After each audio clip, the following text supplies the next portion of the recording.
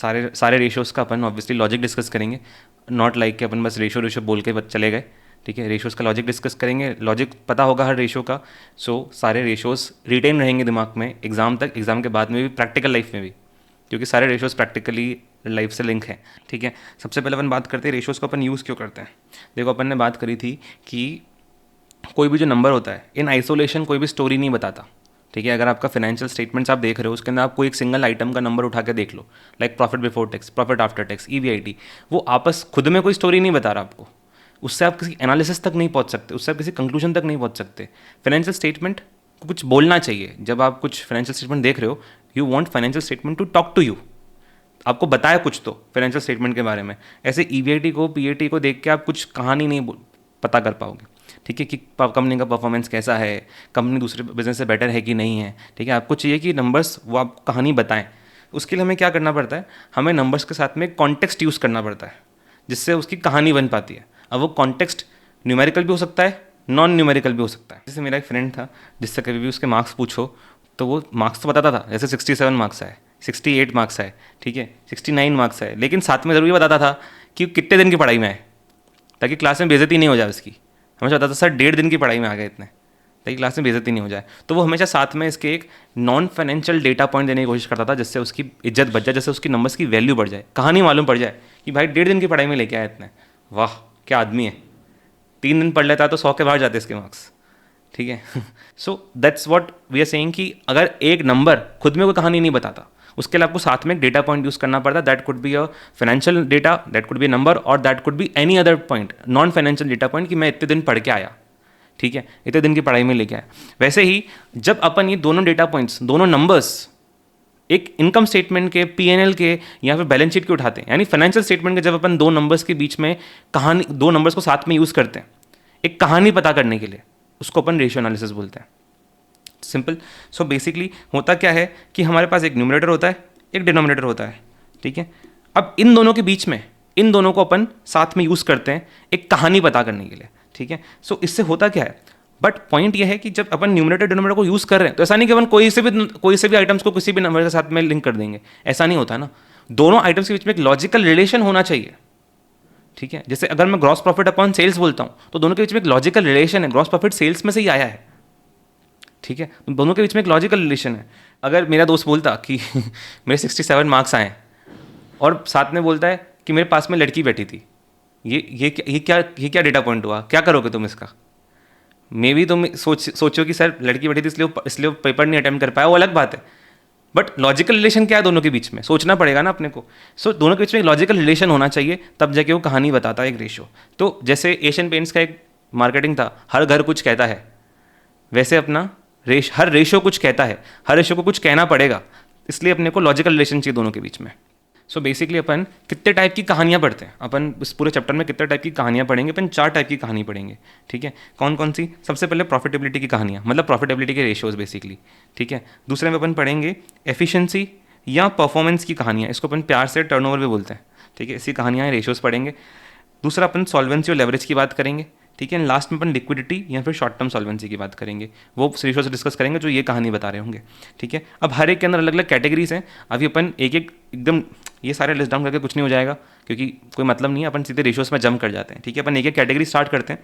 सबसे पहले profitability ratio start करते हैं, उसके लिए जितनी भी सब कैटेगरीज हैं वो एक एक करके अपन डिस्कस करते हैं। ठीक है, तो सबसे पहले प्रॉफिटेबिलिटी रेशियोज के अंदर जो पहली कैटेगरी है वो है based on sales, profitability ratios based on sales, जिसके अंदर अपन करते क्या है, अपन जितने भी इनकम स्टेटमेंट के आइटम्स हैं उनका अपन रेशियो निकाल के देखते हैं सेल्स के ऊपर, जिससे हमें मालूम क्या पड़ता है कि ये पर्टिकुलर आइटम सेल्स से कितना % कॉन्स्टिट्यूट कर रहा है। ठीक है, मतलब सेल्स का पैसा कहाँ कहाँ जा रहा है।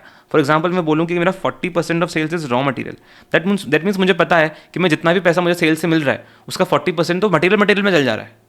ठीक है, 20% उसका पैसा लेबर में चल जा रहा है, बाकी का 20% लेट से दूसरी कॉस्ट में चल जा रहा है। दैट मीन्स मेरे पास बच के कितना आ रहा है हाथ में, 20% सेल्स का मेरे हाथ में बचता है। सो आपको कहानी बताता है कि सेल्स का पैसा कहाँ कहाँ जा रहा है। ठीक है, ये ratios profitability ratios based on sales. ठीक है, अब ये समझने के लिए अपने को सबसे पहले कॉस्ट शीट देखनी पड़ती है। ठीक है, अब मैं क्या करूँ, अपन ने जैसे क्लास में डिस्कस किया था, अपन कॉस्ट शीट भी डिस्कस करेंगे, इसको अपन एडवांस, इसको अपन अकाउंटिंग से लिंक भी करेंगे कि अकाउंटिंग के अंदर जो लेजर अकाउंट बनते हैं, अपना बैलेंस शीट, अपना लेजर अकाउंट बनता है, इनकम पीएनएल अकाउंट बनता है, ट्रेडिंग अकाउंट बनता है, वो कैसे बनता है उसको लिंक करेंगे। देन एक स्टेटमेंट फॉर्म में भी देखेंगे।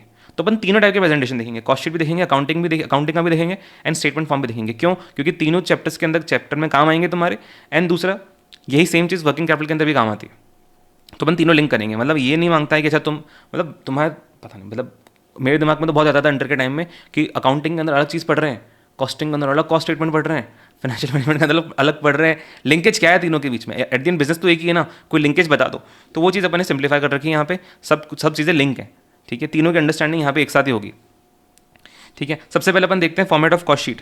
ठीक है, अब फॉर्मेट ऑफ कॉस्ट शीट के अंदर अपने को क्या क्या चाहिए होता है? बेसिकली एक एक कॉस्ट आइटम अपने को ऐड अप करना होता है। ठीक है, अपन ने एक बेसिक फ्लो देखा था कि कॉस्ट शीट के अंदर फ्लो क्या चलता रहता है। कॉस्ट शीट बेसिकली आपको दिखाती है कि जो आपने गुड्स बेचे, सेल्स करी, लेट्स से आपने जो सेल्स करी, उन सेल्स की कॉस्ट कितनी थी, उन सेल्स को करने के लिए हमें कितनी कॉस्ट बेयर करनी पड़ी है in total. That is what cost sheet tells you.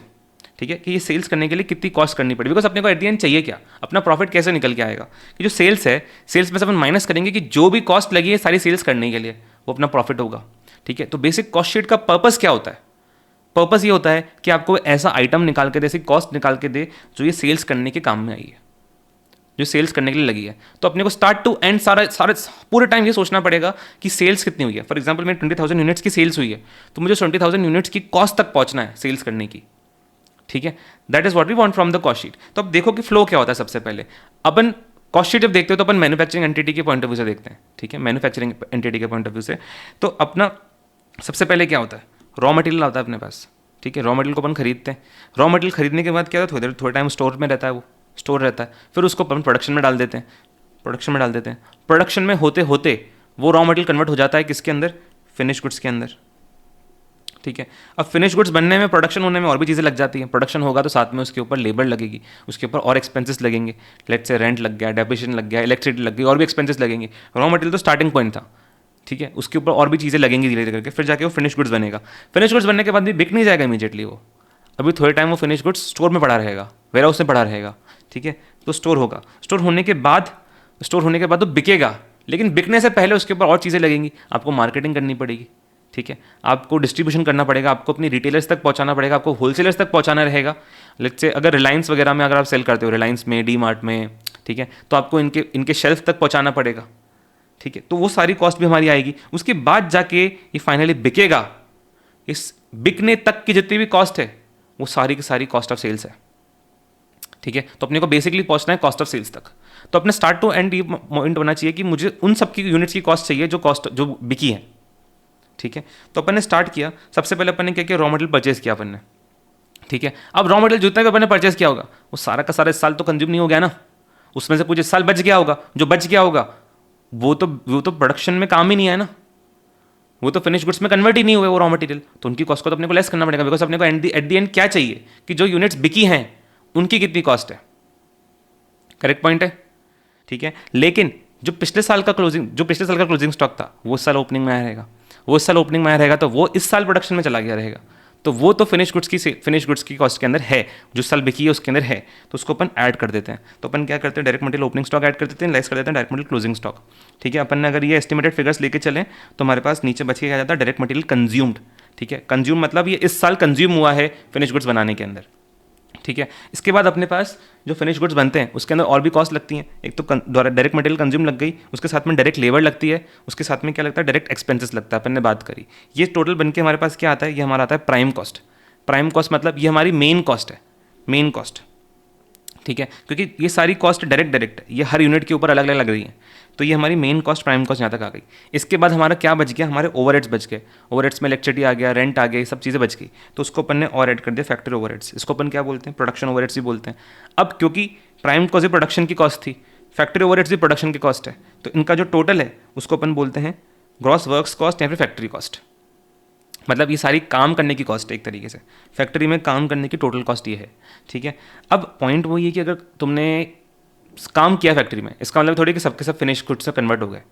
ठीक है, कुछ ना कुछ यूनिट्स होंगी जो एंड में तुम्हारी वर्क इन प्रोग्रेस रह जाएंगी, जो फिनिश हुई नहीं इस साल, जो फिनिश हुई नहीं, काम चल रहा था उनके ऊपर बट फिनिश नहीं हुई, तो वो तो फिनिश गुड्स में कन्वर्ट नहीं हुई, वो फिनिश गुड्स में कन्वर्ट नहीं हुई तो वो बिकी नहीं कभी। अगर वो फिनिश गुड्स में कन्वर्ट नहीं हुई, बिकी नहीं, तो उनकी कॉस्ट अपने को नहीं चाहिए, तो इसलिए अपने को उसकी कॉस्ट को, क्लोजिंग WIP को अपने को माइनस करना होता है, ठीक है। बट साथ में पिछले साल के एंड पे कुछ ना कुछ क्लोजिंग WIP रह गया होगा, जो इस साल ओपनिंग WIP बन के आया होगा, वो तो कन्वर्ट हो गया रहेगा पूरा पूरा, वो तो बिक भी गया होगा इस साल के अंदर, ठीक है, तो उसकी कॉस्ट को अपने को जोड़ना पड़ेगा, तो इसलिए अपन ओपनिंग WIP को ऐड कर देते हैं, ठीक है। ये सब करने के बाद हमारे पास क्या आ जाता है, net works cost. Net works cost मतलब जो भी गुड्स कंप्लीट हो गए, फिनिश गुड्स बन गए, ठीक है, उनकी काम करने की कॉस्ट ये है टोटल, फैक्ट्री में काम करने की, ठीक है, फैक्ट्री में काम करने की कॉस्ट, तो वो अपनी आ गई। उसके बाद अपन 3 तुच्छ आइटम्स ऐड करते हैं, like quality cost, primary packaging minus recoveries. ये सब मैंने तुम्हें सिर्फ कॉस्टिंग से लिंकेज के लिए बताया था, ये अपने कोर्स में FM में तो बिल्कुल काम में नहीं आते, ठीक है। इसके बाद तो अगर ये सारी चीज़ें तुम्हारी नहीं आ रही, क्वालिटी कॉस्ट नहीं आ रही, प्राइमरी पैकेजिंग नहीं आ रही, तुम्हारा रिकवरीज नहीं आ रहा, दैट मीन्स फिर कुछ हुआ यार, यस गाइस, हाँ, तो अपन थे, ठीक है, अपने यहाँ पे नेटवर्क्स कॉस्ट आ गया था। नेटवर्क्स कॉस्ट के बाद में अपने को थोड़ी बहुत हमारी प्रोडक्शन के अंदर और कॉस्ट लग जाती हैं, जो बेसिकली 3 अपन को कंसिडर नहीं करनी होती, इसको अपन FM के अंदर कंसिडर नहीं करते, हमारी मोस्टली है कॉस्टिंग के अंदर आती है। एक सेकंड यार, हाँ, ये तीनों कॉस्ट हमारी मोस्टली कॉस्टिंग के अंदर आती है, इसको अपन यहाँ पे कंसिडर नहीं करते। ये सब लेने के बाद में हमारे पास बेसिकली आ जाता है सारी cost of production, total cost of production आ जाती है, ठीक है। अब ये जितने भी फिनिश गुड्स इस साल बने हैं, उन सबको मिला के जो भी प्रोडक्शन करने की कॉस्ट थी, वो सारी अभी तक ये आई है, ठीक है। लेकिन जितने फिनिश गुड्स हैं वो सारे के सारे बिक तो नहीं गए, फिनिश गुड्स तो अपन ने मैन्युफैक्चर कर, लेकिन सारे के सारे बिक तो नहीं गए, उसमें से कुछ तो स्टोर में रह गए, तो उसको अपन माइनस कर देते हैं, क्लोजिंग फिनिश गुड स्टॉक को अपन माइनस कर देते हैं। एंड पिछले साल जो रह गया था क्लोजिंग फिनिश गुड स्टॉक, वो इस साल ओपनिंग बना रहेगा, वो इस साल बिका रहेगा, उसकी कॉस्ट इसके अंदर नहीं है, उसकी कॉस्ट को अपने को अलग से लेना पड़ेगा, तो उसको अपन अलग से यहाँ पे ऐड कर देते हैं ओपनिंग फिनिश गुड स्टॉक को, ठीक है। अब ये सारा एडजस्टमेंट करने के बाद में ये हमारे इस साल का प्रोडक्शन का कॉस्ट था, इसमें से कुछ हमारे इस साल बच गया, उसको अपन ने माइनस कर दिया।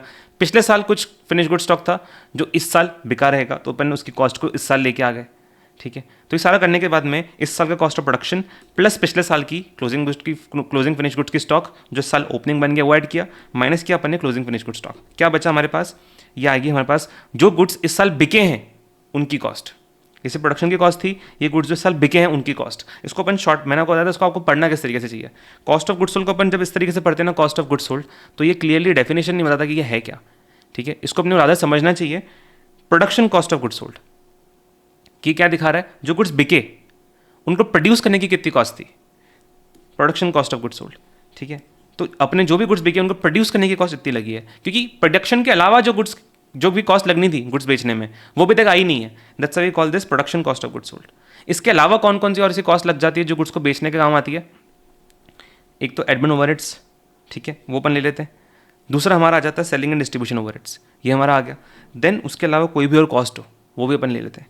ये सब लेने के बाद में हमारी सारी ऑपरेटिंग कॉस्ट आ चुकी है। ये हमारे प्रोडक्शन की कॉस्ट आ गई गुड्स बेचने की, ये उसके ऊपर के एडमिनिस्ट्रेशन ओवरहेड्स आ गए, ये उसके ऊपर के सेलिंग एंड डिस्ट्रीब्यूशन ओवरहेड्स आ गए, ये उसके अदर ओवरहेड्स आ गए, ठीक है। नीचे हमारे पास बच के आया क्या, ये हमारे पास आया टोटल कॉस्ट ऑफ सेल्स, यानी गुड्स बेचने के लिए जितने भी ऑपरेटिंग खर्चे करने थे वो सारों की कॉस्ट इसके अंदर आ गई है, ठीक है। That's why we call this cost of sales. Cost of sales क्यों बोलते हैं, सेल्स करने के लिए जितने भी खर्चे करने थे वो सारे इसके अंदर आ गए, तो this is total cost against sales, मतलब सेल्स के ऊपर जितने भी खर्चे चार्ज करने वो सारे ये हैं, ठीक है। एंड इसको अपन सारी ऑपरेटिंग कॉस्ट भी बोल सकते हैं, ठीक है। अपन ने जब स्टार्टिंग में इनकम स्टेटमेंट पढ़ा था तो अपन ने बात करी थी कि ऑपरेटिंग कॉस्ट क्या होती है, आपके प्रोडक्शन एक्सपेंसेस, आपके administration expenses and selling and distribution expenses, इन तीनों को अपन मिला देते हैं, इनकम स्टेटमेंट में देख के आए थे, तो अपना क्या आता है ऑपरेटिंग ओवरहेड्स, ऑपरेटिंग कॉस्ट आता है, ठीक है। इसमें से बच कौन सा जाता है, सिर्फ फाइनेंसिंग कॉस्ट बच जाता है, ठीक है। तो ऑपरेटिंग कॉस्ट के अंदर आता क्या है, production, administration, selling and distribution. तो यहाँ पे भी तो अपन ने वही लिया है, यहाँ तक हमारे सारे प्रोडक्शन के खर्चे आ गए थे, एडमिन ने लिया अपन ने, सेलिंग ने ले लिया, एंड उसके अलावा जो भी कोई खर्चा है वो अपन ने ले लिया, तो that's why we call this operating cost. And मैंने वहाँ पे भी बताया था कि ऑपरेटिंग कॉस्ट को अपन कॉस्ट ऑफ सेल्स ही बोल सकते हैं, वहाँ पे भी लिख के आए थे अपन ये सेम चीज़, यहाँ पे वापस से बता रहा हूँ, यहाँ पे ऑपरेटिंग कॉस्ट को अपन कॉस्ट ऑफ सेल्स को ऑपरेटिंग कॉस्ट बोल सकते हैं, ठीक है।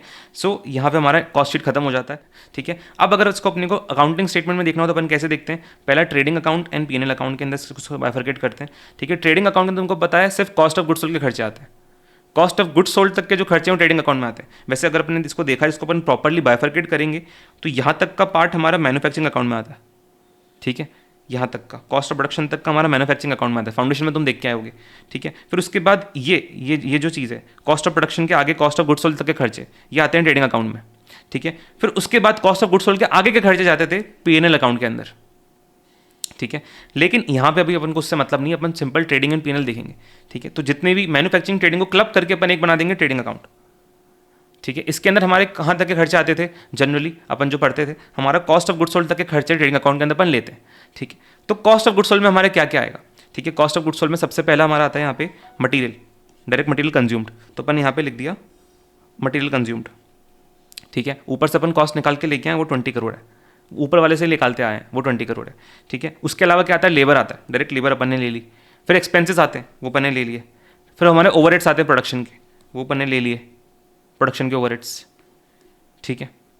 इसके बाद हमारे कौन से आइटम्स आते हैं, इसके बाद हमारा WIP क्लोजिंग WIP आता है, इसको एक बार के लिए काट दो, अब एक बार के लिए छोड़ो कि नहीं है, मान लो नहीं है, ठीक है। तो उसके और ये भी हमारे हाथ नहीं आते, तो दैट मीन्स हमारे पास यहाँ तक जो कॉस्ट आई वही हमारी कॉस्ट ऑफ प्रोडक्शन बन गई, क्योंकि बीच के आइटम्स है ही नहीं, ठीक है। कॉस्ट ऑफ प्रोडक्शन बन गई। अब कॉस्ट ऑफ प्रोडक्शन में से हमें एडजस्टमेंट किसका करना है, फिनिश गुड स्टॉक का, तो हमारे पास क्या आ जाएगा, कॉस्ट ऑफ गुड्स सोल्ड आ जाएगा, ठीक है। तो अपन ने यहाँ तक क्या ले लिया, ये हमारा आ गया हमारा कॉस्ट ऑफ प्रोडक्शन। इसमें हमें एडजस्टमेंट किसका करना है, फिनिश गुड स्टॉक का करना है, तो अपन ने इसके अंदर opening finish good stock add कर दिया and closing finish good stock को यहाँ से माइनस करने की जगह अपन ने यहाँ पे ले लिया, तो इन अ वे वो यहाँ से माइनस ही हो गया, ठीक है। तो हमारा सारा एडजस्टमेंट यहाँ तक आ गया। तो ये जो सारे आइटम थे, ये सारे आइटम ये मिला के हमारे पास क्या आ गया, हमारे कॉस्ट ऑफ गुड्स सोल्ड, ठीक है। अब कॉस्ट ऑफ गुड्स सोल्ड को अगर अपन सेल्स में से लेस कर देते हैं तो हमारे पास क्या बच के आ जाता है, ग्रॉस प्रॉफिट मार्जिन, ठीक है। तो अपन ने एक बार सिंपली देख भी लेते हैं कि कैसे कैलकुलेशन हुई हमारी कॉस्ट ऑफ गुड्स सोल्ड की। Raw material consume, direct labour, direct expenses, manufacturing overheads, ये क्या आ गया, कॉस्ट ऑफ प्रोडक्शन या फिर वर्क्स कॉस्ट, क्योंकि बीच में कुछ भी नहीं है, works cost he cost of production है, बीच में कुछ भी नहीं है, WIP नहीं है, क्वालिटी कॉस्ट नहीं है, रिकवरीज कुछ नहीं है, कुछ नहीं है, तो डायरेक्टली जो वर्क्स कॉस्ट थी वही कॉस्ट ऑफ प्रोडक्शन तुम्हारी बन गई। इसमें अपने को क्या एडजस्टमेंट अभी और करना है, फिनिश गुड स्टॉक का करना है। ओपनिंग फिनिश गुड स्टॉक लिया, क्लोजिंग माइनस किया, कॉस्ट ऑफ गुड सोल्ड आ गई, ठीक है। अगर इसको सिंपलिस्टिक फॉर्म में देखना हो तो ये हमने कॉस्ट ऑफ गुड सोल्ड को माइनस किया है किस में से, सेल्स में से, क्या आया है, ग्रॉस प्रॉफिट। इसको अपन सिंपलिस्टिक फॉर्म में देखना चाहो तो अपन इसको इस तरीके से भी प्रेजेंट कर सकते हैं कि तुम्हारी सेल्स आ गई, ये पूरी कॉस्ट ऑफ गुड्स सोल्ड को तुमने यहाँ पे एक साथ लिख दिया, माइनस कर दिया ग्रॉस प्रॉफिट, ठीक है। कॉस्ट ऑफ गुड्स सोल्ड हमारी यहाँ पे कितनी निकल गई है, 60 करोड़, वही 60 करोड़ अपन ने यहाँ पे लिखी है। तो बेसिकली जितने भी ये आइटम्स थे इन्हीं को अपन ने सिर्फ एक कॉस्ट ऑफ गुड्स सोल्ड के नाम पे लिखा है, ये सबका एडिशन माइनस ये, ठीक है। तो 60 का कॉस्ट ऑफ गुड्स सोल्ड आ गया अपना, वही अपन ने यहाँ लिखा है। सेल्स अपना 100 करोड़ का है, तो हमारे क्या बच के आया, ग्रॉस प्रॉफिट 40 करोड़ का, ठीक है। अब simply cost of goods sold को मैन्युफैक्चरिंग अकाउंट के टर्म्स से अपन ऐसा लिखते हैं। लेकिन अगर ट्रेडिंग अकाउंट होती है, ट्रेडिंग कंपनी होती है तो उसके पास तो ना तो डायरेक्ट मटेरियल होता है, ना तो उसकी लेबर होती है, ना तो उसके एक्सपेंसेस होते हैं, वो सिंपल बेचने खरीदने का काम करती है। तो उसका कॉस्ट ऑफ गुड्स सोल्ड कैसे निकलता है, जैसे अपन 11-12 में निकालते आ रहे थे, कैसे निकालते थे कॉस्ट ऑफ गुड्स सोल्ड को, opening stock plus purchases minus closing stock, यही करते थे। सो उसके बाद हमारा कॉस्ट ऑफ गुड्स सोल्ड, अगर हमारा ट्रेडिंग एंटिटी है, तो कॉस्ट ऑफ गुड्स सोल्ड निकलेगा opening stock plus purchase minus closing stock. And मजे की बात, अपना जो रेशियोस चैप्टर है इसके अंदर अगर वो कुछ ना बोले तो अपन उसको ट्रेडिंग से नहीं पकड़ेंगे, ठीक है। दैट मीन्स मैन्युफैक्चरिंग अकाउंट की डिटेल्स जब तक अगर नहीं दी होंगी, जब तक उसने लेबर वगैरह के बारे में नहीं बोला होगा, तो अपन नहीं पकड़ेंगे कि वो ट्रेडिंग कंसर्न है, उसका सिर्फ opening stock, purchase and closing stock है, ठीक है। तो उस केस में COGS अपना इस तरीके से निकलता है, ठीक है। अब अगेन GP कैसे निकलता है, सेल्स माइनस COGS करके, क्लियर, ठीक है। उसके बाद अपन आते हैं P&L अकाउंट में। ट्रेडिंग अकाउंट तक हमारा कौन सा आइटम आ गया, कॉस्ट ऑफ गुड्स सोल्ड के हमारे खर्चे आ गए, एंड उसके बाद निकल के आ गया हमारे पास gross profit. Cost of goods sold के आगे खर्चे कौन से होते हैं, admin, selling and other cost, ठीक है। ये अभी तक अपन ने नहीं लिए, तो अभी इनको अपन को लेना है। इनको अपन कहाँ पे लेंगे, ट्रेडिंग अकाउंट के आगे, यानी P&L अकाउंट के अंदर। तो जो ट्रेडिंग अकाउंट का हमारा बैलेंस था, ग्रॉस प्रॉफिट, इसको अपन कैरी ऑन करते हैं किसके अंदर, हमारे P&L अकाउंट के अंदर। ये GP हमारे लेके आ गया। अब इसके आगे हमें चार्ज करने हमारे बाकी के खर्चे, कौन से खर्चे हैं हमारे operating expenses, admin, selling and distribution and other cost, जो भी है, admin overhead, selling overhead, distribution overheads, ठीक है। इनको अपन ने चार्ज कर दिया, बच के क्या आ गया हमारे पास। अब जैसे अपन ने सारे चार्ज कर दिए, तो दैट मीन्स हमने अभी तक के सारे ऑपरेटिंग खर्चे ले लिए, हमने अभी तक की सारी ऑपरेटिंग कॉस्ट ले ली, क्योंकि हमारे प्रोडक्शन तक के खर्चे ऊपर चले गए, ट्रेडिंग में आ गए। उसके अलावा जो खर्चे थे उसके आगे के, वो अपन ने यहाँ ले लिए। तो दैट मीन्स हमने ऑपरेटिंग खर्चे सारे ले लिए, इसलिए इनको माइनस करने के बाद हमारे पास क्या आता है, ऑपरेटिंग प्रॉफिट। ठीक है, ऑपरेटिंग प्रॉफिट। ठीक है, अब कुछ कौन से आइटम्स बच गए, अब कौन से आइटम बच गए, नॉन ऑपरेटिंग वाले बच गए। नॉन ऑपरेटिंग अपन क्या लेते थे, एक तो फाइनेंसिंग लेते थे, एक तो फाइनेंसिंग लेते थे, तो अपन उसको अभी अपन को वो चार्ज करना है। तो मैंने पहले ऑपरेटिंग प्रॉफिट आ गया जो अपना ये था, इसको अपन यहाँ ले लिया ऑपरेटिंग प्रॉफिट। इसके अगेन सबसे पहले अपन इंटरेस्ट चार्ज करेंगे, इंटरेस्ट 10 करोड़ का।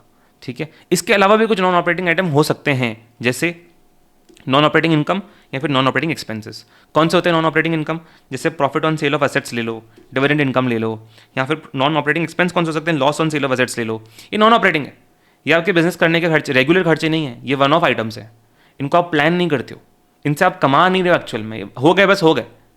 ठीक है, तो इनको भी अपने को करना है, लेकिन पूरे एफएम के अंदर, पूरे एफएम के अंदर अपन मानते ही नहीं कि नॉन ऑपरेटिंग आइटम्स कुछ भी हैं।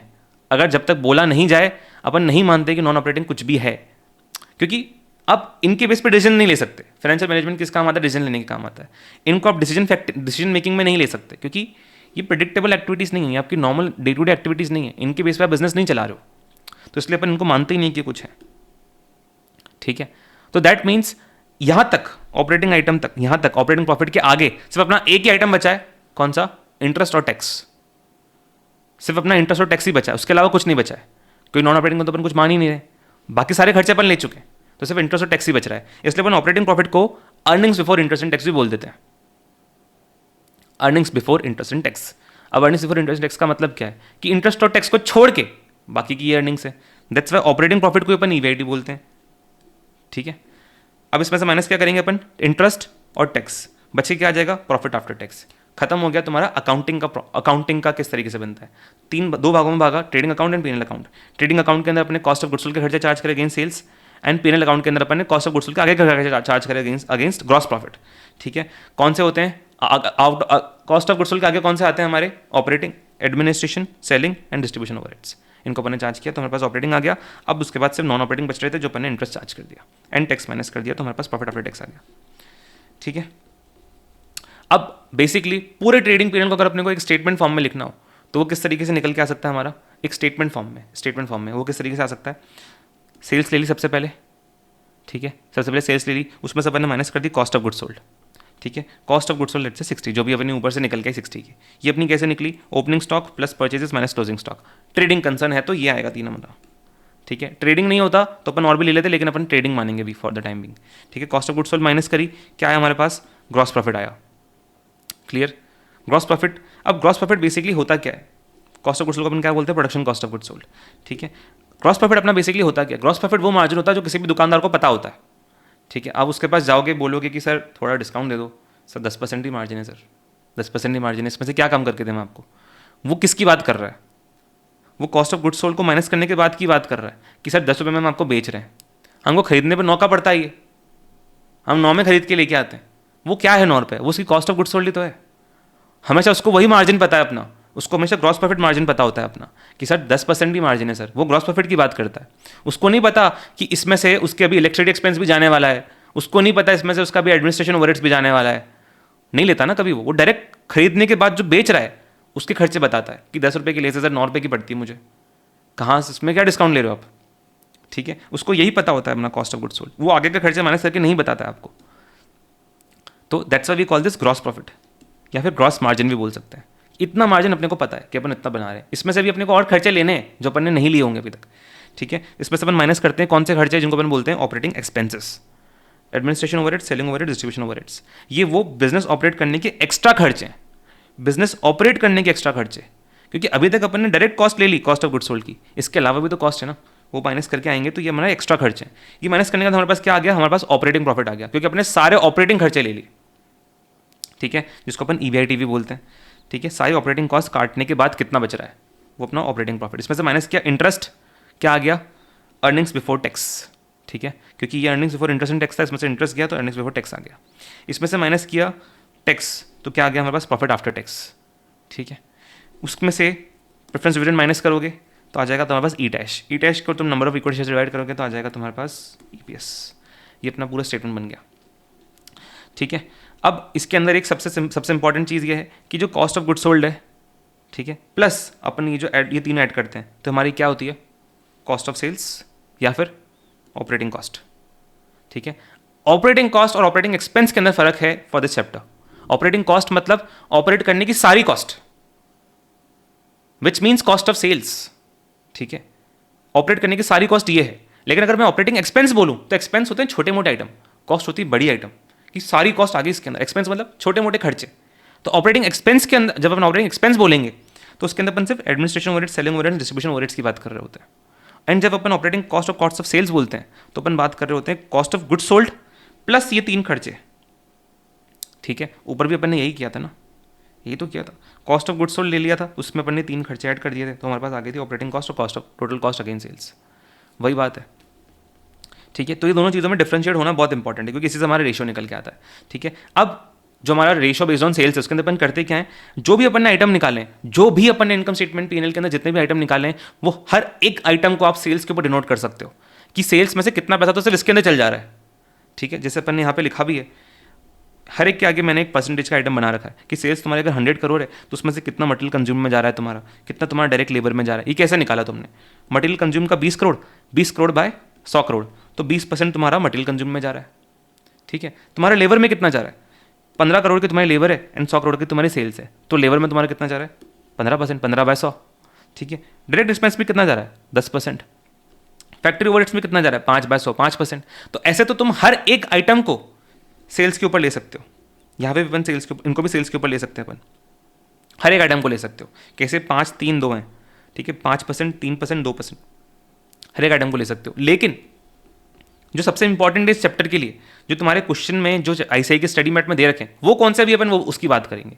सिर्फ वो रेशोज को अपन ने स्पेसिफिकली ले डाउन किया है, वो उनकी बात कर लेते हैं। बाकी तो तुम समझिए कि हर एक आइटम को तुम सेल्स के ऊपर ले सकते हो, ठीक है। सबसे इंपॉर्टेंट है ग्रॉस प्रॉफिट रेशो, बताइए ग्रॉस मार्जिन या ग्रॉस प्रॉफिट रेशो, यानी सेल्स का कितना परसेंट तुम बचा लेते हो, जो हर दुकानदार को पता होता है कि सेल्स का इतना परसेंट ही मेरे हाथ में कट के बचता है। ये कैसे निकलता है, ऊपर ग्रॉस प्रॉफिट ले लो, नीचे सेल्स ले लो, एवरग्रीन रेशो है, निकालते आ रहे हो कितने बार, तो अकाउंटिंग 11 से करते आ रहे हो, ठीक है। ग्रॉस प्रॉफिट अपॉन सेल्स, ठीक है, कितना आएगा ग्रॉस प्रॉफिट, हमारे एग्जाम्पल में हमारा था 40 का, ठीक है। कैसे, ये हमारा एग्जाम्पल था, इसमें 40 का ग्रॉस प्रॉफिट आ रहा था, सेल्स थी 100 की, ठीक है। तो 40 बाय 100, 40% का तुम्हारा ग्रॉस प्रॉफिट रेशो हो गया, ठीक है। ग्रॉस प्रॉफिट को अगर अपन डायरेक्टली लिखना चाहें फॉर्मूले के टर्म्स में तो अपन ऐसे लिख सकते हैं, sales minus cost of goods sold upon sales, ठीक है। क्योंकि ग्रॉस प्रॉफिट कैसे निकला, sales minus cost of goods sold करके ही निकला, इसको अपन डायरेक्टली भी इस तरीके से लिख सकते हैं, ठीक है। एंड अगर इसको अपन खोलते हैं तो कैसे बनेगा, सेल्स बाय सेल्स हो जाएगा and cost of goods sold by sales हो जाएगा, ठीक है। सेल्स बाय सेल्स तो 1 ही है, 100 ही है, 100% है। And cost of goods sold को बाय सेल्स करते हैं, cost of goods sold by sales करते हैं, तो हमें क्या बता रहा है कि सेल्स का कितना पैसा कॉस्ट ऑफ गुड्स सोल्ड में जा रहा है, उसी को अपन बोलते हैं cost of goods sold ratio, COGS ratio. COGS ratio क्या दिखाता है कि सेल्स का कितना परसेंट तुम्हारा कॉस्ट ऑफ गुड्स सोल्ड में जा रहा है, ठीक है। ये कैसे निकलता है, cost of goods sold by sales, यानी हमारे एग्जांपल के अंदर कॉस्ट ऑफ गुड्स सोल्ड 60 निकल के आई थी, तो 60 बाय 100, 60% तुम्हारा कॉस्ट ऑफ गुड्स सोल्ड में जा रहा है, ठीक है। अगर मेरे को जीपी रेशो को एक और तरीके से ले डाउन करना हो तो भी अपन ने बात करी कैसे, सेल्स बाय सेल्स अलग होगी, cost of goods sold by sales अलग होगी, तो बेसिकली क्या बन गया 100% minus COGS ratio. And logical सी बात भी है, ठीक है। सेल्स में से, ठीक है, अगर तुमने या ठीक है, अगर तुम्हारा ग्रॉस सीओजीएस रेशो और जीपी रेशो मिलकर 100 होना चाहिए, तुम्हारा सीओजीएस रेशो जीपी रेशो मिलकर 100 होना चाहिए। क्यों, क्योंकि इसमें सीओजीएस आ रहा है, इसमें ग्रॉस प्रॉफिट आ रहा है, दोनों को तुम ऐड करोगे तो न्यूमरेटर में क्या आ जाएगा, सीओजीएस और ग्रॉस प्रॉफिट, वो दोनों मिला के सेल्स के इक्वल होना चाहिए, ठीक है। तो दैट्स वाई अपन बोल सकते हैं कि GP ratio is equal to 100 minus COGS ratio, क्योंकि दोनों मिला के 100 है तो उसमें से एक को माइनस कर दो। या फिर दूसरा अपन इसको भी बोल सकते हैं सीओजीएस रेशो को, कि COGS ratio is equal to 100 minus GP ratio, ठीक है। तो एक भी रेशो आ जाए तो उसको 100 में से माइनस कर देना, दूसरा रेशो तुम्हारा निकल के आ जाएगा, ठीक है। तीसरा रेशो सबसे इंपॉर्टेंट कौन सा है, ऑपरेटिंग एक्सपेंस रेशो। अब यहाँ पे मैं ऑपरेटिंग एक्सपेंस की बात कर रहा हूँ, मैं ऑपरेटिंग कॉस्ट की बात नहीं कर रहा। एक्सपेंस मतलब छोटे मोटे खर्चे, छोटे मोटे खर्चे कौन से हैं, एडमिन, सेलिंग एंड डिस्ट्रीब्यूशन। तो बेसिकली आपको चाहिए कि इन तीनों में मिला के सेल्स का कितना % पैसा जा रहा है, ठीक है। अब ये तीनों कितने हैं, ऑपरेटिंग एक्सपेंसेस अपन ऊपर वाले एग्जाम्पल से निकाल के लें। ऑपरेटिंग एक्सपेंस था हमारा 5, 3, 2 का, टोटल मिला के 10 बाय तुम्हारा सेल्स था 100 का, तो 10 बाय 100 यानी 10% तुम्हारा जा रहा है इन सारी कॉस्ट के अंदर, ठीक है। तो 5, 3 प्लस 2 बाय 100, 10%। या फिर आप इसको इस तरीके से भी निकाल सकते हो कि आप सेलिंग बाय सेल्स कर लो पहले, देन आप डिस्ट्रीब्यूशन बाय सेल्स कर लो, देन आप एडमिन बाय सेल्स कर लो, एंड उन तीनों को ऐड कर लो, एक ही बात है। तो तुम्हारा सेलिंग में कितना खर्चा जा रहा है? 5% का, डिस्ट्रीब्यूशन में जा रहा है 3% का, एडमिन में जा रहा है 2% का, क्योंकि 5, 3 और 2 का इनका अमाउंट है। उन तीनों को ऐड कर दो 10% आ जाएगा। इसे भी निकाल सकते हो। देखो हर रेशो को निकालने के बहुत सारे तरीके हैं, अपन मोस्ट कॉमन पॉसिबल जो है वो अपन बात कर रहे हैं यहाँ पे, ठीक है। वरना डिपेंडिंग ऑन द क्वेश्चन का सिचुएशन और भी तरीके निकल सकते हैं, वो क्वेश्चन तो मॉडिफाई होकर ही आएगा अपने पास जो आएगा, ठीक है। ऑपरेटिंग रेशो, रेशोज के अंदर नया क्वेश्चन बनाना बहुत ईजी है, तो नया क्वेश्चन ही बनाएगा मोस्ट लाइकली उसके अंदर, ठीक है। अब अपन आते हैं ऑपरेटिंग रेशो पे। ऑपरेटिंग रेशो का बेसिकली मीनिंग क्या होता है, इसको आपको ऑपरेटिंग रेशो को समझना चाहिए, रीड करना चाहिए as operating cost ratio. Operating cost ratio, क्योंकि वरना मालूम नहीं पड़ता ही क्या है। ऑपरेटिंग कॉस्ट रेशो का मतलब क्या हो गया कि आपका ऑपरेटिंग कॉस्ट कितना परसेंटेज है सेल्स का, सिंपल। तो इसका फॉर्मूला क्या बन गया तुम्हारा, COGS plus operating expenses upon sales, क्योंकि COGS प्लस ऑपरेटिंग एक्सपेंस ही तुम्हारा ऑपरेटिंग कॉस्ट होता है, ऑपरेटिंग कॉस्ट, ठीक है। ये बन गया 60 हमारा कॉक्स था, ऑपरेटिंग एक्सपेंस अपने 10 थे जो पहले आया, तो 70% का रेशो बन गया। इसको आप ब्रेक डाउन भी कर सकते हो। ब्रेक डाउन कैसे करोगे, एक तो COGS बाय सेल्स हो जाएगा, एक ऑपरेटिंग एक्सपेंस बाय सेल्स हो जाएगा, दोनों के रेशोज़ को ऐड कर दो, वैसे भी निकल जाएगा। कैसे, operating expense ratio plus COGS ratio, जो अपन ऊपर निकाल के लाए 60% एंड ये 10%, दोनों को ऐड कर दिया 70% आ गया अपना। That's why this is called as operating cost, cause it includes all the operating cost, ठीक है। एक और तरीका है इसको निकालने का मुझे एक बात बताओ, ऑपरेटिंग कॉस्ट है, ऑपरेटिंग कॉस्ट को जो अपन यहाँ पे लिख के लाए ऑपरेटिंग कॉस्ट, ये सारी सेल्स एंड उसके बाद के जितने भी आइटम है ऑपरेटिंग कॉस्ट है, इसमें से कट के क्या बचता है हमारे पास, EBIT बचता है, ठीक है। तो अगर मुझे ऑपरेटिंग कॉस्ट चाहिए हो तो क्या मैं ऐसा नहीं बोल सकता, सेल्स माइनस EBIT, ठीक है, क्योंकि सेल्स में से सारी माइनस करी तो हमारा EBIT आया, सेल्स में से ऑपरेटिंग कॉस्ट माइनस करी तो EBIT आया, तो EBIT को हम इस तरफ ले जाएंगे तो क्या हो जाएगा, sales minus EBIT is equal to operating cost, ठीक है। तो इसका दूसरा तरीका ये भी हो सकता है लिखने का, सेल्स माइनस ऑपरेटिंग प्रॉफिट और EBIT, इनका माइनस करने पे क्या आएगा, ऑपरेटिंग कॉस्ट अपॉन सेल्स में ले लो इसको, ठीक है।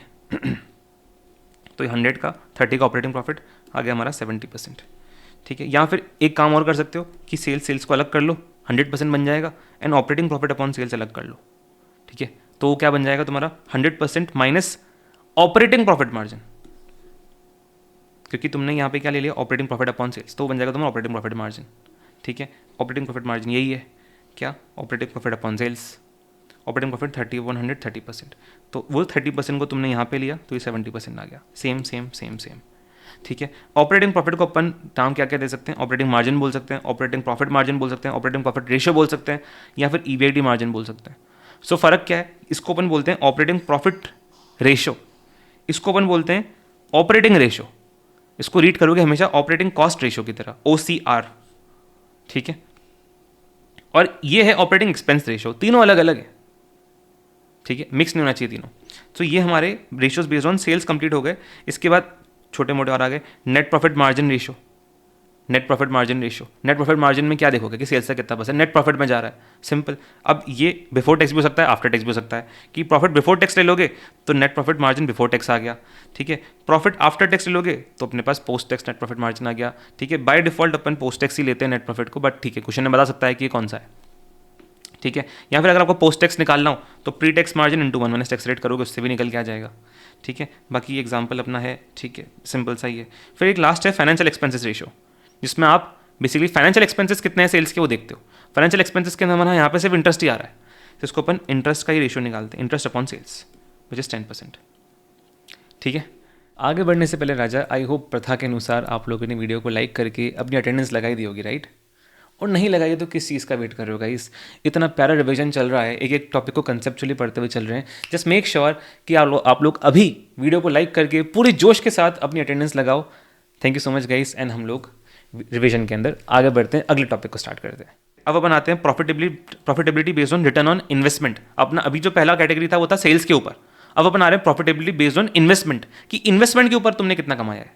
ये सेल्स का था पहला, अभी अपना इन्वेस्टमेंट का है। अब इन्वेस्टमेंट का समझने के लिए आपको पहले इन्वेस्टमेंट के टाइप्स समझने पड़ेंगे कि इन्वेस्टमेंट के टाइप्स कौन कौन से होते हैं, जिसके लिए अपने को बैलेंस शीट में जाना पड़ेगा, बिकॉज इन्वेस्टमेंट कहाँ होती है, बैलेंस शीट में होती है। सो बैलेंस शीट के अंदर ये वाली साइड अपनी लाइबिलिटीज़ की, ठीक है, ये लाइबिलिटीज़ की साइड, ये अपनी एसेट की साइड। लाइबिलिटीज़ की साइड में हमारा क्या क्या आता है, सबसे पहले इक्विटी शेयर कैपिटल आ गई, ठीक है। Let's say for the time being कि अपना वो इक्विटी शेयर कैपिटल 8 का है, ठीक है। इक्विटी शेयर कैपिटल के बाद अपन लेते हैं रिजर्व एंड सरप्लस, वो अपन यहाँ पे ले रहे हैं 12 का है, तो हमारा टोटल ये दोनों 8+12 मिला के क्या हो जाता है, इक्विटी शेयर होल्डर फंड्स, ठीक है, जो यहाँ पे 20 का है। इक्विटी शेयर होल्डर फंड्स के अंदर अपन ऐड कर देते हैं प्रेफरेंस शेयर कैपिटल, तो हमारा टोटल आ जाता है टोटल शेयर होल्डर फंड्स, ठीक है। लेट्स से यहाँ पे वो 10 का है तो टोटल तुम्हारा 30 का आ गया, ठीक है। अब शेयर होल्डर फंड्स के बहुत सारे नाम हैं। शेयर होल्डर फंड्स बोले तो अपने कैपिटल स्ट्रक्चर में बात करी थी कि शेयर होल्डर का मतलब प्रेफरेंस प्लस इक्विटी दोनों है, that's why we call this share holder funds. अब शेयर होल्डर्स को अपन ओनर्स भी बोलते हैं, ओनर्स भी बोलते हैं, तो दैट्स व्हाई इसको अपन शेयर होल्डर फंड्स को अपन ओन्ड फंड्स भी बोलते हैं, ठीक है। एंड शेयर होल्डर को ही अपन प्रोप्राइटर भी बोल सकते हैं। सो इसलिए इसको अपन share holder funds, proprietor funds and own funds तीनों बोलते हैं। कभी कभी कंफ्यूजन होता है अपने को कि अपन प्रोप्राइटर फंड्स को इक्विटी शेयर होल्डर फंड्स पकड़ लेते हैं, लेकिन नहीं, प्रोप्राइटर मतलब शेयर होल्डर, शेयर होल्डर मतलब इक्विटी प्लस प्रेफरेंस, ठीक है। मैंने आपको बताया था कि मैंने कहीं तो लिखा हुआ देखा था किसी अकाउंटिंग बुक्स के अंदर, उसमें प्रोप्राइटर अकाउंट ऐसा लिखा हुआ था, प्रोप्राइटर, ठीक है। यहाँ पे हमारा लाइबिलिटीज, फिर ये हमारा आ जाता है टोटल शेयर होल्डर फंड्स। इसके शेयर होल्डर फंड्स के अलग अलग नाम है, प्रोप्राइटर या ओन फंड्स। अभी हमारे पास सिर्फ शेयर होल्डर फंड्स आए, अभी हमारा डेट लेना बाकी है, तो अभी इसके बाद अपन लेंगे लॉन्ग टर्म डेट, ठीक है। Long term date let's say यहाँ पे 15 का है, ठीक है। अभी हमारा शॉर्ट टर्म डेट बाकी है, करंट लाइबिलिटीज बाकी है, तो उसके बाद अपन करंट लाइबिलिटीज लेंगे। करंट लाइबिलिटीज लेट्स से 5 की है, ठीक है। ये सब मिला के हमारे पास टोटल लाइबिलिटीज आ गई। टोटल लाइबिलिटीज में हमारा क्या आ गया, 50 करोड़ का टोटल आ गया, जो भी अपन आइटम्स लिए उन सबका टोटल 50 करोड़ है। यहाँ पे असेट साइड में हमारा क्या आता है, fix assets net of depreciation, let's say वो 40 का है। और दूसरा क्या आता है, करंट असेट्स, ठीक है। करंट असेट में जब तक नहीं हो जाता तो अपन 4 आइटम्स ही पकड़ते हैं। जब तक करंट असेट्स में नहीं हो जाता तब तक अपन 4 आइटम्स पकड़ते हैं, inventory, receivable, cash and cash equivalents and others. Others के अंदर कभी प्रीपेड एक्सपेंस आ सकता है, कभी कुछ और आ सकता है, ठीक है। Inventory, receivables, cash and cash equivalent and others, ये बाकी का बचा आ जाएगा 10 का। यहाँ पे भी टोटल तुम्हारा 50 करोड़ का ही आएगा। तो ये बेसिक हमारी बैलेंस शीट इस तरीके से दिखती है, ठीक है। अब अपन पढ़ के आए हैं कि हमारा जो लॉन्ग टर्म कैपिटल होता है, लॉन्ग टर्म कैपिटल होता है उसको अपन बोलते हैं capital employed. Long term capital कौन सा है, इक्विटी जो 20 का है, प्रेफरेंस शेयर होल्डर्स फंड्स जो 10 का है, एंड तुम्हारा टोटल डेट जो 15 का है। दैट मीन्स ये 30 के अंदर तुम्हारे सारे शेयर होल्डर फंड्स आ गए, इक्विटी प्लस प्रेफरेंस आ गया, एंड ये 30 प्लस 15 को मैं ऐड कर दूंगा डेट को, तो मेरे पास टोटल लॉन्ग टर्म कैपिटल आ जाएगी। इसको कितना आ जाएगा, 45 का। इसको अपन क्या बोलते हैं, कैपिटल एम्प्लॉयड, ठीक है। सो अपने कैपिटल एम्प्लॉयड सबसे पहले अपने को निकालना है वेरियस फॉर्म्स ऑफ कैपिटल, ठीक है। कैपिटल के कौन कौन से फॉर्म्स हैं, सबसे पहला अपना equity, equity share holder funds, या फिर जिसको अपन नेटवर्थ भी बोल सकते हैं, इक्विटी शेयर होल्डर फंड्स को अपन नेटवर्थ भी बोल सकते हैं, ठीक है। इसके अंदर equity share capital plus reserve and surplus आता है, अपन ऊपर निकाल के लाए 8+12 20 का, ठीक है। दूसरा हमारा होता है प्रोप्राइटर फंड्स, या फिर शेयर होल्डर फंड्स, या फिर ओन फंड्स, या फिर इसको ऐसे ही बोल सकता है शेयर होल्डर्स इक्विटी भी बोल सकता है। तो बेसिकली अपन बात क्या कर रहे हैं यहाँ पे, सारे शेयर होल्डर्स की बात एक साथ कर रहे हैं, इक्विटी प्लस प्रेफरेंस। तो इसका तुम्हारा फॉर्मूला क्या है, इक्विटी का बैलेंस जो तुम यहाँ निकाल के लाए प्लस प्रेफरेंस शेयर कैपिटल, ठीक है, वो 30 करोड़ का है।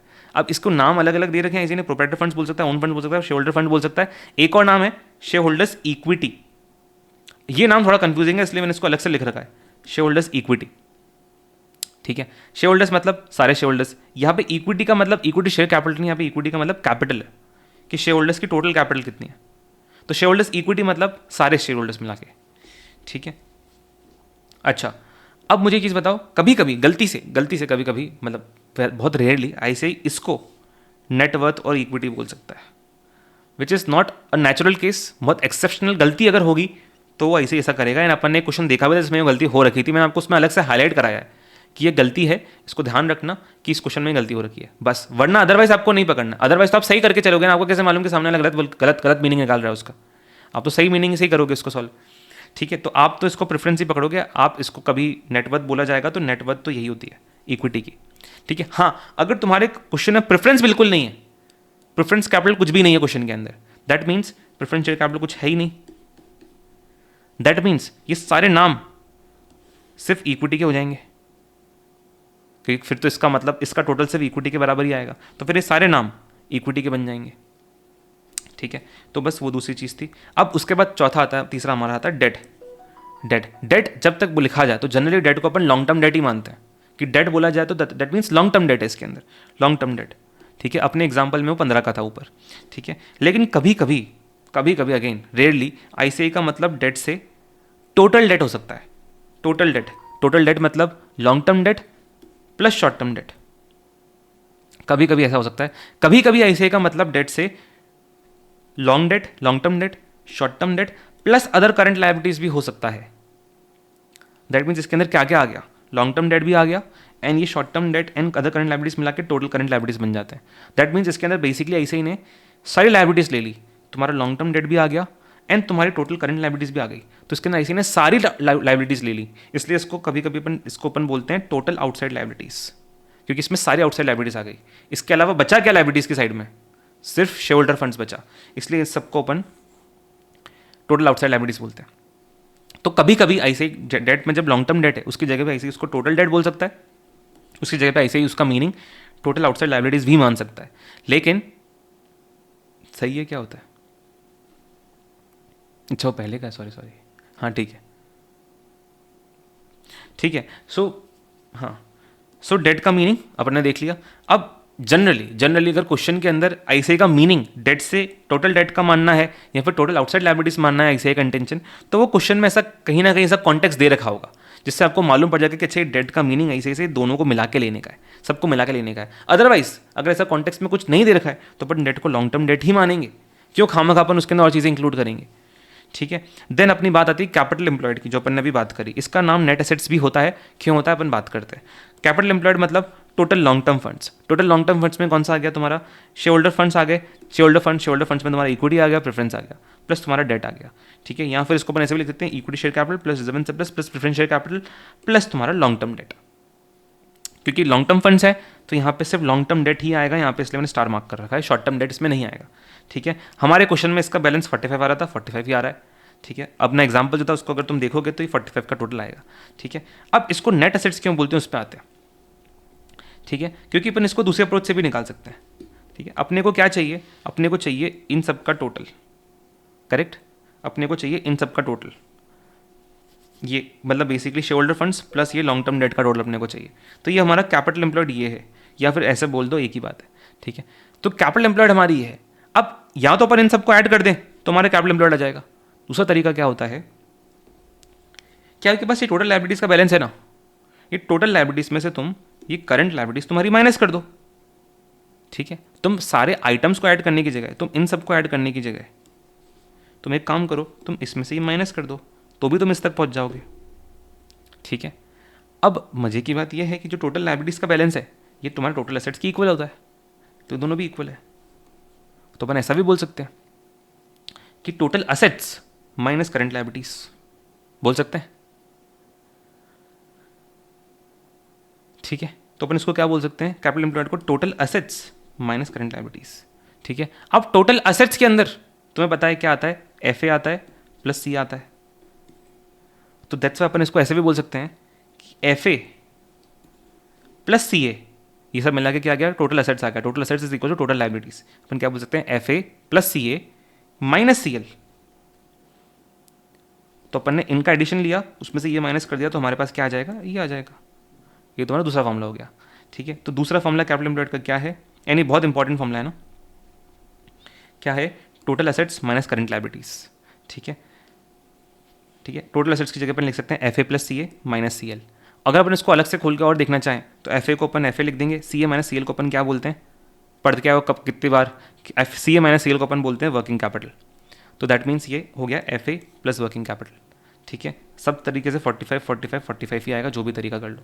इसलिए अपन इसको असेट अप्रोच से जब निकालते हैं तो क्योंकि इसके अंदर अपन ने सारे असेट ले लिए हैं, उसमें से करंट लायबिलिटीज माइनस कर लिए है, इसलिए अपन इसको नेट असेट्स भी बोलते हैं।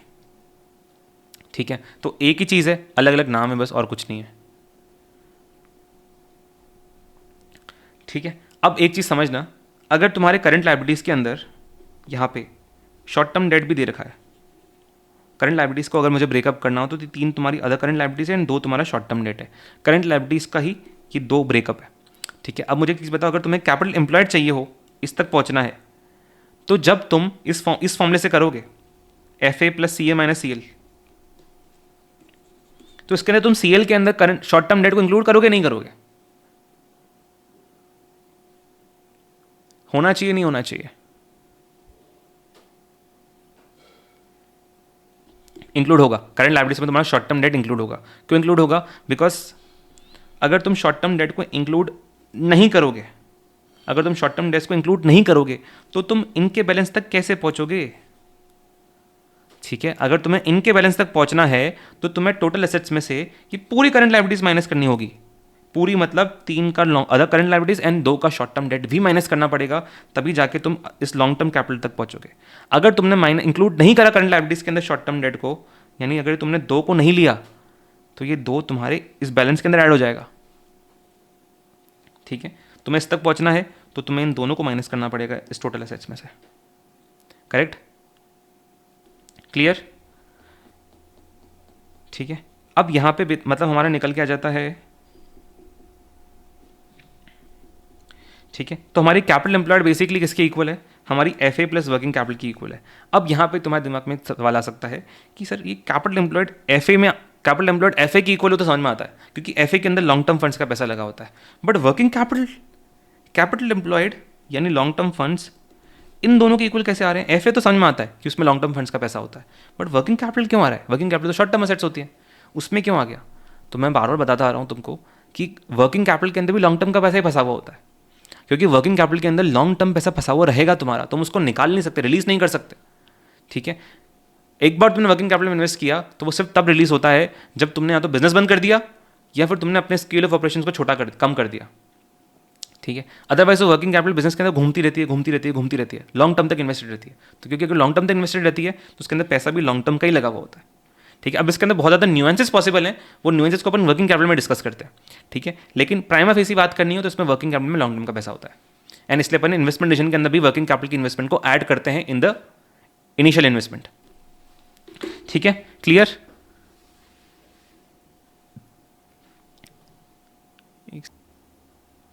यस गाइस, तो हमारा यहाँ तक कैपिटल एम्प्लॉयड खत्म हो गया। ठीक है, अब एक और कौन सी कैपिटल की फॉर्म हो सकती है? वो सकती है टोटल एसेट्स, टोटल कैपिटल या फिर टोटल फंड्स। ठीक है, टोटल एसेट्स मतलब सारे एसेट्स आ गए, टोटल फंड्स यानी सारी कैपिटल आ गई, तुम्हारी लॉन्ग टर्म कैपिटल भी आ गई, शॉर्ट टर्म कैपिटल भी आ गई, तो इसके अंदर तुम सब कुछ ले लोगे। टोटल कैपिटल सब कुछ आ गया इसके अंदर, मतलब इसके अंदर तुम्हारा fix assets plus current assets भी बोल सकते हो, क्योंकि टोटल एसेट्स है तो fix assets plus current asset बोल सकते हो, या फिर लायबिलिटीज के सारे टोटल ले सकते हो। इसमें इक्विटी आ गया, प्रेफरेंस शेयर कैपिटल आ गया, डेट आ गया, करंट लायबिलिटीज आ गया, तो पूरी लायबिलिटीज ऐड कर दो या फिर सारी एसेट्स ऐड कर दो, तो that becomes a total assets, total funds या फिर टोटल कैपिटल। ठीक है, अपन ने एग्जाम्पल लिया था, उसमें बैलेंस शीट का टोटल 50 आ रहा था, वही 50 ही है यहाँ पे। ठीक है, अब यहाँ पे जो प्रॉफिटेबिलिटी के रेशियोज निकालने अपने को, ये अपन किस तरीके से निकालने होते हैं, ठीक है, वो समझना।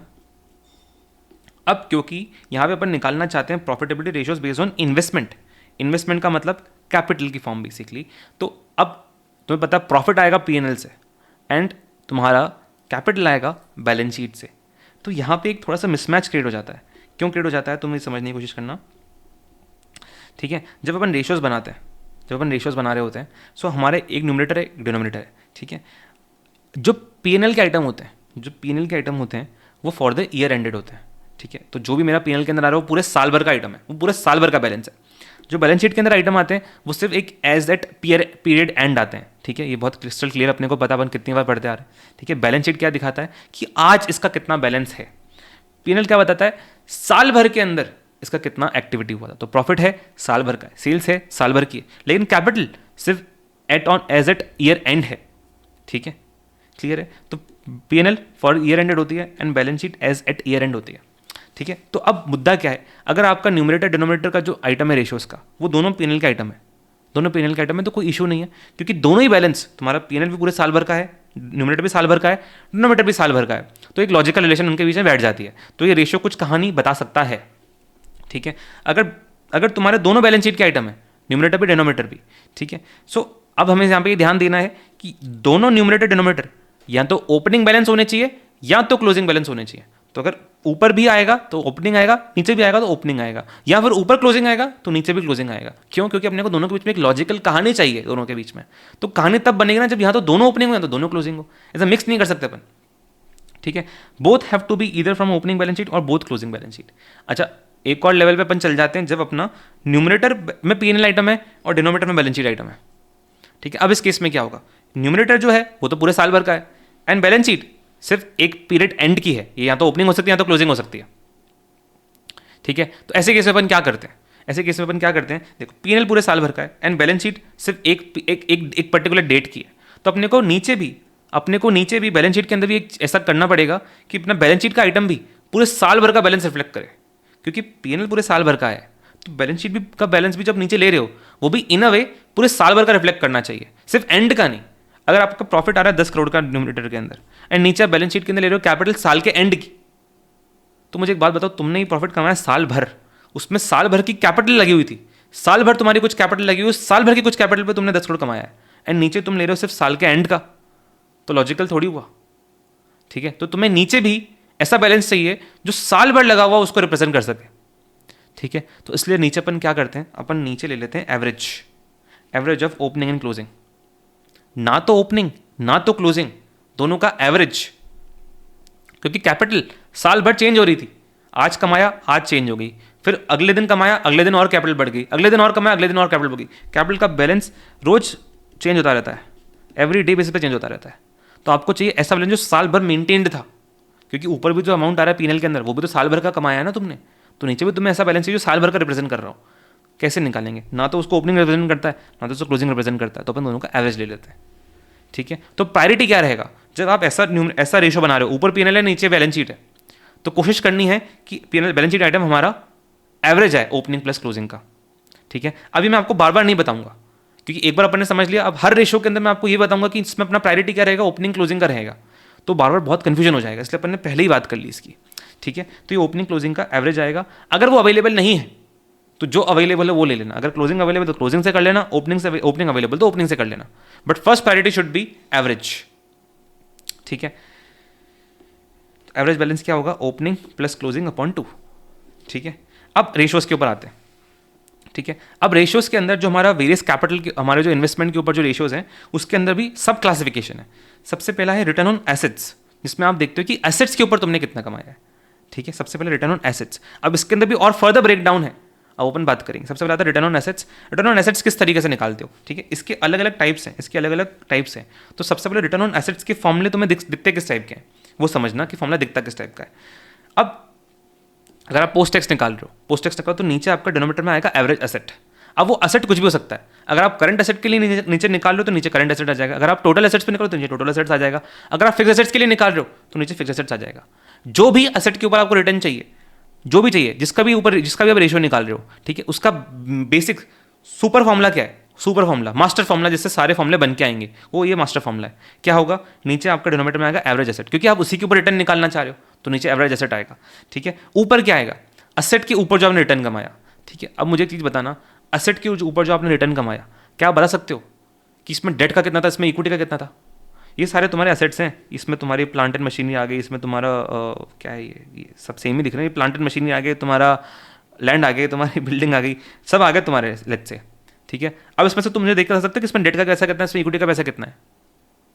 अरे तुम डेट इक्विटी का लेके आए थे, वहां तक तो फर्क था, तब तक ठीक था कि ये डेट से आया इक्विटी से आया, लगा तो उसमें दोनों का पैसा एक साथ होगा ना सारे एसेट्स के अंदर।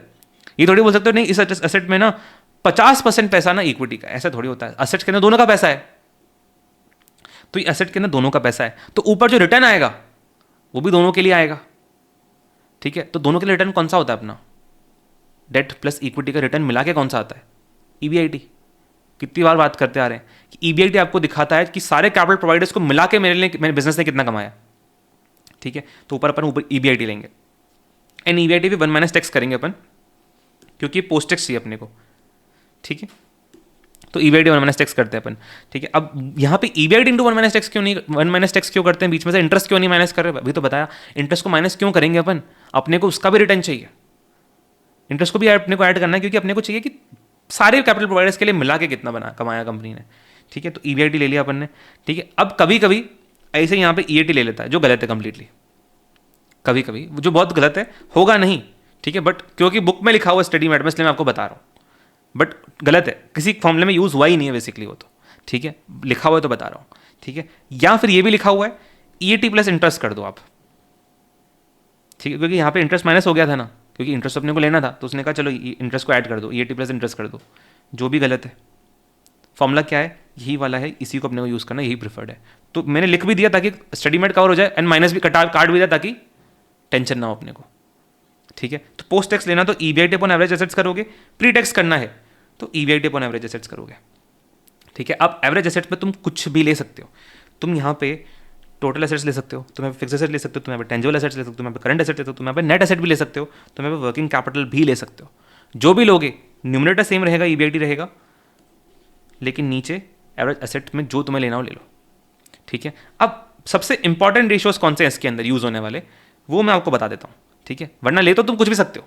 सबसे इंपॉर्टेंट कौन से, रिटर्न ऑन टोटल एसेट्स, जिससे अपन नीचे क्या लेते हैं, टोटल एसेट्स लेते हैं, एवरेज टोटल एसेट्स, ऊपर आ गया EBIT इंटू 1 - टैक्स, ठीक है। दूसरा, इसको अपन शॉर्ट में रोटा बोलते हैं, रिटर्न ऑन टोटल एसेट्स। इसको रिटर्न ऑन टोटल कैपिटल भी बोल सकते हो, क्योंकि टोटल एसेट्स यानी टोटल कैपिटल, टोटल कैपिटल मतलब टोटल लाइबिलिटीज, ठीक है। जब मैं कैपिटल एम्प्लॉयड बोलूं that means long term capital, total capital मतलब उसमें शॉर्ट टर्म कैपिटल भी आ गई यानी करंट लाइबिलिटीज, तो उसके अंदर तुम्हारी टोटल करंट लाइबिलिटीज आ जाएगी, ठीक है। दूसरा हो सकता है रिटर्न ऑन नेट एसेट्स, जिसको अपन शॉर्ट में रोना बोलते हैं, ठीक है। अब रोना, ठीक है बस है, तो इसके अंदर नीचे तुम क्या लोगे, एवरेज नेट एसेट्स लोगे, ठीक है, एवरेज नेट एसेट्स आ जाएगा। बस यही था फॉर्मूला। तो अपन ने मास्टर फॉर्मूला देख लिया रिटर्न ऑन एसेट्स का। अब नीचे एसेट्स में जो रखना है रखो यार, तुम्हारी मर्जी है। सबसे इंपॉर्टेंट वाले ये हैं, रोटा आ गया, रोना आ गया, इसके नहीं रोना, रिटर्न ऑन नेट एसेट्स आ गया, ठीक है। उसके बाद इसकी जगह पे तुम फिक्स एसेट्स रख सकते हो, तो नीचे एवरेज फिक्स एसेट्स आ जाएगा। तुम टेंजिबल एसेट्स रख सकते हो, तो नीचे एवरेज टेंजिबल एसेट्स आ जाएगा। तुम करंट एसेट्स रख सकते हो, एवरेज करंट एसेट्स आ जाएगा। तुम्हें वर्किंग कैपिटल चाहिए, तो नीचे एवरेज वर्किंग कैपिटल आ जाएगा। तुम्हें और भी कोई निकालना हो तो वो भी कर सकते हो यार, जो करना है करो, लेकिन जो इंपॉर्टेंट थे वो अपन ने देख लिए, ठीक है। अब ऊपर वही आएगा EBIT इंटू 1 - टैक्स। ये सारे अपन मोस्टली प्रेफर करेंगे पोस्ट टैक्स ही, अनलेस क्वेश्चन बोले नहीं कि प्री टैक्स है। अपना प्रेफर्ड क्या है, पोस्ट टैक्स ही है, इसलिए अपन यहाँ पे पोस्ट टैक्स ही डिस्कस कर रहे हैं, ठीक है। प्री टैक्स का फॉर्मूला अपन ने सिर्फ मास्टर में देख लिया, आगे हर एक रेशो में वापस थोड़ी लिखेंगे कि पोस्ट टैक्स है, प्री टैक्स है, पोस्ट टैक्स है, प्री टैक्स है। कन्फ्यूज हो जाएगा खामखा कि इतने सारे फॉर्मूले देख लिए अपन ने। मास्टर फॉर्मूले में देख लो, बस खत्म। आगे तुम अपन मेन फॉर्मूला देखें अपन बस, ठीक है। तो मेन फॉर्मूला इनके रेशियोज के ये हैं, क्लियर। आगे के रेशियोज पे हैं, ये हमारे कंप्लीट हो गए रिटर्न ऑन एसेट्स, ठीक है। अब आते हैं कैपिटल के ऊपर, ठीक है। कैपिटल के ऊपर, कैपिटल के अंदर हमारे 3 फॉर्म्स होते हैं, पता है। एक तो रिटर्न ऑन कैपिटल एम्प्लॉयड, ठीक है। दूसरा return on share holder funds, तीसरा रिटर्न ऑन इक्विटी, ठीक है। इसमें से रिटर्न ऑन कैपिटल एम्प्लॉयड और रिटर्न ऑन इक्विटी अपन ने लेवरेज के अंदर पढ़ लिया था। बस अब एक नया कॉन्सेप्ट पढ़ना है, return on share holder funds, ठीक है। कैपिटल एम्प्लॉयड के अंदर हमारे 3 लेवल्स होते हैं। अगर हमने सारे कैपिटल प्रोवाइडर्स को ऐड कर दिया तो हमारा क्या जाता है, कैपिटल एम्प्लॉयड। उनके ऊपर आपने कितना कमाया, that is called as return on capital employed. यानी तुम्हारे बिजनेस ने बेसिकली सारे कैपिटल प्रोवाइडर्स के लिए एक साथ कितना पैसा कमाया है, that is return on capital employed. यह आपको आपकी ऑपरेटिंग एफिशिएंसी भी दिखाता है, क्योंकि जो ऑपरेशन से बच के आया उसी से तो सारी फाइनेंसिंग वालों को पे होगा। EBIT में क्या दिखाता है, सारे ऑपरेशंस का बैलेंस दिखाता है, एंड यहाँ से सारा फाइनेंसिंग का पे होता रहता है। सारा बात अपन लेवरेज में करके आए डिटेल के अंदर ना, तो इसको अपन जल्दी निपटाते हैं, ठीक है। रिटर्न ऑन कैपिटल एम्प्लॉयड ये क्या निकलता है, पोस्ट टैक्स ही निकलता है। प्रेफर्ड फॉर्मूला पोस्ट टैक्स होता है। लेवरेज में बात करी थी, वापस से बात करें, पोस्ट टैक्स ही होता है ये। ऊपर आएगा EBIT 1 - टैक्स। हाँ, वहाँ पे अपन सिर्फ कैपिटल एम्प्लॉयड का क्लोजिंग बैलेंस ले रहे थे। रेशियोज के अंदर आएंगे तो अपन फाइनल न्यूएंसेस पे भी जाएंगे कि नीचे आपका क्या आएगा, एवरेज कैपिटल एम्प्लॉयड आएगा। अच्छा, एवरेज नहीं दे रखा हो तो क्लोजिंग ओपनिंग जो लेना ले लेना, लेकिन first priority should be average, ठीक है। ये मैंने ऊपर पहले ही बता दिया सारे रेशियोज के लिए कि जितने भी नीचे ऊपर P&L नीचे बैलेंस शीट है, जितने भी ऐसे रेशियोज हैं उनमें हमेशा एवरेज प्रेफर करना है अपने को ना, ठीक है। बार बार अगर मैं लिखूं कि फर्स्ट प्रायोरिटी तुम्हारा एवरेज, सेकंड प्रायोरिटी क्लोजिंग, तो तुम भी कंफ्यूज, मैं भी कंफ्यूज, मतलब ही नहीं, ठीक है। तो एक बार पढ़ लिया, अभी आगे बस मेन फॉर्मूला देखेंगे अपन, ठीक है। प्री टैक्स करना हो तो उसमें EBIT अपन एवरेज कैपिटल एम्प्लॉयड कर लेना। प्रिफर्ड कौन सा होता है हमारा, पोस्ट टैक्स वाला होता है, लॉजिकल सी बात, ठीक है। अच्छा, रिटर्न ऑन कैपिटल एम्प्लॉयड अपन ने बात करी, कैपिटल एम्प्लॉयड को अपन नेट एसेट्स बोलते हैं, कैपिटल एम्प्लॉयड को अपन नेट एसेट्स बोलते हैं। तो जो अपन पहले रोना निकाल के लेके आए थे और यहाँ पे जो ROC निकाल के आए वो एक ही बात एक तरीके से है ना, ठीक है। सो ये रोना, ये ROC इक्वल्स टू रोना, ठीक है। अच्छा, अपन ने लेवरेज के अंदर पढ़ा था ROC must be greater than cost of debt for leverage to be favourable for equity. अगर ये उल्टा हो गया, ROC छोटा हो गया तुम्हारे कॉस्ट ऑफ डेट से, तो ये डेट होल्डर क्या करके जाएगा, ये इक्विटी का पैसा, इक्विटी का रिटर्न खींच के जाएगा। लॉजिकल अपन ने पढ़ा था पूरा लेवरेज के अंदर, पूरे अपने स्पाइडरमैन के वो चार्ट, मक्खियाँ देखी थी, मकड़ियाँ देखी थी अपन ने, ठीक है। उसके बाद ये अपन ने सारे कैपिटल प्रोवाइडर्स के लिए ले लिया। अब एक और लेवल नीचे जाएंगे, अब डेट को निकाल दो तो क्या बचा, इक्विटी प्रेफरेंस। इक्विटी प्रेफरेंस को अपन क्या बोलते हैं, शेयर होल्डर्स बोलते हैं। तो अब अपन बात करें return on share holders funds, own funds, proprietors fund या शेयर होल्डर इक्विटी। इसके अंदर अपने को क्या चाहिए, किसके लिए रिटर्न चाहिए, इक्विटी प्लस प्रेफरेंस का रिटर्न चाहिए, ठीक है। अब इक्विटी प्रेफरेंस क्या कमाते हैं, इक्विटी प्रेफरेंस क्या कमाते हैं, किस में से निकलता है इक्विटी प्रेफरेंस का पैसा, EAT में से। EBIT आता है, EBIT में से पहले निकलता है इंटरेस्ट, फिर जाता है टैक्स, क्या बचा EAT में से पहला निकलता है हमारे प्रेफरेंस का, उसको काटने के बाद बचता है E टैश जो जाता है इक्विटी को। तो दोनों मिला के किस में से कमाते हैं, ईएटी में से कमाते हैं। तो इसलिए अपन इसका रेशो निकालेंगे ईएटी के ऊपर एंड नीचे average share holder funds, share holder funds मतलब इक्विटी प्लस प्रेफरेंस मिला के, ठीक है। हाँ सो और एक और चीज़, ये ईएटी तो हमेशा पोस्ट टैक्स ही होगा, ये प्री टैक्स हो ही नहीं सकता, हमेशा पोस्ट टैक्स ही रहेगा। ये ईएटी कभी से प्री टैक्स हो सकता है, ठीक है।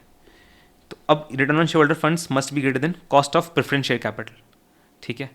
जैसे अपन ने आरओसी की बात करी कि आरओसी में से पे होता है पहले डेट, सबसे पहले डेट निकलता है, डेट का पैसा निकलता है, that should be greater than cost of debt, ठीक है। अब इसमें से पहले निकलता है return on share holder fund में सबसे पहले निकलता है प्रेफरेंस का पैसा, तो this must be greater than cost of preference shares, ठीक है। अगर ये प्रेफरेंस शेयर से ज़्यादा है आपका return on share holder funds, that means आप कमा 20% रहे हो और प्रेफरेंस से 10% लेके जा रहा है, तो प्रेफरेंस के पैसे का 10% एक्स्ट्रा किसको जाएगा, इक्विटी वाले को जाएगा, ठीक है। लेकिन अगर उल्टा हो गया कि आप कमा 10% रहे हो और प्रेफरेंस वाला लेके 20% जा रहा है, तो जब कमाई ही 10 है और इक्विटी प्रेफरेंस लेके 20 जा रहा है, तो किसके पैसे में से लेके जाएगा, इक्विटी के पैसे में से लेके जाएगा। तो इन दैट केस आपका आरओई कम हो जाएगा, ठीक है। लास्ट अपना है ही आरओई, आरओई मतलब आप इक्विटी के पैसे पे कमा रहे हो, इक्विटी के पैसे पे आपने कितना कमाया है, इक्विटी को आपने कितना कमा के दिया बेसिकली। नीचे आपका आएगा average equity share holder funds, equity share holder funds को अपन नेटवर्थ भी बोलते हैं। ऊपर हमारा आएगा ई टैश, क्योंकि आप इक्विटी को ई टैश कमा के दे रहे हो, ई टैश को अपन ईएटी माइनस प्रेफरेंस डिविडेंड भी लिख सकते हैं, एक ही बात है, ठीक है। अच्छा अपन ने जब ये डिविडेंड डिसीजन पढ़ा था, अपन ने जब डिविडेंड डिसीजन पढ़ा था तो अपन ने देखा था आरओई का एक और फॉर्मूला हो सकता है, क्या होता है, ईपीएस अपॉन बीवीपीएस, याद आ रहा है, अभी पढ़ा था डिविडेंड डिसीजन के अंदर, ठीक है, ईपीएस अपॉन बीवीपीएस। अच्छा इसको अपन अभी आगे आगे आगे फिर से डिस्कस करते हैं, मैंने बस लिखा हुआ था तो बता दिया, इसको अपन डिस्कस आगे करते हैं, ठीक है। ये कंप्लीट हो गया। अभी हमारा है profitability ratio from owners point of view, ठीक है। एंड इसके बाद है तुम्हारा profitability ratios from investors point of view. दोनों में फर्क क्या है बाद में डिस्कस करते हैं, पहले कोई फॉर्मूला देख लो, फॉर्मूले रेशियोज के अंदर कौन कौन से हैं, ठीक है। ओनर्स पॉइंट ऑफ व्यू, अच्छा ओनर मतलब कंपनी का मालिक, जिसके पास कंपनी के अच्छे खासे शेयर्स हैं, ठीक है। ओनर का मतलब होता है समवन जिसने शेयर होल्डर नहीं है, ओनर का मतलब शेयर होल्डर नहीं है, ठीक है। ओनर का मतलब वो बंदा है जिसका कंपनी में बहुत एक्टिव इंटरेस्ट है, एक तरीके से प्रमोटर समझ लो। वो अपने शेयर्स खरीदते बेचता नहीं रहता है, वो होल्ड करके रखता है।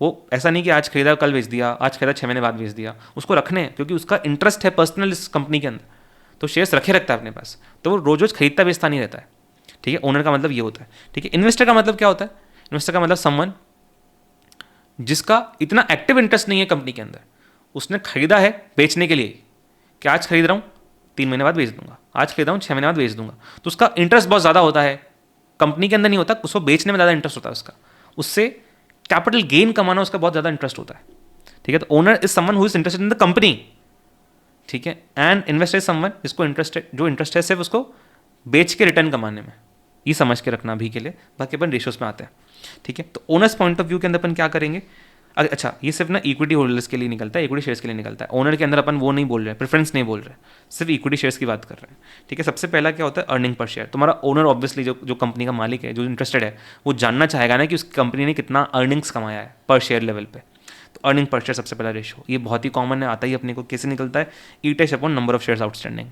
ई टैश यानी इक्विटी के लिए कितना कमाया डिवाइड कर दो नंबर ऑफ शेयर्स है, तो आपके पास इक्विटी अर्निंग्स पर शेयर आ जाता है। अच्छा यहाँ पे अपन उतने न्यूएंस में नहीं जाते जो आप अकाउंटिंग में जाते हो, जो भी तुम्हारा एएस है ईपीएस वाला, उसके अंदर तो बहुत सारी डिटेल दे रखी है, वो यहाँ पे नहीं आने वाली, यहाँ पर नॉर्मल तरीके से करेंगे अपन, ठीक है। दूसरा वो रेलेवेंट, उसको इंटरेस्टेड है कि कंपनी ने डिविडेंड कितना बांटा है, तो dividend per share, dividend per share अपन कैसे निकालते हैं, ठीक है।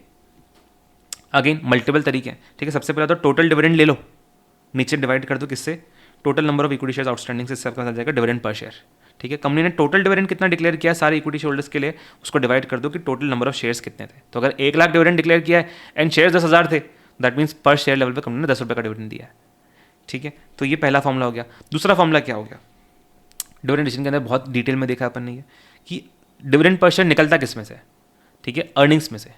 अर्निंग्स को अपन ईपीएस भी बोल सकते हैं, तो ईपीएस ले लो यहाँ पे, उसको मल्टीप्लाई कर दो कि कंपनी ने कितना % डिविडेंड पे आउट किया है, ठीक है। अगर अपन बोलते हैं कंपनी ने अर्निंग्स का 60% पे आउट किया है, अच्छा डिविडेंड पे आउट दिखाता क्या है कि कंपनी ने कितना % अर्निंग्स का डिविडेंड में पे किया है, ठीक है। तो अगर कंपनी ने 100 रुपये का अर्निंग कमाया है एंड उसके ऊपर कंपनी ने 60 रुपये का डिविडेंड पर शेयर दे दिया है, दैट मीन्स तुम्हारा डीपी रेशियो कितना हो गया, 60% ना, 60/100। कंपनी ने अपने अर्निंग्स का 100 रुपये में से 60% डिविडेंड पे कर दिया, ठीक है। तो लॉजिकल सी बात ना, डिविडेंड पे आउट रेशियो निकला ही कैसे था, ऊपर डीपीएस नीचे ईपीएस, ठीक है, DPS अपॉन EPS। तो अब अगर आप DPS निकालना चाहते हो तो सिंपल EPS को मल्टीप्लाई कर दो DP रेशो से, ठीक है, आपके पास आ जाएगा कि इतना मैंने कमाया, इसका इतना % मैं डिविडेंड में दे रहा हूँ, तो आ गया DPS। ठीक है, ये एक फॉर्मूला हो गया DPS निकालने का। ठीक है, दूसरा अपना डिविडेंड पे आउट रेशो कैसे निकलता है, अगला वाला अपना वही है। ठीक है, डिविडेंड पे आउट रेशो कैसे निकलता है, आपने कितना पैसा डिविडेंड में पे किया, ये अपन इनकम स्टेटमेंट में पढ़ के आए, डिविडेंड डिसीजन के अंदर पढ़ा है, बहुत डिटेल में पढ़ा है, कॉस्ट ऑफ कैपिटल में भी पढ़ा है। ठीक है, कितना कमाया आपने, उसमें से कितना आपने डिविडेंड दिया है, खत्म, DPS अपॉन EPS। ठीक है, या फिर इसको टोटल लेवल पे भी निकाल सकते हो आप कि टोटल मैंने इतना कमाया एंड टोटल मैंने इतना डिविडेंड दिया। ये था पर शेयर लेवल पे, ये था टोटल लेवल पे। ठीक है, अब अगला फॉर्मूला होता है रिटेंशन रेशियो का, जो डिविडेंड पे आउट का उल्टा होता है। रिटेंशन रेशियो का मतलब होता है कि मैंने कितना रिटेन कर लिया, डिविडेंड पे आउट का होता है मैंने कितना डिविडेंड पे कर दिया, रिटेंशन रेशियो मैंने कि ईटेश में से कितना मैंने रिटेन कर लिया, कितना मैंने डिविडेंड पे नहीं किया। सो बेसिकली निकलता कैसा है कि ईटेश में से आपने कितना डिविडेंड पे कर दिया, तो जो बचा होगा वो आपने रिटेन कर लिया। तो ईटेश माइनस डिविडेंड डिक्लेयर्ड, यह आ जाएगा कि आपने कितना रिटेन किया है, नीचे डिवाइड कर दो ईटेश से। ठीक है, सो ईटेश नीचे आ रहा है, ईटेश में से इतना अपन ने रिटेन किया, रिटेंशन रेशियो। या फिर इसको अपन पर शेयर पे निकालना चाहें, EPS माइनस DPS आ जाएगा पर शेयर का रिटेंशन, डिवाइड कर दो EPS से, तो आपके पास आ जाएगा कि पर शेयर लेवल पे आपने कितना रिटेंशन किया है, बात एक ही है। ठीक है, अब अच्छा, retention ratio and DP ratio should be equal to 1 ना, क्योंकि ईटेश या तो डिविडेंड में जाएगा, या तो इसमें आएगा, या तो रिटेंशन में जाएगा। तो दोनों का अगर ऐड कर दोगे, इसमें आ गया डिविडेंड, इसमें आ गया तुम्हारा रिटेंशन, दोनों का ऐड कर दोगे तो तुम्हारा टोटल अर्निंग आ जाता है। तो इन दोनों का sum should always be greater than, should always be 1। ठीक है, तो इसलिए अगर तुम्हें एक रेशियो दे रखा हो और तुम्हें दूसरा निकालना हो तो तुम सिंपली कर सकते हो 1 माइनस दैट रेशियो। अगर तुम्हें डिविडेंड पे आउट रेशियो चाहिए तो तुम 1 माइनस रिटेंशन रेशियो कर दो, अगर तुम्हें रिटेंशन रेशियो चाहिए तो तुम 1 माइनस DP रेशियो कर दो, खत्म। ठीक है, अब अपन आते हैं profitability ratio based on investors. Investor की जगह पे अपन इसको भी बोल सकते हैं profitability ratio based on related to market या फिर वैल्यूएशन, कि मार्केट या फिर स्टॉक मार्केट या फिर उसके इन्वेस्टर्स के लिए पॉइंट ऑफ व्यू से ये कौन कौन से रेशियोज इंपॉर्टेंट होते हैं। अच्छा, मैंने आपको क्या बताया था कि ओनर होता है जिसका कंपनी में इंटरेस्ट है, एंड इन्वेस्टर होता है जिसको उसको बेच के कमाने में इंटरेस्ट है। ठीक है, सो ओनर को फर्क नहीं पड़ता शेयर्स की मार्केट प्राइस क्या चल रही है। ठीक है, ओनर का रिटर्न शेयर मार्केट प्राइस से बेस्ड है ही नहीं, क्योंकि ओनर अपना शेयर बेचना ही नहीं चाहता, वो कंपनी के शेयर को रखना चाहता है, उसको कंपनी में इंटरेस्ट है। तो उसको कंपनी के परफॉर्मेंस से फर्क पड़ता है कि कंपनी ने कितना अर्निंग कमाया, कंपनी ने कितना डिविडेंड दिया, उसको उससे फर्क पड़ता है, उसको कंपनी के मार्केट प्राइस से कोई फर्क नहीं पड़ता, क्योंकि वो बेचना ही नहीं वाला उसके अंदर। लेकिन जो इन्वेस्टर है उसको बेच के रिटर्न कमाना है, तो उसका इंटरेस्ट बहुत ज़्यादा है शेयर की मार्केट प्राइस के अंदर, क्योंकि मार्केट प्राइस पे उसका रिटर्न डिपेंड करता है। ठीक है, तो जो इन्वेस्टर्स के रेशियो हैं वो डिपेंडेंट होते हैं सारे मार्केट प्राइस के ऊपर। ठीक है, जैसे सबसे पहला प्राइस टू अर्निंग रेशियो, कि कंपनी ने प्राइस टू अर्निंग रेशियो, ये क्या रेशियो है, प्राइस टू अर्निंग, प्राइस मतलब मार्केट प्राइस, अर्निंग्स मतलब EPS। सो फॉर्मूला क्या बन गया, price to earnings MPS upon EPS। MPS मतलब शेयर की प्राइस कितनी चल रही है मार्केट में, EPS मतलब शेयर पे कमाया कितना कंपनी ने। ठीक है, तो आपने देखा कि बेसिकली क्या दिखा था आपको कि कंपनी के एक एक EPS, एक एक रुपए की EPS के बदले शेयर होल्डर्स कितना प्राइस देने को रेडी है मार्केट के अंदर, that is what this ratio showing. ठीक है, तो अगर कंपनी का EPS 12.5 है एंड कंपनी की मार्केट प्राइस 100 की चल रही है, दैट मीन्स कंपनी के 1 रुपए के EPS के बदले मार्केट 8 रुपए देने को रेडी है। तो ये आपको क्या दिखाता है कि कंपनी के शेयर्स की डिमांड कितनी है। अगर ये 8 है, दैट मीन्स अगर इसके अगेंस्ट में 8 की जगह 20 होती तो 20 क्या दिखाता है कि कंपनी के 1 रुपए के EPS के बदले मार्केट 20 रुपए देने को रेडी, और यहाँ पे सिर्फ 8 रुपए देने को ही रेडी हो रहा है। तो 20 देने को रेडी हो रहा है, तो दैट मीन्स डिमांड ज़्यादा है ना, शेयर्स को ज़्यादा वैल्यू कर रहे हैं उस कंपनी के शेयर्स को लोग, तो वो रेशो अच्छा हो जाए, वो ज़्यादा बढ़िया रेशो हो जाएगा। ठीक है, और डिटेल में अपन ने डिस्कस किया था उस चैप्टर के अंदर, लेवरेज के अंदर। ठीक है, लेकिन यहाँ पे फॉर द टाइमिंग इतना इनफ है। ठीक है, अच्छा, अगर अपन ने ये तो निकाला पर शेयर लेवल पे, अपन इसको टोटल लेवल पे भी निकाल सकते हैं। टोटल लेवल पे कैसे निकालेंगे, ठीक है, MPS को मल्टीप्लाई कर दे नंबर ऑफ शेयर से, नीचे EPS को मल्टीप्लाई कर दे नंबर ऑफ शेयर से। ठीक है, तो अगर अपन EPS को नंबर ऑफ शेयर से मल्टीप्लाई करेंगे तो हमारे पास क्या आता है, ईटैश आता है, नीचे हमारे पास आया ईटैश। ठीक है, MPS को जब अपन नंबर ऑफ शेयर से मल्टीप्लाई करते हैं तो उसको अपन बोलते हैं मार्केट कैपिटलाइजेशन। मार्केट कैपिटलाइजेशन, तो मार्केट कैपिटलाइजेशन का मतलब क्या है कि मार्केट के अंदर कंपनी के सारे शेयर्स की कितनी वैल्यू टोटल मिला के, तो मतलब जितने भी शेयर्स कंपनी के हैं उनकी मार्केट के हिसाब से टोटल वैल्यूएशन कितनी बनती है, that is what we call as market capitalization. यहाँ पे क्या रहा है, कैपिटल, मार्केट मतलब मार्केट के टर्म्स में आपकी कितनी कैपिटल है। ठीक है, तो कैसे निकलता है, कितने नंबर ऑफ शेयर्स है उसको मल्टीप्लाई कर दो मार्केट प्राइस से, तो आपके पास मार्केट कैपिटलाइजेशन आ जाएगी। ठीक है, तो market capitalization is nothing but total market value of all equity shares outstanding. तो अगर आपको चाहिए PE रेशो तो आप उसको पर शेयर लेवल पर भी निकाल सकते हो, टोटल लेवल पर निकालने जाओगे तो कैसे निकलेगा, मार्केट कैपिटलाइजेशन अपॉन ईटैश, यानी सारे शेयर्स की मार्केट वैल्यू अपॉन सारे शेयर्स की अर्निंग, एक ही बात है, ठीक है। अगला है डिविडेंड यील्ड। डिविडेंड यील्ड भी अपन पढ़ के आए, ठीक है, लेवरेज के अंदर पढ़ा था, वापस से डिविडेंड रेशियोज के अंदर भी, कॉस्ट ऑफ कैपिटल के अंदर अपन ने सेम चीज़ पढ़ी थी। डिविडेंड यील्ड क्या होता है? अच्छा, इसके दो तरीके निकालने के, ठीक है। जब सिर्फ एक ही मार्केट प्राइस पर शेयर दे रखा हो, जब आपको कंपनी का सिर्फ एक ही मार्केट प्राइस दे रखा हो, तो आप क्या करोगे? डिविडेंड यील्ड का मतलब क्या होता है? यील्ड मतलब रिटर्न। रिटर्न मतलब कि आपने जिस पर खरीदा उसके बदले आपको कितना रिटर्न मिला, और यहाँ पे डिविडेंड यील्ड है, दैट मीन्स डिविडेंड के थ्रू मुझे इस मार्केट प्राइस के ऊपर कितना रिटर्न मिला है, ठीक है। तो रेशोस कितना है? सिंपल है, डीपीएस अपॉन एमपीएस। एमपीएस से डिवाइड कर रहे हैं, मतलब क्या है कि इतने में मैंने खरीदा था, एमपीएस मतलब इतने में मैंने खरीदा था, डीपीएस मतलब इतना मुझे उसके बदले डिविडेंड मिल गया, तो मेरा रिटर्न कितना मिल गया मुझे डिविडेंड से, वो अपन निकालते हैं एमपीएस के ऊपर। तो डिविडेंड यील्ड हो गया, सिंपल सा, ठीक है। अच्छा, इसको पर शेयर लेवल पे निकाला अपन ने, डीपीएस अपॉन एमपीएस। इसको अपन टोटल लेवल पे भी निकाल सकते हैं। टोटल लेवल पे कैसे निकालेंगे? ऊपर टोटल इक्विटी डिविडेंड ले लो, नीचे एमपीएस पर लेवल पे। टोटल लेवल पे जब अपन मार्केट प्राइस की बात करते हैं तो मार्केट कैपिटलाइजेशन बन जाती है, उसको शॉर्ट में मार्केट कैप बोलते हैं। तो उस तरीके से भी सही निकल के आ जाएगा, ठीक है। दूसरा होता है, ये नया चीज़ है, पहले नहीं देखा अपन ने, कि जब आपको ओपनिंग प्राइस भी दे रखा है एंड क्लोजिंग मार्केट प्राइस भी दे रखा है, तो आप कैसे निकालोगे रेशो को, ठीक है। यहाँ पे अपने पास था सिर्फ वन मार्केट प्राइस पर शेयर, ठीक है, तो अपन ने डीपीएस अपन एमपीएस कर लिया। अभी यहाँ पे हमारे पास दोनों है, ओपनिंग भी है, क्लोजिंग भी है। तो अपन इसके अंदर क्या करते हैं? अपन इसके अंदर जो यील्ड निकालते हैं वो सेम वो चीज़ें जो अपन कॉस्टिंग के अंदर, जो अपन कॉस्ट ऑफ कैपिटल में निकाल के लाए थे, ठीक है। जो हमारा यील्ड टू मैच्योरिटी वाला जो मेथड था कॉस्ट ऑफ इक्विटी निकालने का, जिसके अंदर अपन क्या कर रहे थे, यहाँ पे अपने को समझना होगा, जैसे कि अगर आपको दोनों प्राइस दे रखी है, फॉर एग्जाम्पल आपको दे रखा है कि आपने ओपनिंग प्राइस थी 100 रुपये की, ठीक है, एंड साथ में आपको इस साल 10 रुपये का डिविडेंड मिला, ठीक है, बट आपकी जो शेयर की प्राइस थी 100 रुपये से बढ़ के 105 की भी हो गई। तो अब यहाँ पे रिटर्न आपका सिर्फ डिविडेंड नहीं है, यहाँ पे आपका रिटर्न ये कैपिटल गेन भी है, ठीक है। तो 10 रुपये का डिविडेंड तो आपका रिटर्न है ही है, प्लस ये 100 रुपये से 105 की जो वैल्यू हो गई है, इसमें आपको 5 रुपये कैपिटल गेन हो गया, ये भी आपका रिटर्न है। एंड आईसीआई इसको भी डिविडेंड यील्ड के अंदर इंक्लूड करता है। आइडियल नहीं आना चाहिए डिविडेंड यील्ड के अंदर ये, ठीक है, बिकॉज डिविडेंड यील्ड मीन्स कि डिविडेंड से आपने कितना रिटर्न कमाया है, ठीक है, लेकिन ऐसे इसको भी इंक्लूड करता है, एक अलग से फॉर्मुला दे रखा है, इसके मैं आपको बता रहा हूँ, ठीक है। तो इसके अंदर आपका दो रिटर्न आ जाएंगे, तो डीपीएस आ जाएगा प्लस आपका कैपिटल गेन कितना हुआ वो भी आ जाएगा।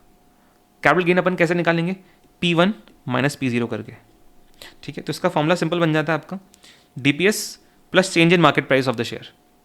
Change in market price of share कैसे निकला? क्लोजिंग माइनस ओपनिंग, ठीक है। ये दोनों मिला के आपका टोटल रिटर्न है। नीचे आप लोगे ओपनिंग एमपीएस, क्योंकि आपने 100 रुपये पे खरीदा था, टोटल रिटर्न कितना है आपका? 10 प्लस 5, तो 15/100, यानी 15% का आपका रिटर्न है। यही सेम अपन ने निकाला था किसके अंदर? मेथड 4 ऑफ केई के अंदर, विच वॉज वाईटीएम मेथड, ठीक है। लास्ट नहीं, मतलब दो और है इसके बाद। Earnings yield. अर्निंग्स यील्ड आपको क्या दिखाता है कि अर्निंग्स के थ्रू आपने कितना रिटर्न कमाया है, ठीक है। ये क्या दिखाता है? अगर आप अर्निंग्स को अपना रिटर्न मानने लग जाओ तो उसके थ्रू आपने कितना कमाया है। तो आपने खरीदा था एमपीएस के ऊपर, एंड आप अपनी अर्निंग्स को अपना रिटर्न मान रहे हो, तो ऊपर आपका आ जाएगा ईपीएस। तो EPS upon MPS is earnings yield, ठीक है, सिंपल। ये भी अपन ने अर्निंग्स यील्ड मेथड के अंदर लिया था कॉस्ट ऑफ कैपिटल के अंदर, ठीक है। अच्छा, और ये जो है ये पी रेशो का उल्टा है एग्जैक्टली, ठीक है। इसको अपन ने पर शेयर लेवल पे लिया तो ऐसे निकला। टोटल लेवल पे भी निकाल सकते थे। टोटल लेवल पे ईपीएस को क्या बोलते हो आप? E dash. एंड एमपीएस को टोटल लेवल पे क्या बोलते हो आप? Market capitalization equals to 1/P ratio, एक ही बात है, ठीक है। अगला है बुक वैल्यू पर शेयर। अब बुक वैल्यू पर शेयर क्या होता है कि आपके total book value per share, same अपने डिविडेंड डिसीजन के अंदर भी इसकी बात करी थी कि कंपनी की बुक्स के अंदर एक शेयर की कितनी वैल्यू चल रही है। कंपनी की बुक्स के अंदर, अच्छा शेयर मतलब इक्विटी शेयर ना, यहाँ पे कंपनी की बुक्स में एक इक्विटी शेयर की कितनी वैल्यू चल रही है वो आपको दिखाता है बुक वैल्यू पर शेयर, ठीक है। अब अकाउंटिंग बुक्स के अंदर शेयर की वैल्यू कितनी होती है? शेयर की वैल्यू कौन सा नंबर रिफ्लेक्ट कर रहा होता है, ठीक है। अकाउंटिंग बुक्स के अंदर कौन सा नंबर है जो आपको दिखाता है कि ये सारा इक्विटी का पैसा है? वो होता है हमारा इक्विटी शेयर होल्डर फंड्स, ठीक है। इक्विटी शेयर होल्डर फंड्स हमें दिखाता है कि सारा पैसा इक्विटी का है। तो इसलिए बुक वैल्यू पर शेयर यानी अकाउंटिंग बुक्स में शेयर की कितनी वैल्यू चल रही है वो हमारा कैसे निकलेगा? इक्विटी शेयर होल्डर फंड से, ठीक है। तो आप क्या करोगे? इक्विटी शेयर होल्डर फंड्स ले लो, जिसको अपन इक्विटी भी बोलते हैं, जिसको अपन नेटवर्थ भी बोलते हैं, जिसको अपन इक्विटी शेयर होल्डर फंड्स भी बोलते हैं, ठीक है। ये ले लो, इसको डिवाइड कर दो number of equity shares total से। तो ये था टोटल सारे शेयर्स के लिए, डिवाइड कर दोगे तो पर शेयर लेवल पर आ जाएगा, उसी को अपन बुक वैल्यू पर शेयर बोलते हैं, ठीक है। अब इसके बाद आपका एक और रेशो है price to book value ratio, जिसको अपन शॉर्ट में MV/BV रेशो भी बोलते हैं। MV/BV रेशो भी बोलते हैं, MV/BV, ठीक है, रेशो। अब प्राइस टू बुक वैल्यू का मतलब क्या है? ठीक है, जैसे अपना प्राइस टू अर्निंग्स था वैसे प्राइस टू बुक वैल्यू है, सिंपल। तो ये क्या बता रहा है कि आपकी मार्केट प्राइस एंड आपकी बुक वैल्यू पर शेयर के बीच में क्या रिलेशन है। तो फॉर्मूला क्या बन गया, मार्केट प्राइस अपॉन BVPS। ये बेसिकली क्या दिखा रहा है कि अच्छा अकाउंटिंग बुक्स में पर शेयर की इतनी वैल्यू है एंड मार्केट में इतनी वैल्यू चल रही है, तो अगर आपका BVPS 25 है एंड मार्केट में आपकी वैल्यू 100 चल रही है, दैट मीन्स आपको कंपनी के मार्केट के अंदर, कंपनी की शेयर्स की मार्केट के अंदर डिमांड 4 टाइम्स है। मतलब एक एक रुपए की अकाउंटिंग बुक्स की वैल्यू के बदले मार्केट उसको 4 टाइम पैसा देने को रेडी है। ठीक है, यानी मार्केट कंपनी के शेयर्स को 4 टाइम ज़्यादा वैल्यू करता है जितना कंपनी के अकाउंटिंग बुक्स के अंदर वैल्यू है। ठीक है, तो ये भी एक तरीके से आपको डिमांड ही दिखाता है। ये 4 की जगह अगर 10 होती, दैट मीन्स मार्केट एक एक अकाउंटिंग बुक की वैल्यू के बदले, एक एक रुपए की अकाउंटिंग बुक की वैल्यू के बदले 10 रुपये देने को रेडी है, और यहाँ पे 4 देने को रेडी हो रहा है। तो this basically shows you demand. ठीक है, एक लास्ट रेशो है फालतू सा, क्यू रेशो। ये क्यों है मुझे भी नहीं पता, बट ये क्यू रेशो ही है, इसलिए नाम भी क्यू ही है इसका। कुछ लॉजिक नहीं है, कुछ काम का नहीं है, कहीं पूरे चैप्टर में काम में नहीं आया है, किसी क्वेश्चन में नहीं है ये, बट दे रखा है तो अपन कवर कर लेते हैं। ठीक है, क्या दिखा रहा है ये? ठीक है, ये बोलता है कि जो आपकी कंपनी की रिप्लेसमेंट कॉस्ट ऑफ एसेट्स होती है, मतलब कंपनी के जो टोटल एसेट्स हैं, जितने भी कंपनी के एसेट्स हैं, ठीक है, कंपनी की जो जितने भी एसेट्स हैं उनकी जितनी भी रिप्लेसमेंट कॉस्ट है, replacement cost of all assets should be equal to company की मार्केट वैल्यू। क्या बोल रहा है? कंपनी की जितनी भी एसेट्स हैं उनकी जो रिप्लेसमेंट कॉस्ट बेसिकली क्या होती है कि अगर मैं उनको आज रिप्लेस करने गया तो मुझे कितना पैसा देना पड़ेगा, वो रिप्लेसमेंट कॉस्ट होती है सारे एसेट्स की, and that basically shows you fair value of all assets. तो वो बोल रहा है कि इसका आप रेशो निकालो किसके साथ में, मार्केट वैल्यू ऑफ कंपनी के साथ में। मार्केट वैल्यू कंपनी के अंदर आप सब ले लोगे, इक्विटी की वैल्यू भी लोगे, लाइबिलिटीज की वैल्यू भी लोगे, तो दैट मीन्स आपके पास पूरी कंपनी की वैल्यू आ गई। तो अब ये क्या बोल रहा है कि नीचे आपने क्या लिया है, सारे कॉस्ट, सारे एसेट्स की फेयर वैल्यू, और ऊपर आपने ले ली मार्केट वैल्यू ऑफ कंपनी। तो अब सिंपल ये रेशो, ये दोनों इक्वल आने चाहिए, ऐसा बोलता है क्यू रेशो। ठीक है, यानी एसेट्स की फेयर वैल्यू, आपकी जो मार्केट वैल्यू है वो एसेट्स की फेयर वैल्यू की इक्वल आनी चाहिए। ठीक है, अगर वो इक्वल नहीं है, लेट्स से आपकी मार्केट वैल्यू की ऊपर न्यूमरेटर ज़्यादा है आपके रिप्लेसमेंट कॉस्ट से, तो वो क्या दिखा रहा है कि आपका कंपनी ओवर वैल्यूड है, क्योंकि नीचे फेयर वैल्यू आ गया। अब फेयर वैल्यू से ज़्यादा चल रहा है आपका market value, that means company over valued है। ठीक है, तो अगर क्यू रेशो आपका ग्रेटर देन 1 है, दैट मीन्स मार्केट वैल्यू ज़्यादा है, दैट मीन्स आपका कंपनी ओवर वैल्यूड है। ठीक है, अगर आपका ये रेशो इक्वल टू 1 है तो दैट मीन्स दोनों इक्वल है, दोनों इक्वल है, यानी ये फेयरली वैल्यूड है कंपनी। अगर मार्केट वैल्यू कम चल रहा है और रिप्लेसमेंट कॉस्ट ज़्यादा है, फेयर वैल्यू ज़्यादा है, that means ratio less than 1 आएगा, and that means company over valued है। एंड अपन ने वापस से बात करी डिविडेंड के अंदर कि अंडर वैल्यूड ओवर वैल्यूड हमेशा मार्केट प्राइस होती है, मार्केट वैल्यू होती है, फेयर वैल्यू नहीं होती कभी भी अंडर वैल्यूड ओवर वैल्यूड। तो ओवर वैल्यूड ये होगी, अंडर वैल्यूड ये होगी, ये तो अपना बेंचमार्क है। ठीक है, तो अगर ये कम है तो ये अंडर वैल्यूड है, अगर ये ज़्यादा है तो ये ओवर वैल्यूड है। ठीक है, ये खत्म हो गया सारे प्रॉफिटेबिलिटी रेशियोज अपने, इतना ही था। सबसे इंपॉर्टेंट वाले अपने ऑब्वियसली रिटर्न ऑन इन्वेस्टमेंट वाले थे, एंड हमारे सेल्स के ऊपर जो रेशियोज थे वो थे। बाकी के जो नीचे थे इन्वेस्टर्स वाले and owners point of view वाले, वो थोड़े इतने यूजफुल नहीं है। गाइस, प्रॉफिटेबिलिटी रेशियोज अपना हो चुका है। क्या क्या देखा था अपन ने प्रॉफिटेबिलिटी रेशियोज में? सेल्स वाला देख लिया, रिटर्न ऑन इन्वेस्टमेंट वाला देख लिया, and owners point of view वाला देख लिया, मार्केट और इन्वेस्टर्स पॉइंट ऑफ व्यू वाला देख लिया। ठीक है, अब अपने बचे हैं 3 रेशियोज, एंड ये तीनों जल्दी निकल जाएंगे। ठीक है, 3 कैटेगरी के रेशियोज हैं। अभी वो स्टार्ट करने से पहले मैं एक चीज़, बेसिक चीज़ बता दूं कि जो अपन ने बैलेंस शीट देखी थी, बैलेंस शीट के लिए अपन ने सारे रिटर्न ऑन इन्वेस्टमेंट वगैरह के लिए अपन ने बैलेंस शीट देखी थी, राइट, कि इससे अपन टाइप्स ऑफ कैपिटल निकालना सीखते हैं। ठीक है, तो वैसे तो बहुत चिंदी पॉइंट है, बहुत चिंदी पॉइंट है। तुम लोग 11th-12th के अंदर ये सारी चीज़ें आती हैं, बचकानी चीज़ें, इंटर लेवल पे नहीं आनी चाहिए, बट अगर ऐसे उस लेवल तक गिरना चाहे एग्ज़ाम में, तो इसलिए मैं बता रहा हूँ कि अगर तुम्हारे यहाँ पे असेट्स के अंदर लेट्स से कोई तुम्हारा बैलेंस आ जाए फिक्टिशियस असेट्स का, या फिर P&L का डेबिट आइटम, P&L का डेबिट अकाउंट बैलेंस, या फिर कोई miscellaneous expenses not return of, यहाँ पे आ जाता है लेट्स से 5 का, क्या करेंगे अपन उसका? ठीक है, अपन को बेसिकली चाहिए क्या, अपने को अलग अलग टाइप्स की कैपिटल निकालनी है, राइट। अब तुमको भी पता है कि ये बेसिकली क्या है, ये जो आइटम आ रहा है fictitious assets, P&L debit account miscellaneous not return of. ठीक है, ये आइडियली लॉस है, ये P&L के अंदर P&L के अंदर से डिडक्ट हो जाना चाहिए था, एंड तुम्हारा जो यहाँ पे रिजर्व एंड सरप्लस में से नेट ऑफ होकर आना चाहिए था। रिजर्व एंड सरप्लस के अंदर ये ऑलरेडी लेस होकर आना चाहिए था। ठीक है, लेकिन किसी कारणवश वो यहाँ से लेस ना होके यहाँ पे डेबिट के अंदर दिखा रहा है। सो वो क्या असेट बन जाता है क्या? असेट साइड में दिख रहा है तो क्या असेट बन जाएगा? वो आइडियली आना यहीं पे था, इसमें से लेस होकर आना चाहिए था, लेकिन उसने अलग से यहाँ पे दे दिया, तो उसका नेचर चेंज नहीं हो जाता, वो आना यहीं पे चाहिए था। तो मतलब अगर ऐसा केस आ जाए कि यहाँ पे लिख के दे दे, तो अपन क्या करेंगे? अगर अपन कैपिटल, जो भी अपन कैपिटल निकाल रहे हैं, अपन इक्विटी निकाल रहे हैं, अपन शेयर होल्डर फंड्स निकाल रहे हैं, अपन कैपिटल एम्प्लॉयड निकाल रहे हैं, राइट? तो अगर अपन उसको लाइबिलिटी साइड से ऐड करके निकाल रहे हैं, फॉर एग्जांपल अगर अपन को चाहिए टोटल कैपिटल एम्प्लॉयड, तो अपन कैसे निकालते हैं? Share holder funds plus long term date, right? Share holder funds खुद कैसे निकल के आया है? Equity share holder funds plus preferential capital, ठीक है? ठीक है, तो अपने को क्या चाहिए होता है? अपन इनको ऐड करते हैं। तो जब आप लाइबिलिटी साइड से निकाल रहे हो कैपिटल एम्प्लॉयड को, ठीक है, तो आपको ध्यान देना है कि ये आइडियली ₹5 का जो 5 का जो बैलेंस था, ये रिजर्व एंड सरप्लस में से लेस होकर आना चाहिए था, जो अब अभी नहीं हुआ है, अभी नहीं हुआ है, वो अलग से यहाँ पे आ रहा है। तो अब अगर आप लाइबिलिटी साइड से कैपिटल एम्प्लॉयड निकालोगे तो आप इस टोटल में से इसको माइनस कर दोगे। क्यों? क्योंकि रिजर्व एंड सरप्लस उसके बिना आ रहा है, उससे पहले आ रहा है।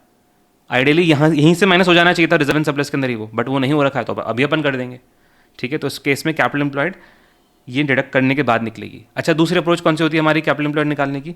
अपन असेट साइड से निकालते हैं, राइट? क्या फॉर्मूला होता है? Fix assets plus current assets minus current liabilities, या फिर fix assets plus working capital.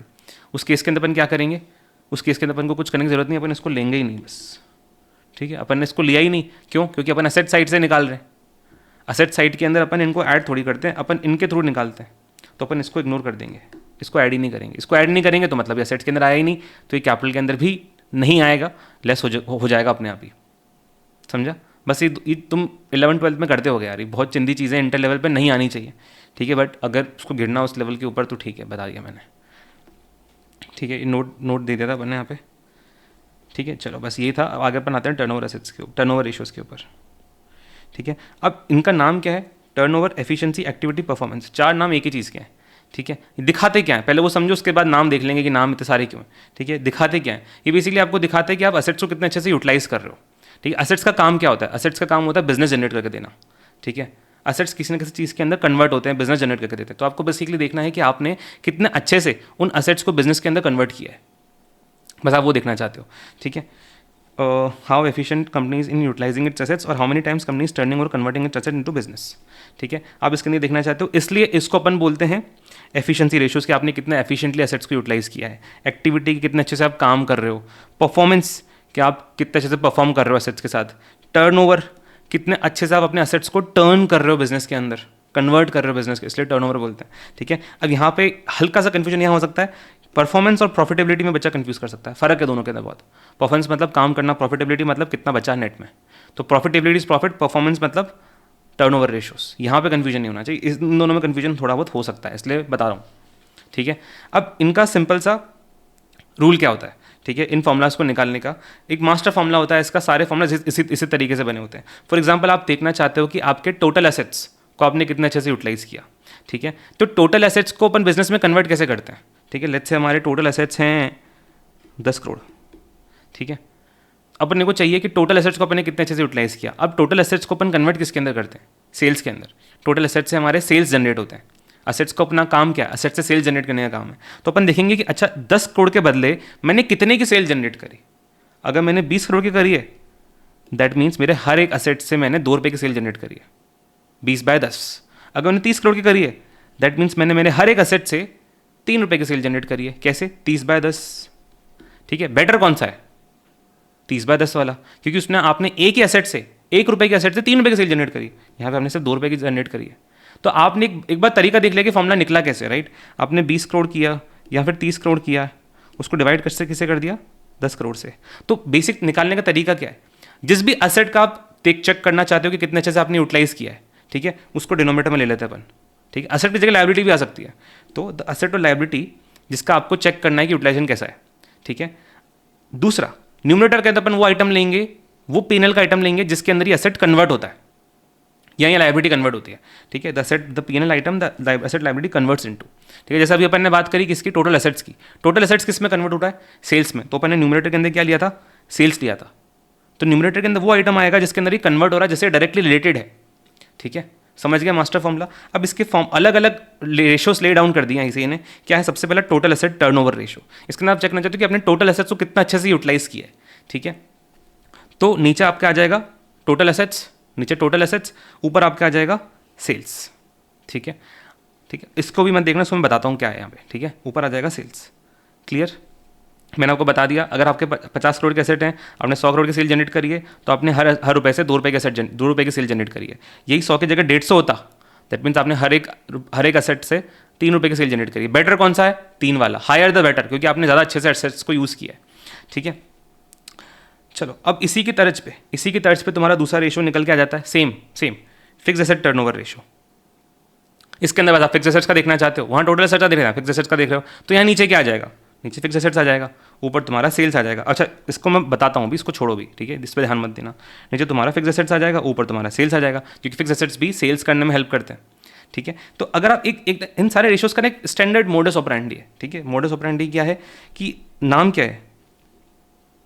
Total asset turnover ratio, ततड़, टैटो। ठीक है, ये है अपना फिक्स एसेट टर्नओवर रेशो, फतड़, जो भी है। ठीक है, तो अब इनके अंदर एक स्टैंडर्ड मोडस ऑपरेंडी होती है कि क्या, कि आपका नाम में टर्नओवर आ रहा है ना, वैसे तो उस टर्नओवर का मतलब है कि आप कितना अच्छे से उसको यूज़ कर रहे हो, लेकिन टर्नओवर का मतलब सेल्स भी होता है एक तरीके से। टर्नओवर का मतलब सेल्स भी होता है ना, तो टर्नओवर नाम में आ रहा है ना, तो टर्नओवर को ऊपर लिख दो, बाकी जो आगे नाम है एसेट का उसको नीचे ले लो, सिंपल। ठीक है, टोटल एसेट टर्नओवर है, टर्नओवर को ऊपर ले लो, याद करने का तरीका बता रहा हूँ तुम्हें। ठीक है, नीचे अपना आ जाएगा टोटल एसेट्स। ठीक है, यहाँ पे फिक्स एसेट टर्नओवर है, टर्नओवर ऊपर आ गया, नीचे अपना आ गया फिक्स एसेट्स। क्लियर? ठीक है, इसी तर्ज पे तुम्हारा है नेट एसेट्स या फिर कैपिटल टर्नओवर रेशो। इसमें क्या आएगा नीचे? नेट एसेट्स या फिर तुम्हारी कैपिटल बोले तो कैपिटल एम्प्लॉयड, नेट एसेट्स या फिर कैपिटल एम्प्लॉयड। ऊपर क्या आ गया तुम्हारा? सेल्स। खत्म, कि कितना अच्छा तुमने कैपिटल को कन्वर्ट किया सेल्स के अंदर। फिर उसकी तर्ज पे करंट एसेट टर्नओवर रेशो, नीचे क्या आएगा तुम्हारा? करंट एसेट्स, ऊपर आएगा सेल्स। खत्म। ठीक है, फिर वर्किंग कैपिटल टर्नओवर रेशो, नीचे वर्किंग कैपिटल, ऊपर सेल्स। खत्म। ठीक है, अब और मुझे क्या चीज़ें बतानी थी इसके अंदर, देखो पहली चीज़, तुम देख रहे हो अपन डिनोमिनेटर के अंदर हमेशा बैलेंस शीट का आइटम ले रहे हैं। ठीक है, एंड न्यूमरेटर के अंदर हम ले रहे हैं पीएनएल का आइटम। अपन ने कल बात करी थी, पीएनएल का जो आइटम होता है वो साल भर का बैलेंस होता है, और जो डिनोमिनेटर बैलेंस शीट का आइटम होता है वो एज एट पीरियड एंड होता है। ठीक है, यहाँ तो वो ओपनिंग हो सकता है, यहाँ तो क्लोजिंग हो सकता है। अपने को आइडियली पैरिटी मेंटेन करनी होती है दोनों के अंदर, न्यूमरेटर डिनोमिनेटर के अंदर। क्यों? क्योंकि हमें चाहिए रेशियो हमसे कुछ कहे, हर रेशियो कुछ कहता है। ठीक है, तो हमें चाहिए रेशियो हमसे कुछ कहे, वो कहने के लिए आपको दोनों को पैरिटी तो लानी पड़ेगी ना, कहानी बतानी पड़ेगी, दोनों के बीच में लॉजिकल रिलेशन होना चाहिए न्यूमरेटर डिनोमिनेटर में। न्यूमरेटर साल भर का है तो डिनोमिनेटर भी साल भर का होना चाहिए। तो अपन ओपनिंग क्लोजिंग नहीं ले सकते, अपन दोनों का एवरेज लेंगे। ठीक है, तो अपना प्रायोरिटी 1 क्या रहता है? नीचे एवरेज बैलेंस। तो अगर एवरेज बैलेंस निकल रहा है, एवरेज कैसे निकालते हैं? ओपनिंग प्लस क्लोजिंग बाय 2, कल बात करी थी। अगर एवरेज नहीं निकल रहा है तो अपना प्रायोरिटी 1 तो एवरेज है। ठीक है, हर जगह पे एवरेज लिखा है अपन ने, हर जगह भी एवरेज है। ठीक है, अगर एवरेज नहीं मिल रहा है तो ओपनिंग क्लोजिंग जो दे रखा है उससे निकाल लो। ठीक है, समझ गया? दूसरी चीज़, आइडियली ऊपर तुम्हारा सेल्स आना चाहिए, आइडियली तुम्हारा सेल्स आना चाहिए, हर जगह पे सेल्स ही लिखा है मैंने। ठीक है, except for working capital turnover ratio, हर जगह पे सेल्स ही आना चाहिए। लेकिन भूले भटके से आईसीआई कभी उसको सीओजीएस पे भी निकाल सकता है, कॉस्ट ऑफ गुड्स सोल्ड के ऊपर। लेकिन ऐसे केसेस के अंदर न्यू स्कीम के अंदर आईसीआई क्लियरली लिख देता है कि ये ratio cost of goods sold पे निकला हुआ है, लिखा होता है ब्रैकेट के अंदर fix asset turnover ratio based on cost of goods sold. ठीक है, तो उसके अंदर फिर वो कॉस्ट ऑफ गुड्स सोल्ड पे निकला रहेगा।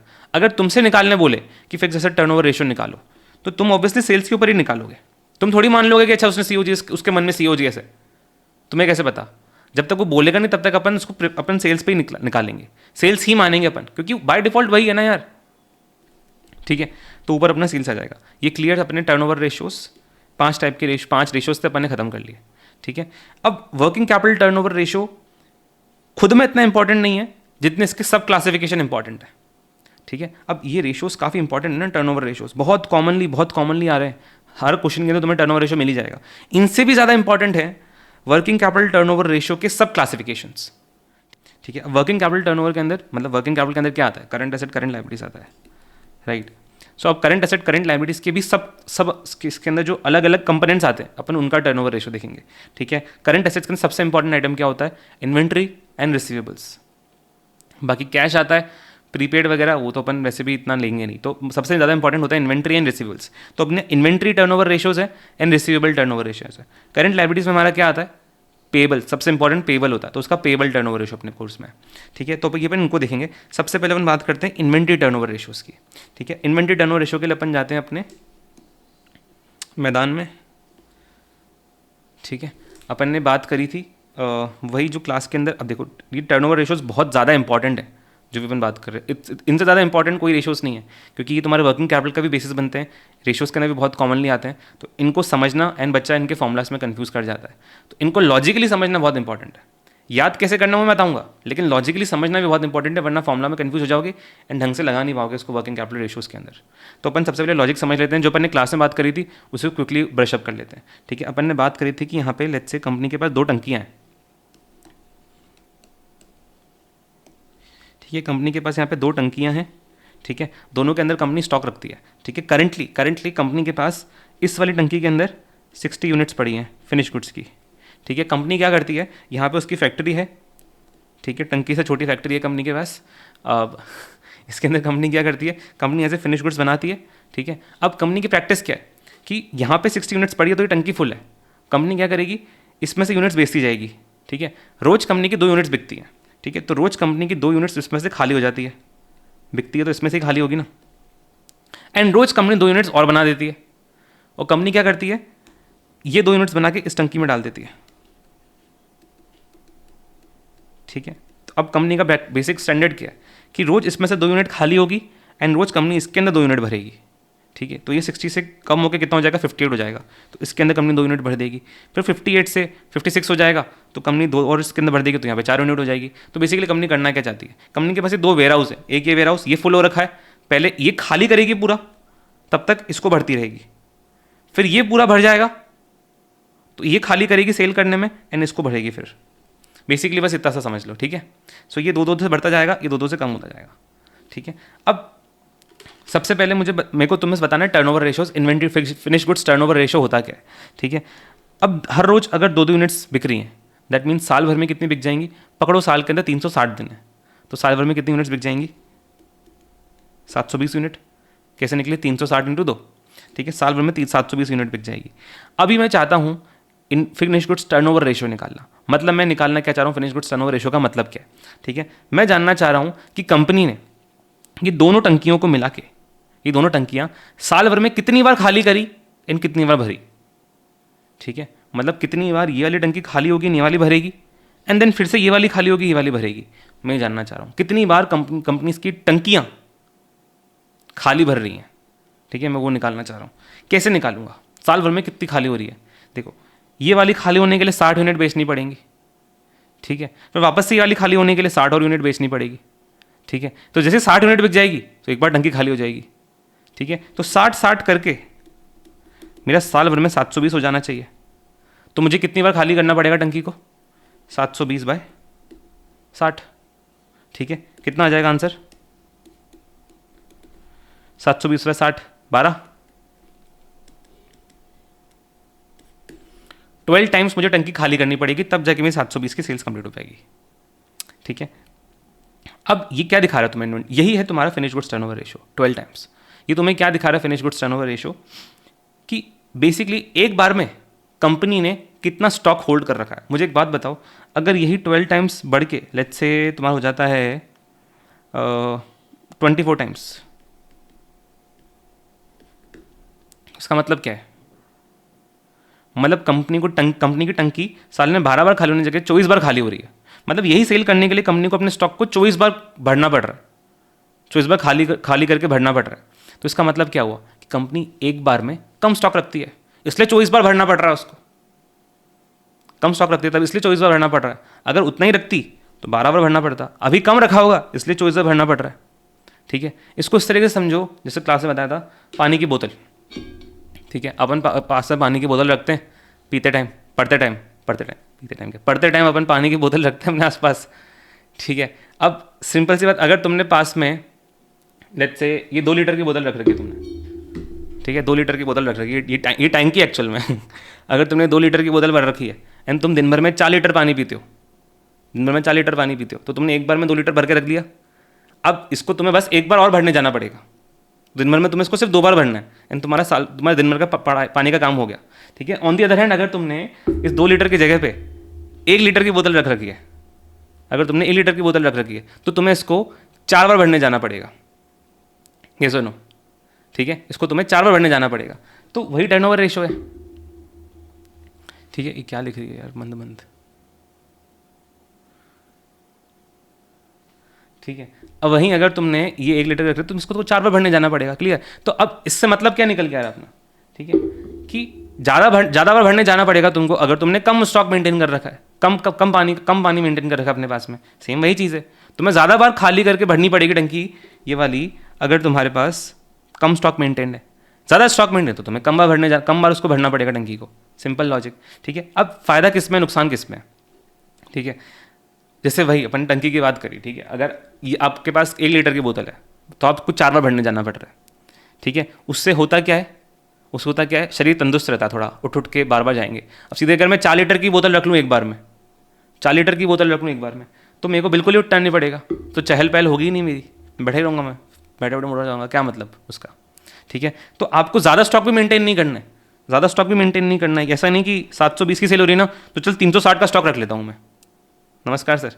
तो ऐसा भी नहीं कि मैं 360 का स्टॉक रख लेता हूँ, ठीक है, वो बहुत ज़्यादा हो जाएगा, ठीक है। ऑन द अदर हैंड एकदम कम भी नहीं होना चाहिए, यही नहीं कि 1 लीटर की जगह मैंने 100 ml का पानी रख रखा है तो फिर पढ़ ही नहीं पाऊंगा, फिर तो मैं कभी बार बार उठ के जाना पड़ेगा मेरे को पानी भरने के लिए। तो ऐसा भी नहीं कि बिल्कुल यहाँ पे कंजूसी करके सिर्फ 2 यूनिट रख रखी है स्टॉक के अंदर कि बार बार टंकी भरेंगे, ऐसे काम नहीं चलेगा, ठीक है। सो आइडियल एक बैलेंस मेंटेन होना चाहिए, ठीक है। अगर आपका टर्नओवर रेशियो ज़्यादा है दैट मीन्स आपने एक बार में कम पानी रख रखा है अपने पास में, आपको बार बार भरने जाना पड़ेगा। तो उसका फ़ायदा क्या होता है, देखो जैसे पानी की बोतल की बात करी, ठीक है, ये 1 लीटर की बोतल ये सस्ती आती है, ये थोड़ी सस्ती आएगी। यही 2 लीटर की बोतल रखूंगा मैं, 2 लीटर की बोतल महंगी आएगी, ठीक है। वही सेम स्टॉक के अंदर है। अगर मैंने 12 टाइम्स मैं स्टॉक को रोटेट कर रहा हूँ, ऑन दी अदर हैंड मैं 24 बार स्टॉक को रोटेट कर रहा हूँ, तो 24 बार रोटेट अगर मैं करूँगा तो उसके अंदर मेरा एक बार में स्टॉक कम स्टॉक मेंटेन होगा तो उसके अंदर कम पैसा फंसा हुआ होगा मेरा। ज़्यादा स्टॉक मेंटेन कर रहा हूँ तो मेरे पास ज़्यादा पैसा फंसा हुआ है वर्किंग कैपिटल के अंदर, ठीक है। कॉस्ट होती है ना, पैसा अटका हुआ है बेसिकली, यहाँ पे तुमने 60 यूनिट फंसा के रखी हुई है, इस 60 यूनिट के अंदर कुछ पैसा लगा हुआ है, उस पैसे की कुछ अपॉर्चुनिटी कॉस्ट है, सो कहीं और रख के तुम कमा सकते थे उसके ऊपर, ठीक है, समझ गया। तो यही अपना टर्नओवर रेशियोज इसी तरीके से निकल के आते हैं। चलो अभी बात मुद्दे पे वापस आते हैं, ठीक है। अपना फिनिश गुड्स टर्नओवर रेशियो क्या है, फिनिश गुड्स टर्नओवर रेशियो पर ने कैसे निकाला कि साल भर मुझे कितनी सेल करनी है और एक बार में मैं कितना स्टॉक रख रहा हूँ, वो मेरा निकल गया था फिनिश गुड्स टर्नओवर रेशियो, ठीक है। अब इसी को अपन फॉर्मुला में लेआउट करते हैं। ये तो भी अपन ने यूनिट्स की बात कर ली, क्वेश्चन में यूनिट्स नहीं दे रखी, क्वेश्चन में वैल्यू के टर्म से बात करेगा, ठीक है। तो तुमने यहाँ पे किया क्या है, वैसे एनुअल सेल्स ली तुमने, ठीक है। नीचे तुमने क्या लिया, 60 क्या था तुम्हारा, इन्वेंट्री, राइट। इसको अपन एवरेज इन्वेंट्री बोलेंगे, ठीक है। अपन कभी भी वन टाइम की इन्वेंट्री की बात नहीं करेंगे, अपन हमेशा एवरेज इन्वेंट्री की बात करेंगे, एवरेज, ठीक है।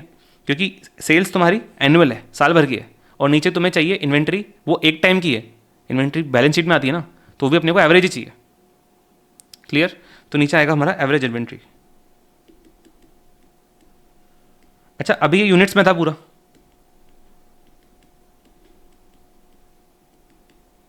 ठीक है। अपने को चाहिए वैल्यू टर्म्स में क्या करेंगे।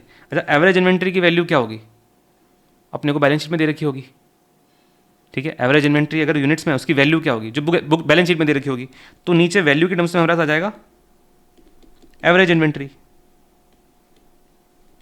और न्यूमरेटर में जो एनुअल सेल यूनिट्स थी उसकी जगह पे अपन क्या लेंगे, इसकी जगह पे अपन लेंगे एनुअल सेल्स नहीं लेने वाले, इसकी जगह पे अपन लेंगे कॉस्ट ऑफ गुड्स सोल्ड। ऐसा क्यों, क्योंकि नीचे जो एवरेज इन्वेंट्री आ रही है वो खुद कॉस्ट पे वैल्यू हो रही है, तो नीचे जो हमारा COGS है, ऊपर जो हमारा सेल्स आ रहा है वो भी कॉस्ट पे वैल्यू होना चाहिए ना, दोनों के बीच में पैरिटी होनी चाहिए। अगर दोनों के बीच में पैरिटी नहीं है तो रेशियो सही से निकलेगा ही नहीं, ये कॉस्ट पे तो ये भी कॉस्ट पे, ये वैल्यू सेल्स पे होती तो ये भी सेल्स पे लेते, लेकिन दोनों कॉस्ट पे लेंगे अपन, ठीक है। लॉजिकल सा फॉर्मूला, तो अपना यही फॉर्मूला है COGS upon average inventory finish goods turnover ratio का, ठीक है। सबसे पहला ये फॉर्मूला हो गया अपना। दूसरा इसी का फॉर्मूला है अपना, इसी से लिंक्ड दूसरा फॉर्मूला है अपना, जिसको अपन बोलते हैं फिनिश गुड्स स्टोरेज पीरियड, ठीक है। फिनिश गुड्स स्टोरेज पीरियड, इसी को अपन बोल सकते हैं फिनिश गुड्स वेलोसिटी, ठीक है। एक ही चीज के दो नाम है। अब ये इसका मतलब क्या है कि मैंने कितने दिन का फिनिश गुड्स को एक बार के लिए स्टोर कर रखा है, इसी को हम बोलते हैं फिनिश गुड्स वेलोसिटी, कि फिनिश गुड्स कितने टाइम का, मतलब वेलोसिटी समझ लो ना, कि वेलोसिटी क्या होती है, स्पीड एक तरीके से, तो कितने दिन का आपने मेंटेन कर रखा है स्टोरेज फिनिश गुड्स का। तो अपने को भी ये निकालना है कि फिनिश गुड्स मैंने कितने दिन का मेंटेन कर रखा है। तो लॉजिकल सी बात, मेरे एक बार का जो फिनिश गुड स्टॉक है वो कितना रहता है हर टाइम पे, 60 यूनिट्स का रहता है। ठीक है, 60 यूनिट्स का स्टॉक मेरा हर टाइम रहता है मेंटेन, क्योंकि 60 कम होकर अगर 58 होगा तो वहाँ पे 2 और आ जाएगी, ये कम होकर 56 होगा तो यहाँ पे 4 हो जाएगी टोटल। तो हर टाइम मेरा 60 यूनिट्स का स्टॉक रहता ही रहता है। ठीक है, अब 60 यूनिट्स का मेरा फिनिश गुड स्टॉक है, मुझे चाहिए कि ये स्टॉक कितने दिन का है, कैसे निकालूंगा, ये 60 यूनिट्स का स्टॉक मेरे कितने दिन का है, वही है फिनिश गुड स्टोरेज पीरियड, कितने दिन का है 60 यूनिट्स का तुम्हारा स्टॉक, बताओ 60 यूनिट्स का स्टॉक तुम्हारा कितने दिन में खाली हो जाएगा।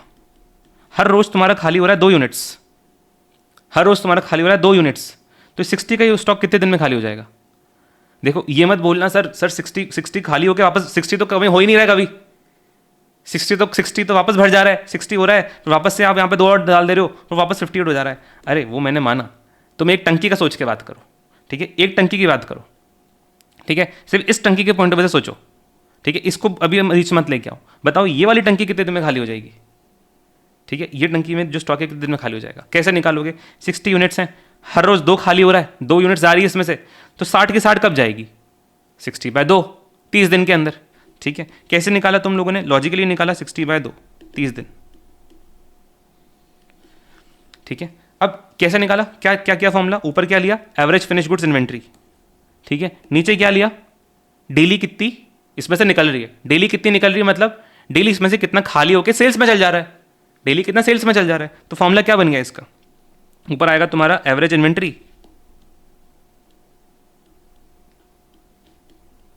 नीचे तुम्हारा डेली का सेल्स लूं, डेली सेल्स लिखूं या डेली सीओजीएस लिखना है मुझे। ऊपर अगर तुम्हारा इन्वेंट्री का कॉस्ट, अगर ऊपर वाला तुम्हारा इन्वेंट्री कॉस्ट पे वैल्यूड है तो नीचे भी तुम इसको डेली का सीओजीएस लिखोगे। ठीक है, आइडियली यूनिट्स में निकालना होता तो बहुत इजी था, यूनिट्स में क्या लिखेंगे, ऊपर इन्वेंट्री की यूनिट्स, नीचे लिखेंगे सेल की यूनिट्स, खत्म। लेकिन अपने को वैल्यू पे चाहिए, तो वैल्यू पे अपन क्या लिखेंगे, ऊपर इन्वेंट्री नीचे सीओजीएस। ठीक है, चाहो तो इस बार समझने के लिए लिख सकते हो कि ऊपर आएगा तुम्हारा इन्वेंट्री, नीचे आएगा डेली का सेल्स, अगर यूनिट्स में बात करेंगे तो। ठीक है, वरना ये वाला नहीं, फॉर्मूला तो ये वाला है अपना। ठीक है, तो यही अपने फॉर्मूले हैं। ठीक है, अच्छा अब ये बहुत लॉजिकल सी बात है ना, इसको याद करने की ज़रूरत नहीं है कि टर्नओवर रेशो जो आएगा, ये जो तुम्हारा टर्नओवर रेशो आया था कॉक्स अपॉन एवरेज इन्वेंट्री, ये टाइम्स में आएगा। ठीक है, और ये डेज में आएगा। फॉर्मूले का मीनिंग क्या है, देखो रेशो का नाम क्या है, टर्न ओवर रेशो, यानी तुम अपनी इन्वेंट्री को कितना टाइम टर्न करते हो, टंकी को कितनी बार खाली कर रहे हो, ये समझ लो। तो टाइम्स में आएगा ना यार। स्टोरेज पीरियड डेज में होता है, स्टोरेज पीरियड का मतलब क्या, कितने दिन का स्टोर कर रखा है मैंने, तो वो डेज में ही आएगा। डेज में नहीं तो वीक्स में आ सकता है, वीक्स में तो मंथ में आ सकता है, जो भी टाइम पीरियड के अंदर ही आएगा, कोई कुछ भी आएगा ही तो ये। ठीक है, तो यही अपने फॉर्मुलेज हैं। ठीक है, सबसे पहले अपना फिनिश गुड्स इन्वेंट्री टर्नओवर लिख रखा है, वेरी वेरी वेरी इंपॉर्टेंट।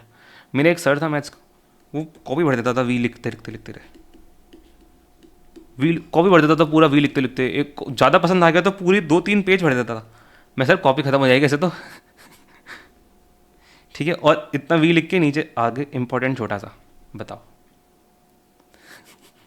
ठीक है, छोड़ो। सो अपना एक सीओजीएस ऊपर आएगा, नीचे क्या आएगा, अपना एवरेज फिनिश गुड्स इन्वेंट्री, ये अपना फिनिश गुड टर्नओवर रेशो का फॉर्मूला हो गया।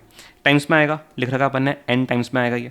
ठीक है, क्या बता रहा है ये, जितना अगर तुम्हारा फिनिश गुड्स टर्नओवर रेशो ज़्यादा है उतना तुम्हारा स्टॉक बहुत जल्दी मूव कर रहा है, उतना तुम्हारा स्टॉक का होल्डिंग पीरियड कम है, एंड उतना तुम्हारा वर्किंग ब्लॉक कम है।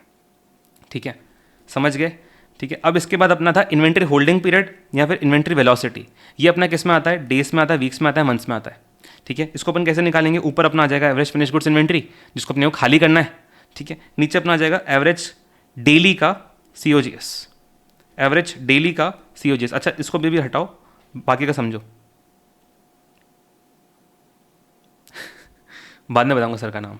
ठीक है, अभी नीचे क्या आएगा अपना एवरेज डेली का सीओजीएस। ठीक है, जो भी अपन ने फॉर्मूला देखा। अच्छा इसी फॉर्मूले को अपन दूसरे तरीके से रिप्रेजेंट कर सकते हैं। यहाँ पे जो तुमने एवरेज डेली सीओजीएस निकाला, ये कैसे निकल के आएगा, annual COGS divide by 365 days.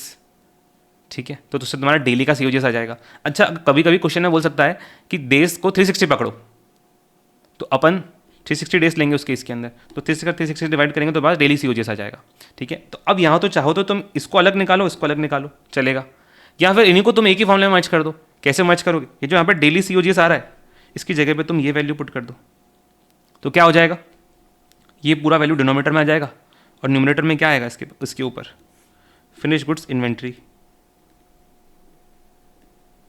आएगा, ठीक है। और डिनोमिनेटर के अंदर दो वैल्यूज़ हैं, तो ये वाला रेसिप्रोकल लो के ऊपर चल जाएगा, ठीक है। तो फॉर्मूला क्या बन जाएगा, average finish goods inventory upon annual COGS into 365, 360, 52, 12। ये जो बेसिकली इसका डिनोमिनेटर था ये न्यूमरेटर में चल जाएगा उल्टा होके, सो वो यहाँ पे ये आ गया, ठीक है। तो ये दूसरा फॉर्मूला बन गया, उसी का ये होल्डिंग पीरियड का दूसरा फॉर्मूला आ गया, ठीक है। अच्छा, अब इसका एक और फॉर्मूला हो सकता है, तीसरा फॉर्मूला भी हो सकता है, इसी से अपना निकल के आए, ठीक है। वो क्या फॉर्मूला है मैं इन्वेंट्री टर्नओवर रेशियो से सेम निकाल सकता हूँ। कैसे निकालूंगा, देखो ये यहाँ पे क्या है अपना एवरेज फिनिश गुड्स इन्वेंट्री, नीचे क्या है अपना एनुअल COGS, इसी का रेसिप्रोकल का फॉर्मूला था इन्वेंट्री टर्नओवर रेशियो, ऊपर COGS आ गया, नीचे एवरेज फिनिश गुड्स इन्वेंट्री आ गया, रेसिप्रोकल है दोनों एक दूसरे के, ठीक है। बस यहाँ पे साइड में ये 365, 360 मल्टीप्लीकेशन में आ रहा है, तो मैं क्या लिख सकता हूँ 365, 360, 52/12, नीचे क्या लिख दिया इन्वेंट्री टर्नओवर रेशियो, ठीक है। इसको लॉजिकली भी समझ सकते हो तुम, ठीक है। लॉजिकली कैसे समझेंगे, बिना उससे लिंक करे, बिना उससे याद करे, लॉजिकली भी इस फॉर्मूले तक पहुंच सकते हो। कैसे, इन्वेंट्री टर्नओवर रेशियो क्या होता है कि मैं कितनी बार अपने फिनिश गुड्स को रोटेट कर रहा हूँ, कितनी बार टंकी खाली होकर भर रही है, ठीक है, वो है मेरा। ये मुझे दिखा रहा है कि मैं कितनी बार खाली करके भर रहा हूँ। फॉर एग्जाम्पल मैं अगर कर रहा हूँ साल भर में 12 टाइम्स, 12 नहीं 6 ले लो, 6 टाइम्स कर रहा हूँ, ठीक है। एंड साल भर में मेरे पास महीने कितने होते हैं, 12 महीने। तो मुझे बताओ एक बार की टंकी कितने दिन में खाली होती है, 12/6, ठीक है। साल भर में 6 बार टंकी खाली होती है एंड साल भर में महीने हैं 12, तो एक बार टंकी खाली करने में कितने महीने निकल जाते हैं, 12/6, 2 महीने। यानी एक टंकी 2 बार के लिए चलती है, दो महीने के लिए चलती है, सिंपल। तो वही 360, 52, 12 अपॉन इन्वेंट्री टर्नओवर रेशियो, ठीक है। अब मैं आता हूँ इसके ऊपर कि ये क्या आ रहा है वीकली मंथली, ठीक है। मैंने आपको बात करी कि जो आपका होल्डिंग पीरियड है वो ज़रूरी नहीं डेज में ही आए, वो वीक्स में भी आ सकता है, वो मंथ में भी आ सकता है। तो अगर आपको वीक्स में चाहिए, मंथ में चाहिए, तो सिंपल यहाँ पे आप, अगर आपको डेज में चाहिए था तो आप नीचे डेली COGS ले रहे थे, अगर आपको मंथ्स में चाहिए तो आप नीचे मंथली COGS ले लो कि एक महीने का COGS कितना है, उससे आपको मालूम पड़ जाएगा कि आपकी इन्वेंट्री कितने महीने में खाली हो रही है। अगर आप नीचे वीकली COGS ले लोगे तो उससे आपको मालूम पड़ जाएगा कि आपका फिनिश गुड्स इन्वेंट्री कितने वीक्स में खाली हो रहा है। तो आपको वीकली चाहिए, वीक्स में चाहिए ना रेशो, तो आप नीचे वीकली COGS ले लो, मंथ में चाहिए नीचे मंथली COGS ले लो, डेली का चाहिए तो नीचे डेली ले लो, ठीक है। एंड उसी तरीके से अगर आपको मंथली COGS चाहिए तो आप नीचे 12 मंथ से डिवाइड करोगे एनुअल COGS को, ठीक है। अगर आपको वीक्स में चाहिए तो आप नीचे एनुअल COGS को 52 वीक्स से डिवाइड करोगे, क्लियर, ठीक है। चलो अब ये अपना 365, 360, 52, 12 जो है, ठीक है, इसी फॉर्मूले को अपन ने बात करी थी कि इसी की जगह इसी को आप यहाँ पे पुट कर सकते हो। अगर आप इसको यहाँ पुट करोगे तो सेम वो 365, 360, 52, 12 यहाँ पे भी आ जाएगा। अगर आपको डेज में चाहिए तो आप ये दोनों मंथ से मल्टीप्लाई, अगर आपको वीक्स में चाहिए 52 से मल्टीप्लाई कर देना, अगर आपको मंथ्स में चाहिए 12 से मल्टीप्लाई कर देना, एक ही बात है सारी की सारी, ठीक है। सेम यहाँ पे भी जिसमें चाहिए ऊपर न्यूमरेटर में वो ले लेना, ठीक है। अब इनको याद किस तरीके से करना है वो समझना, ठीक है। सबसे पहला तो फिनिश गुड्स टर्नओवर, ये जो टर्नओवर रेशियो है इसको याद कैसे करना है। देखो अपन टर्नओवर रेशियो का स्टैंडर्ड पढ़ते हुए आ रहे हैं, न्यूमरेटर में क्या आएगा और डिनोमिनेटर में क्या आएगा। डिनोमिनेटर में क्या आता है, वो असेट जिसको अपने को कन्वर्ट करना है, जिसका अपने को एफिशिएंसी देखना है। न्यूमरेटर में अपना आता है सेल्स, जनरली सेल्स, राइट, या फिर वो आइटम जिसके अंदर ही कन्वर्ट हो रहा है। अब यहाँ पे सेल्स नहीं, सेल्स से बेटर सूट कौन सा हो रहा है, COGS हो रहा है, क्योंकि नीचे कॉस्ट है तो ऊपर भी कॉस्ट आना चाहिए, तो इसलिए अपन ऊपर कॉस्ट ले लेते हैं, ठीक है। सेम डिनोमिनेटर के अंदर एसेट आ गया, ऊपर आपका कॉक्स आ गया, ठीक है। और दूसरा, हर टर्नओवर रेशियो के अंदर, अभी अपने आगे जितने भी टर्नओवर रेशियो देखेंगे वर्किंग कैपिटल के बेसिस पे, वर्किंग कैपिटल का जो भी टर्नओवर रेशियोज हैं उनके अंदर एक बहुत ही स्टैंडर्ड पैरिटी फॉलो होती है। वो ये कि आपके दो आइटम्स के बीच में आपको लिंकेज देखना है, दो आइटम्स के बीच में आपको लिंकेज देखना है। सबसे पहला तो ऑब्वियसली जो आइटम है, अगर फिनिश गुड्स इन्वेंट्री की बात करें तो फिनिश गुड्स इन्वेंट्री। दूसरा वो आइटम फिनिश P&L का वो आइटम जिसके अंदर वो डायरेक्टली कन्वर्ट होता है। मतलब मैं क्या कह रहा हूँ कि जो फिनिश गुड्स इन्वेंट्री का आपको चेक करना है, फिनिश गुड्स इन्वेंट्री तो आपके पास आएगा ही आएगा, वो तो आपको लेना ही लेना है आपके रेशियोज के अंदर, ठीक है। दूसरा अपने को वो आइटम लेना है जिसके अंदर खत्म होते होते ये मिलता जाता है, ठीक है। अब फिनिश गुड्स इन्वेंट्री खत्म होते होते किसके अंदर मिलता जाता है, मुझे एक बात बताओ, फिनिश गुड्स का इन्वेंट्री क्या होता है? जो वेयरहाउस में पड़ा हुआ है, ठीक है, ये खत्म होते होते किससे मिलता जाएगा? खत्म होते होते मतलब कि ये खत्म कब होगा? जब ये बिकता जाएगा। बिकता जाएगा तो फिनिश गुड्स का वैल्यू किस में ऐड होता जाएगा? कॉस्ट ऑफ गुड्स सोल्ड के अंदर ना। कॉस्ट ऑफ गुड्स सोल्ड क्या होता है कि ये बिक गए, यूनिट्स बिक गए, उनकी कॉस्ट कितनी है, तो जैसे जैसे आपकी फिनिश गुड्स इन्वेंट्री बिकती जाएगी उसकी value cost of goods sold में ट्रांसफर होती जाएगी। तो आपको क्या देखना है? एक तो वो इन्वेंट्री का आइटम जिसके बारे में बात कर रहे हैं, दूसरा जिसके अंदर ही मिलता जाता है खत्म होते होते, ठीक है। तो इसके अंदर किसका लिंकेज हो गया? सीओजीएस का और एवरेज फिनिश गुड्स इन्वेंट्री का हो गया। तो सारे फॉर्मुलेस के अंदर यही चीज़ें हैं। यहाँ पे एवरेज फिनिश गुड्स इन्वेंट्री है, ठीक है, और नीचे सीओजीएस है, बस डेली आ गया यहाँ पे, ठीक है। यहाँ पे फिनिश गुड्स इन्वेंट्री है और सीओजीएस है, यहाँ पे इन्वेंट्री टर्नओवर रेशियो है जो खुद उससे निकल के आया है, सीओजीएस और फिनिश गुड्स इन्वेंट्री से। तो हर रेशियो के अंदर आपको दो चीज़ें देखनी है कि कौन सा आइटम है एंड दूसरा किसके अंदर ही मिलता जाता है खत्म होते होते, ठीक है। चलो, तो अभी एक बार से सारे फॉर्मूले को फिर से देख लेते हैं, उसके बाद आगे के सारे टर्नओवर रेशियोज देख लेंगे, ठीक है। Finish goods inventory turnover ratio के बीच में अपनी लिंकेज किसका होगा? दो का होगा। एक तो फिनिश गुड्स इन्वेंट्री, दूसरा जिसके अंदर ही मिलता जाता है। किसके अंदर मिलता जाता है? सीओजीएस के अंदर मिलता जाता है। एंड टर्नओवर रेशियोज के अंदर स्टैंडर्ड होता है कि ऊपर टर्नओवर रिलेटेड आइटम आता है, नीचे वो इन्वेंट्री आती है। तो ऊपर क्या आएगा? सीओजीएस, नीचे क्या आएगा? एवरेज फिनिश गुड्स इन्वेंट्री, ठीक है। स्टोरेज पीरियड अगर अपने को निकालना हो या वेलोसिटी निकालनी हो तो अपन क्या देखना चाहते हैं कि कितने दिन के अंदर ही खाली हो जाएगा, ये कितने दिन का मैंने स्टोर कर रखा है। तो मुझे चाहिए कि मेरी फिनिश गुड्स इन्वेंट्री कितने दिन में खाली हो जाएगी।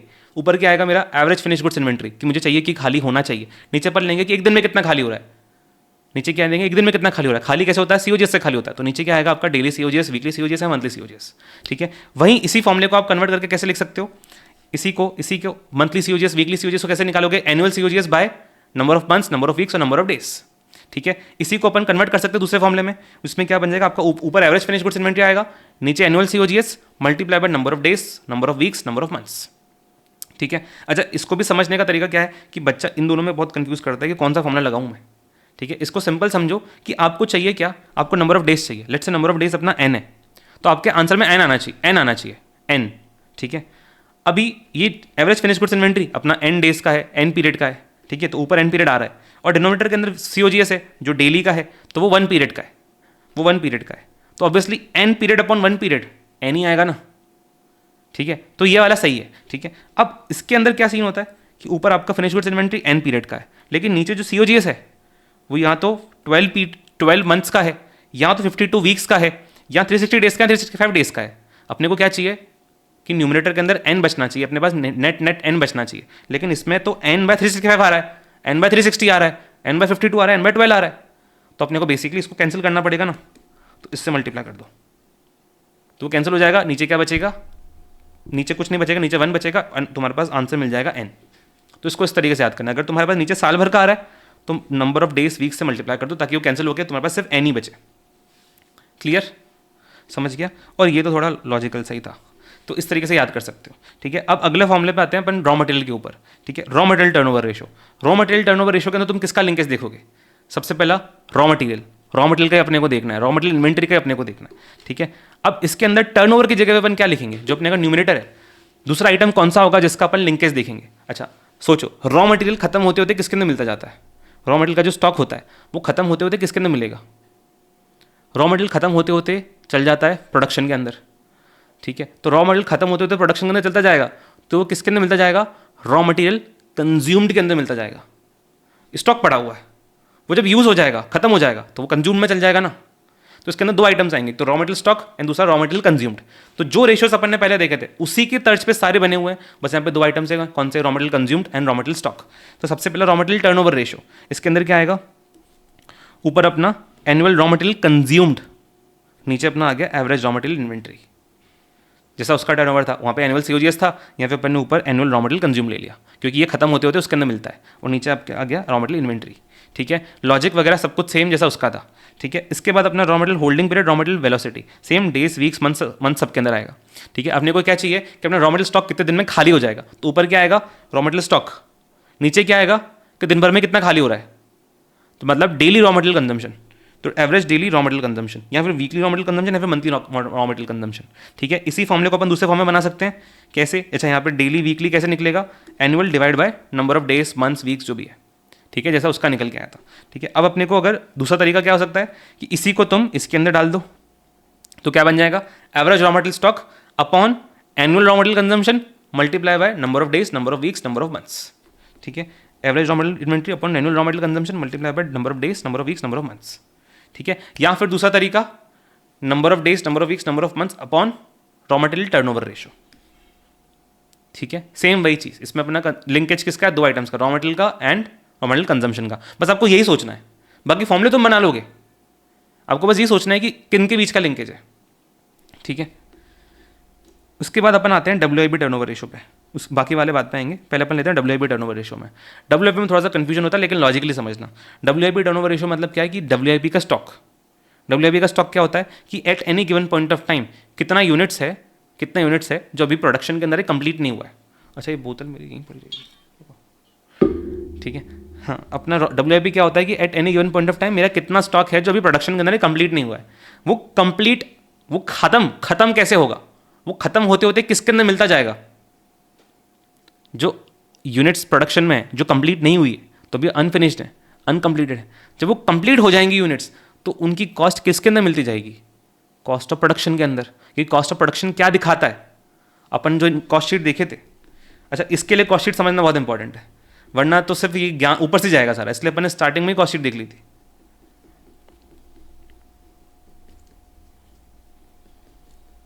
ठीक है, कॉस्ट शीट में क्या आता है, यहाँ तक आपकी आती है नेट वर्क्स कॉस्ट, ठीक है, यानी सारे फिनिश गुड्स बनाने में कितनी कॉस्ट आई। फिर उसके बाद अपन ने बीच बीच में थोड़े से तुच्छे से आइटम ऐड करते हैं, बस कॉस्ट ऑफ प्रोडक्शन आ जाती है। अपन ने बात करी थी कॉस्ट ऑफ प्रोडक्शन क्या दिखाती है, कॉस्ट ऑफ फिनिश गुड्स दिखाती है, क्योंकि यहाँ तक आपके सारे फिनिश गुड्स की कॉस्ट इसके अंदर ऐड हो चुकी है।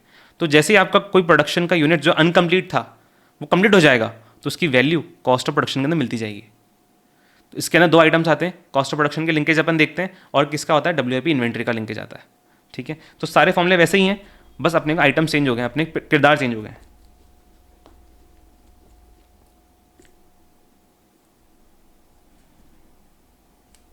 ठीक है। तो जो अपना टर्नओवर रेशो है, turnover ratio WIP turnover ratio, यानी कितनी बार रॉ मटेरियल का WIP का तुम टर्न कर रहे हो, कितनी बार उसकी टंकी खाली हो रही है। तो ऊपर क्या आएगा अपना टर्नओवर, मतलब जिसके अंदर भी वो कन्वर्ट हो रहा है। कन्वर्ट किसके अंदर होता है, ये एनुअल कॉस्ट ऑफ प्रोडक्शन के अंदर आता है। नीचे क्या आएगा, जो अपना स्टॉक है, कौन सा है, WIP इन्वेंट्री, ठीक है। सेम नंबर ऑफ डेज को अगर अपने को निकालना हो, WIP holding period, WIP velocity, इसका एक और नाम होता है WIP कन्वर्जन पीरियड, यानी तुम्हारा WIP कितने दिन के अंदर खत्म हो जाता है। कन्वर्जन पीरियड बोले तो कि तुम्हारा प्रोसेस, प्रोडक्शन का प्रोसेस कितना बड़ा है, ठीक है। इसका मतलब होता है, इसको अपन डिटेल में पढ़ेंगे WIP वर्किंग कैपिटल के अंदर कि इसका नाम मैंने ये क्यों दे दिया, लेकिन तुम समझ सकते हो कन्वर्जन पीरियड क्या दिखाता है कि प्रोडक्शन का डेज कितना होता है। क्या 30 दिन के अंदर प्रोडक्शन कंप्लीट होता है, क्या 30 दिन के अंदर कोई यूनिट कंप्लीट होती है, क्या 25 दिन के अंदर कोई यूनिट कंप्लीट होती है, ये आपको वो बताता है, ठीक है। प्रोडक्शन साइकिल की प्रोडक्शन प्रोसेस कितने दिन चलता है, एक ही बात है, ठीक है। सो इसको अपन कैसे निकालेंगे, तुम्हारा एक बार का WIP कितने दिन में खाली हो जाएगा, आपको वो चाहिए। तो ऊपर आपका आ जाएगा एवरेज WIP इन्वेंट्री, नीचे क्या आ जाएगा कि खाली होते होते डेली कितना खाली होता है, डेली कितना खाली होता है, खाली होकर किसके अंदर मिलता है, ये कॉस्ट ऑफ प्रोडक्शन के अंदर। एंड अपने को क्या चाहिए, डेली कॉस्ट ऑफ प्रोडक्शन, तो नीचे क्या आ जाएगा, average daily cost of production, ठीक है, क्लियर। अब डेली कॉस्ट ऑफ प्रोडक्शन कैसे निकलेगा, annual cost of production divide by days, weeks, months. अच्छा, मैंने यहाँ पे वीक्स मंथ्स नहीं लिखा है ना, क्योंकि अननेसरी फॉर्मूले बड़े हो जाते हैं, बट तुम लॉजिकली समझ सकते हो कि नीचे वीक्स मंथ्स भी आ जाएगा अभी, ठीक है। दूसरा फॉर्मूला इसका क्या हो गया, इसी वैल्यू को यहाँ पे पुट कर दो, तो क्या आ जाएगा, ऊपर तुम्हारा स्टॉक आ जाएगा, नीचे साल भर का प्रोडक्शन आ जाएगा, multiply by number of days, weeks, months, ठीक है। Average WIP inventory, annual cost of production multiply by days, weeks, months. या फिर टर्नओवर रेशियो से निकल के आ जाएगा, कैसे निकलेगा, ऊपर days, weeks, months upon WIP turnover ratio. अच्छा, ये मस्त बैठ गया, days, weeks, months, days, weeks, months ठीक है, चलो समझ में आ गए सारे, ये तीनों इन्वेंट्री वाले समझ में आ गए। अभी अपने कौन सा बचा, रिसीवेबल वाला और पेएबल वाला, तो अपन रिसीवेबल के ऊपर आते हैं। अच्छा, रिसीवेबल टर्नओवर रेशियो की कहानी बहुत विचित्र है, थोड़ी अलग है, ठीक है। अभी अपन क्या बात करते हैं इन्वेंट्री के अंदर कि खाली होकर किसके अंदर मिलता है, ठीक है। रिसीवेबल के अंदर बात करेंगे कि ये बनने के लिए किस में से आता है, किससे होते होते ही बन के आता है, अपने को बात करनी है, ठीक है, समझना भी, ठीक है। रिसीवेबल टर्नओवर रेशियो के अंदर ऑब्वियसली मैं रिसीवेबल्स का बात कर रहा हूँ, क्योंकि मैं रिसीवेबल का बैलेंस है, ऑब्वियसली एक आइटम तो मेरा वही है, असेट लायबिलिटी तो मेरा वही है। अब दूसरा मैं चाह रहा हूँ वो P&L आइटम जिससे ये बनता है, जो होते होते ही बनता जाता है।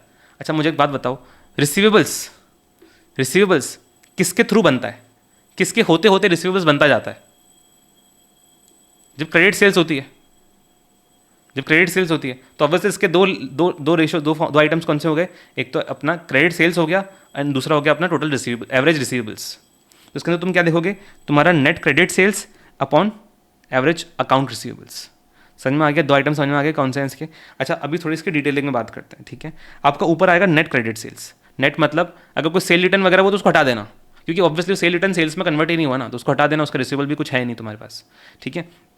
दूसरा जो तुम्हारे नीचे रिसीवेबल्स आता है, रिसीवेबल्स तुम्हारा टोटल रिसीवेबल आता है। रिसीवेबल बोले तो रिसीवेबल के अंदर तुम्हारा डेटस भी होता है, रिसीवेबल के अंदर तुम्हारा बिल रिसीवेबल भी होता है। तो रिसीवेबल अपन जब बोलते हैं तो उसमें सारे रिसीवेबल आ जाते हैं, उसमें डेटस भी आ जाते हैं एंड उसमें बिल रिसीवेबल भी आ जाते हैं। इसलिए लिखा है कि receivables include both debtors and bills receivables, तो इसके अंदर दोनों आएंगे, ठीक है। दोनों का अपने को टोटल करके एवरेज लेना है, ओपनिंग प्लस क्लोजिंग दोनों का एवरेज आएगा यहाँ पे, और ऊपर अपना साल भर का क्रेडिट सेल्स आ जाएगा, ठीक है। अच्छा मैंने आपको बोला कि रिसीवेबल्स के अंदर डेटर्स भी आते हैं, बिल रिसीवेबल भी आता है, ठीक है, इसलिए इसका नाम रिसीवेबल टर्नओवर रेशियो है, ठीक है। अगर आईसीआई इस रिसीवेबल टर्नओवर रेशियो की जगह पे डेटर्स टर्नओवर रेशियो लिख दे तो क्या फिर नीचे सिर्फ डेटर्स आएगा? नहीं आएगा सिर्फ डेटर्स। आईसीआई चाहे इसको रिसीवेबल की जगह पे गलती से डेटर्स टर्नओवर रेशियो लिख दे, उसका मतलब ये नहीं है कि नीचे सिर्फ डेटर्स ही आएगा, नीचे रिसीवेबल्स ही आएगा। आप उसको अलग नहीं कर सकते हो, नाम चेंज करने से उसकी प्रॉपर्टी चेंज नहीं हो जाती। अगर उसको रिसीवेबल्स की जगह पर डेटर्स बोल देगा तो भी नीचे रिसीवेबल्स ही आएगा पूरा का पूरा, नीचे डेटर्स भी आएगा, बिल रिसीवेबल भी आएगा। अरे भाई फर्क होता है डेटर्स और बिल रिसीवेबल के अंदर, डेटर्स और रिसीवेबल के अंदर फर्क होता है। रिसीवेबल का मतलब होता है सारे रिसीवेबल्स, डेटर्स मतलब होता है सिर्फ डेटर्स। सारे रिसीवेबल के अंदर तुम्हारा बिल रिसीवेबल भी आ जाता है ना।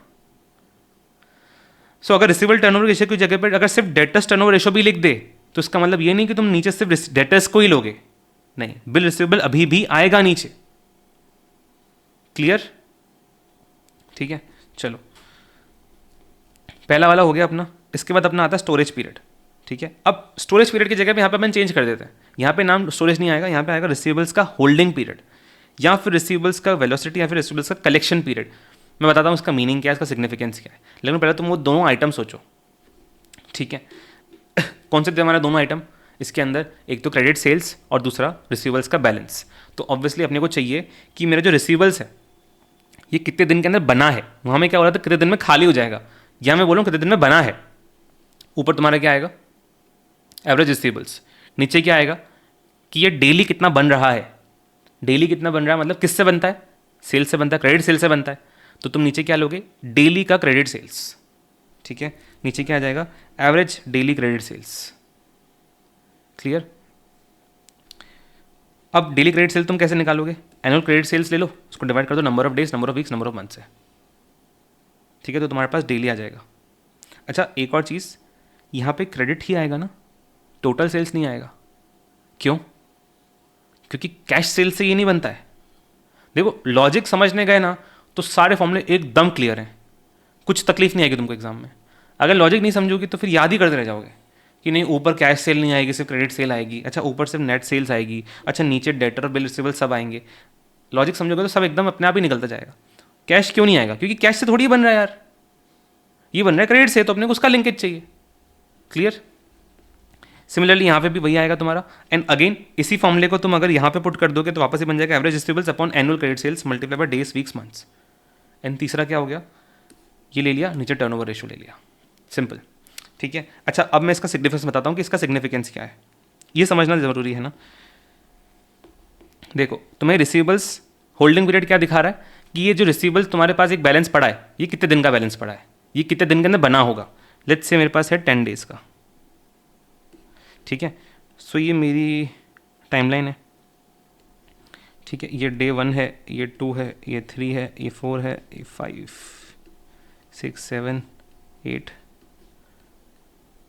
9, 10। थोड़ा मैंने इसको उधर करके 11वां दिन भी चाहिए ना मुझे।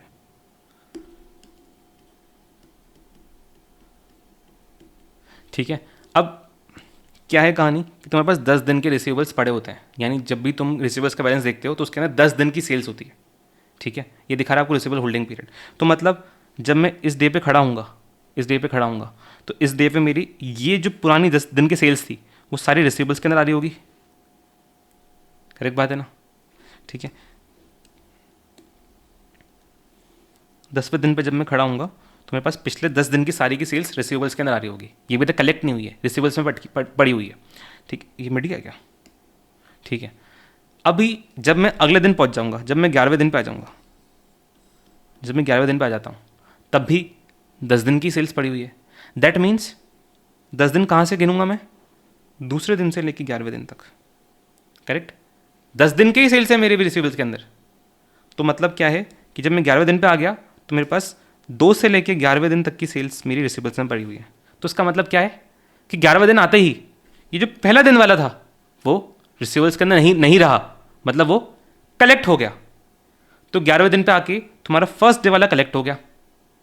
सिमिलरली अब जब मैं 12वें दिन पे खड़ा हूँगा तब भी मेरे पास 10 दिन के ही रिसीवेबल पड़े होंगे। 10 दिन के रिसीवेबल्स कहाँ से स्टार्ट होंगे? 3 से लेके 12 तक। दैट मीन्स ये पुराने 2 वाले अब रिसीवेबल के अंदर नहीं है, वो कलेक्ट हो गए, वो कलेक्ट हो गए। क्लियर? तो इन अ वे में क्या बोलना चाह रहा हूँ कि ये जो तुम्हें दिखा रहा है रिसीवेबल्स का holding period, receivable collection period, बता क्या रहा है कि कितने दिन के रिसीवेबल्स पड़े हुए हैं। यही तुम्हें ये भी बता रहा है कि रिसीवेबल्स कितने दिन बाद कलेक्ट हो जाते हैं।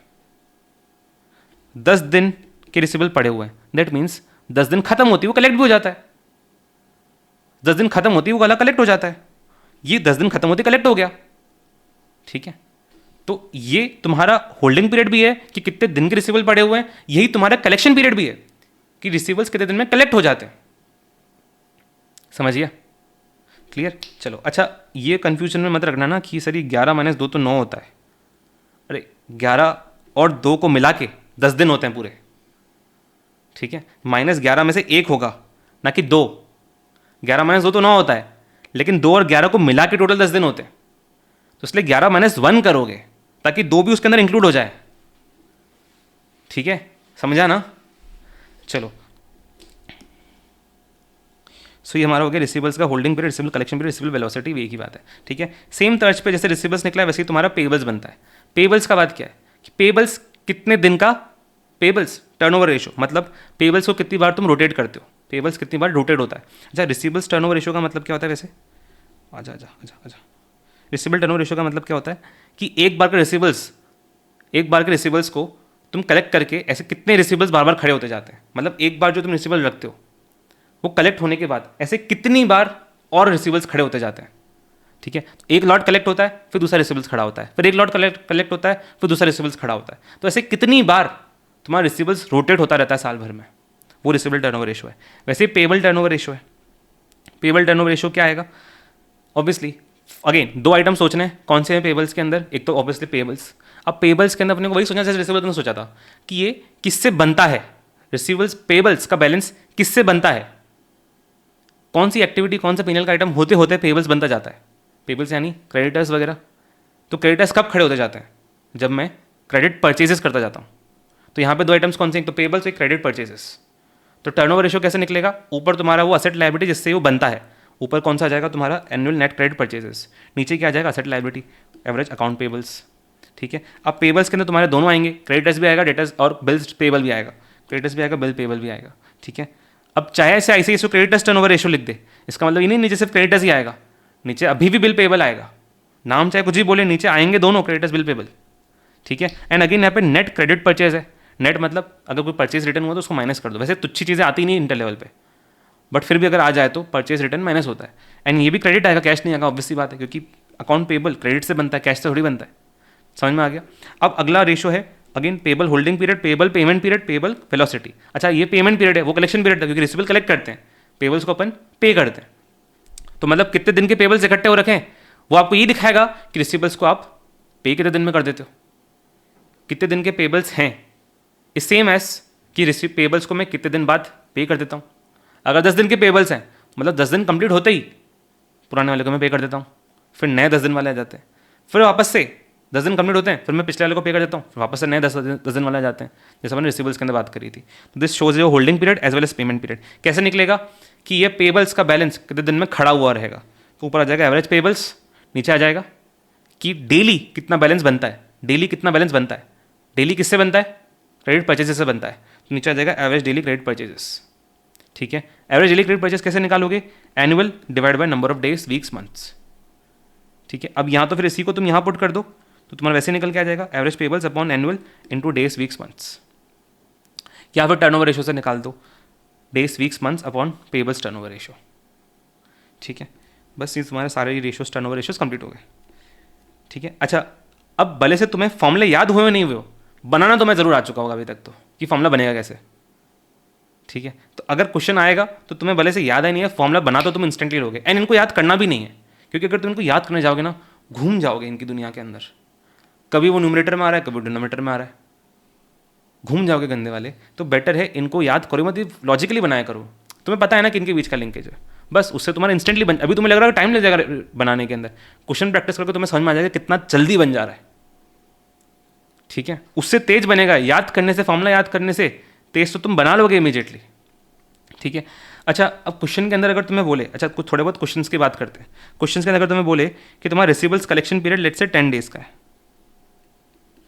रिसीवेबल कलेक्शन पीरियड 10 डेज का है, एंड तुम्हें क्रेडिट सेल्स दे रखी है साल भर की, कितनी दे रखी है, और लेट्स से 360 लाख दे रखी है। तुम्हें निकालना रिसीवेबल्स का बैलेंस, कैसे निकालोगे,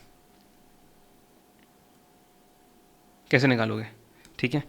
अब देखो दो तरीके हैं यहाँ पे निकालने के ना, दो तरीके हैं। सबसे पहला लॉजिकली निकाल लो, लॉजिकली रिसीवेबल, पहले रिसीवेबल कलेक्शन पीरियड क्या दे रहा है तुमको, 10 दिन का, दैट मीन्स 10 दिन के receivables at any given point of time receivables के अंदर रहते हैं। और ये जो सेल्स दे रखी है टोटल, ये कितनी है, ये साल भर की है, तो साल भर की दे रखी है, उसको 10 दिन में कितनी होगी, 360 बाय 360 करेंगे तो एक दिन की आ जाएगी, आपने कुछ 10 दिन की मल्टीप्लाई कर दो 10 डेज से, कितना आ जाएगा, 10 लाख की, 10 लाख तुम्हारे receivables at any given point of time, ठीक है। दूसरा तरीका क्या हो सकता है, तुम फॉर्मूला निकालोगे। फॉर्मूला ये क्या है, तुम्हारा रिसीवेबल्स का होल्डिंग पीरियड, रिसीवेबल का कलेक्शन पीरियड, तुम इसका फॉर्मूला लिखोगे। क्या होता है इसका फॉर्मूला, फॉर्मूला क्या होता है इसका, ऊपर आता है तुम्हारा एवरेज रिसीवेबल्स, नीचे तुम्हारा आता है annual credit sales multiply by 360, correct. तुम्हें पहले फॉर्मूला लिखोगे, फिर तुम्हें पता है कि तुम्हें ये दे रखा है, तुम्हें ये निकालना है, ठीक है। तो तुम इसको ऊपर ले जाओगे, ठीक है। तो ये क्या बन जाएगा, 10 into credit sales upon 360 equals to average receivables, ठीक है। तो ये कैसे बनेगा, 10 इंटू 360 लैक्स बाय 360 डेज, एक ही तो बात हो गई। अपन ने यहाँ पे भी तो लॉजिकली यही किया है, 360 days, 360 lakhs by 360 days into 10 days, यहाँ पे भी ने वही किया है। अब देखो, अगर तुम लॉजिकली समझे हो तो तुमने बिना फॉर्मूला लिखे, रिवर्स कैलकुलेशन करे, रीअरेंज करे, तुमने यहाँ पे ऑटोमेटिकली फॉर्मूला खुद ही बना लिया। फॉर्मूला लिखा भी नहीं तुमने, अपने आप ही सॉल्व हो गया। और अगर तुम फॉर्मूला लिख के सॉल्व करने जाते तो तुम्हें पूरा तामझाम करना पड़ता, जिसके अंदर मुश्किल से आराम से 30-40 सेकंड एक्स्ट्रा लग जाएंगे इजीली। कंजर्वेटिव साइड पे मतलब अग्रेसिव साइड पे बोलो, उनसे ज़्यादा भी लग सकता है। तो तुम खुद सोचो फ़ायदा किस में है, लॉजिकली करने में फ़ायदा है, ठीक है। अच्छा, कभी कभी लिखना पड़ सकता है फॉर्मूला, जब बिल्कुल क्लिक नहीं करे तो फॉर्मूला लिख देना चलेगा, लेकिन प्रायोरिटी पहले ना लॉजिकली करने से होनी चाहिए, टाइम बहुत बचता है उससे, ठीक है, समझा। अच्छा, क्वेश्चन के अंदर अपन ने बात करी है ना कि पूरे रेशियोज के ना तुम्हें दिमाग बहुत ज़्यादा एक्टिवली लगाना पड़ता है, ठीक है। मतलब इसके अंदर कोई भी सारी इन्फॉर्मेशन ऐसा प्लेटर में ला के नहीं देता तुमको, मतलब ऐसे नहीं बोलेगा तुमको कि जो तुम्हें सेल्स दे रखी है ना वो सारी की सारी क्रेडिट के ऊपर है, जो तुम्हें परचेज दे रखी है ना मैंने वो सारी की सारी परचेज के ऊपर है। तुम्हें बहुत ज़्यादा रीजनेबल अजम्पशंस लेने पड़ते हैं इसके अंदर, पूरे चैप्टर के अंदर बहुत रीजनेबल अजम्पशंस लेने पड़ते हैं। तो अगर कोई आइटम तुम्हें नहीं दिख रहा है तो मान लो वो नहीं है। अगर तुम्हें ऐसी इन्फॉर्मेशन नहीं मिल रही, कैश सेल्स कितना है, क्रेडिट सेल्स कितना है, तो तुम लॉजिकली मान लोगे कि जो भी सेल्स दे रखी है वो सारी की सारी क्रेडिट के ऊपर है, सारी की सारी सेल्स क्रेडिट के ऊपर है। परचेजेस तुम्हें दे रखी है, कुछ इन्फॉर्मेशन नहीं है, लॉजिकली मान लो कि सारी की सारी परचेजेस क्रेडिट के ऊपर है, ठीक है। एंड सॉल्व कर लो उस तरीके से। अपन आगे और बात करेंगे और कौन सी ऐसी चीज़ें हो सकती हैं, लेकिन this marks the completion of A turnover ratio, most important ratios, turnover ratios, ठीक है। चलो ये वाला खत्म हो गया। अब इसके बाद अपन आते हैं सॉल्वेंसी रेशियोज पे। क्लियर है, बढ़े आगे, सॉल्वेंसी भी बढ़े, ठीक है। अब सॉल्वेंसी रेशियोज क्या होते हैं, सॉल्वेंसी रेशियोज तुम्हें दिखाते हैं कि तुम बेसिकली असेस करने में हेल्प करते हैं कि कहीं तुम दिवालिया होने की तरफ तो आगे नहीं बढ़ रहे, कहीं तुम इंसॉल्वेंट तो नहीं हो जाओगे कंपनी, ठीक है। तो ये वो असेस करते हैं कि कहीं ऐसी कोई ऐसी तुमने हरकत तो नहीं कर जिससे तुम दिवालिया ना हो जाओ, इंसॉल्वेंट ना हो जाओ, विजय माल्या ना हो जाओ, ठीक है। तो आप ये कैसे निकालोगे, ठीक है, कैसे निकालोगे। ऑब्वियसली आपको कैसे कैसे मालूम पड़ेगा कि कंपनी दिवालिया ना हो जाए। आप देख लो भाई, अरे 90% डेट ले लिया कंपनी ने भाई, 90%, अभी हुई नहीं दिवालिया, लेकिन इतना डेट ले लिया कि उनसे ज़्यादा हमारी फटने लग रही है देख के ही कि भाई 90% डेट क्या करोगे तुम इसका, ठीक है। तो हाँ, this ratios are needed by stake holders, मतलब लोग देखना चाहते हैं कि रिस्क कितनी है, कहीं ऐसा ना हो कंपनी दिवालिया हो जाए। तो आप इसलिए असेस करना चाहते हो कि कंपनी ने जो अलग अलग कैपिटल प्रोवाइडर्स से डेट कैपिटल ले रखी है, डेट्स ले रखा है, इक्विटी से ले रखा है, प्रेफरेंस से ले रखा है, वो कितना कंपोजिशन है उसके टोटल कैपिटल का, ठीक है। अगर डेट बहुत ज़्यादा हो जाएगा, प्रेफरेंस बहुत ज़्यादा हो जाएगा, तो आपको पता है इनको मैंडेटरीली अपने को पैसा देना पड़ता है, इनको मैंडेटरी डिविडेंड देना पड़ता है, इनको पैसा लौटाना पड़ता है। अगर बहुत ज़्यादा ले लिया इनसे तो रिस्क बढ़ जाती है, फाइनेंशियल रिस्क बहुत ज़्यादा बढ़ जाती है, दिवालिया होने की रिस्क बहुत ज़्यादा बढ़ जाती है, कंपनी बंद करनी पड़ जाएगी, ठीक है। इसलिए आपको बताते हैं सॉल्वेंसी रेशियोज, ठीक है। इसके अंदर आप ये भी इसको आप इस तरीके से भी बोल सकते हो कि हमारे को जो भी कैपिटल प्रोवाइडर्स को जितना जितना पैसा देना है, मतलब जैसे अपने को डेट वालों को इंटरेस्ट देना है, प्रेफरेंस वालों को प्रेफरेंस डिविडेंड देना है, इक्विटी वालों को इक्विटी डिविडेंड देना है, ये सब पे करने के लिए हमारे पास सफिशिएंट पैसा है कि नहीं है, मतलब क्या कंपनी अपनी लॉन्ग टर्म ऑब्लिगेशंस को सफिशिएंटली पे कर सकती है नहीं कर सकती है, उसको भी तुम सॉल्वेंसी रेशियोज बोल सकते हो। तो बेसिकली अपन ने क्या बात करी, दो चीज़ें अपन इसके अंदर देखते हैं, दो टाइप के रेशियोज देखते हैं। पहला होता है कैपिटल स्ट्रक्चर रेशियोज, जिसके अंदर अपन बेसिकली देखते हैं कि अच्छा डेट को इतना तो नहीं ले लिया कि उनसे ज़्यादा हमारी फट जा रही है, बाहर देख के फट जा रही है कि कैसे मैनेज करोगे तुम इसको, ठीक है। तो इसके अंदर तुम अलग अलग कैपिटल का प्रोपोर्शन देखोगे टोटल कैपिटल के अंदर, इसको अपन बोलते हैं कैपिटल स्ट्रक्चर रेशियोज, ठीक है। दूसरा तुम देखोगे कि जो भी हर एक लायबिलिटी अपने को पे करनी है, डेट को देनी है, इंटरेस्ट देना है, प्रेफरेंस को प्रेफरेंस डिविडेंड देना है, इक्विटी को इक्विटी डिविडेंड देना है, इनको देने के लिए हमारे पास कितना पैसा अवेलेबल है, वो भी सॉल्वेंसी रेशियोज ही है। तो पहला कैपिटल स्ट्रक्चर रेशियोज, दूसरा कवरेज रेशियोज, कि तुम कितना कवर कर सकते हो इन सारी चीज़ों को। तो कैपिटल स्ट्रक्चर रेशियोज के अंदर आते हैं, सबसे पहला इक्विटी रेशियो। इक्विटी रेशियो के अंदर तुम क्या देखोगे कि इक्विटी से तुमने कितना पैसा ले रखा है, total capital employed, total long term funds का, ठीक है। इक्विटी से जो पैसा ले रखा होता है, इक्विटी का टोटल पैसा क्या होता है, इक्विटी शेयर होल्डर फंड्स, सिर्फ इक्विटी कैपिटल नहीं होता, रिजर्व एंड सरप्लस का पैसा भी इक्विटी का ही है, तुमने रोक रखा था अभी तक दिया नहीं है उनको वापस। रिजर्व एंड सरप्लस में क्या आता है, प्रॉफिट्स, रिजर्व एंड जो भी तुम साल भर प्रॉफिट कमा रहे हो, जिसको तुमने रिटेन कर लिया वो आता है, वो आइडियली उनका ही था, तुमने दिया नहीं अभी तक, तो पूरा का पूरा इक्विटी शेयर होल्डर फंड्स उनका ही है, जिसके अंदर क्या आता है अपना equity plus reserve and surplus. ऊपर पहले देख के आए पूरा बैलेंस शीट अपन ना, ठीक है। नीचे तुम्हारा आ जाएगा कैपिटल एम्प्लॉयड। कैपिटल एम्प्लॉयड बोले तो long term capital, short term नहीं, सिर्फ लॉन्ग टर्म कैपिटल, ठीक है। अपना जो एग्जाम्पल था, अच्छा मैं उस एग्जाम्पल को शॉर्ट में लेके आ जाऊंगा ताकि तुम एक बार रेशियोज भी देखते चलो।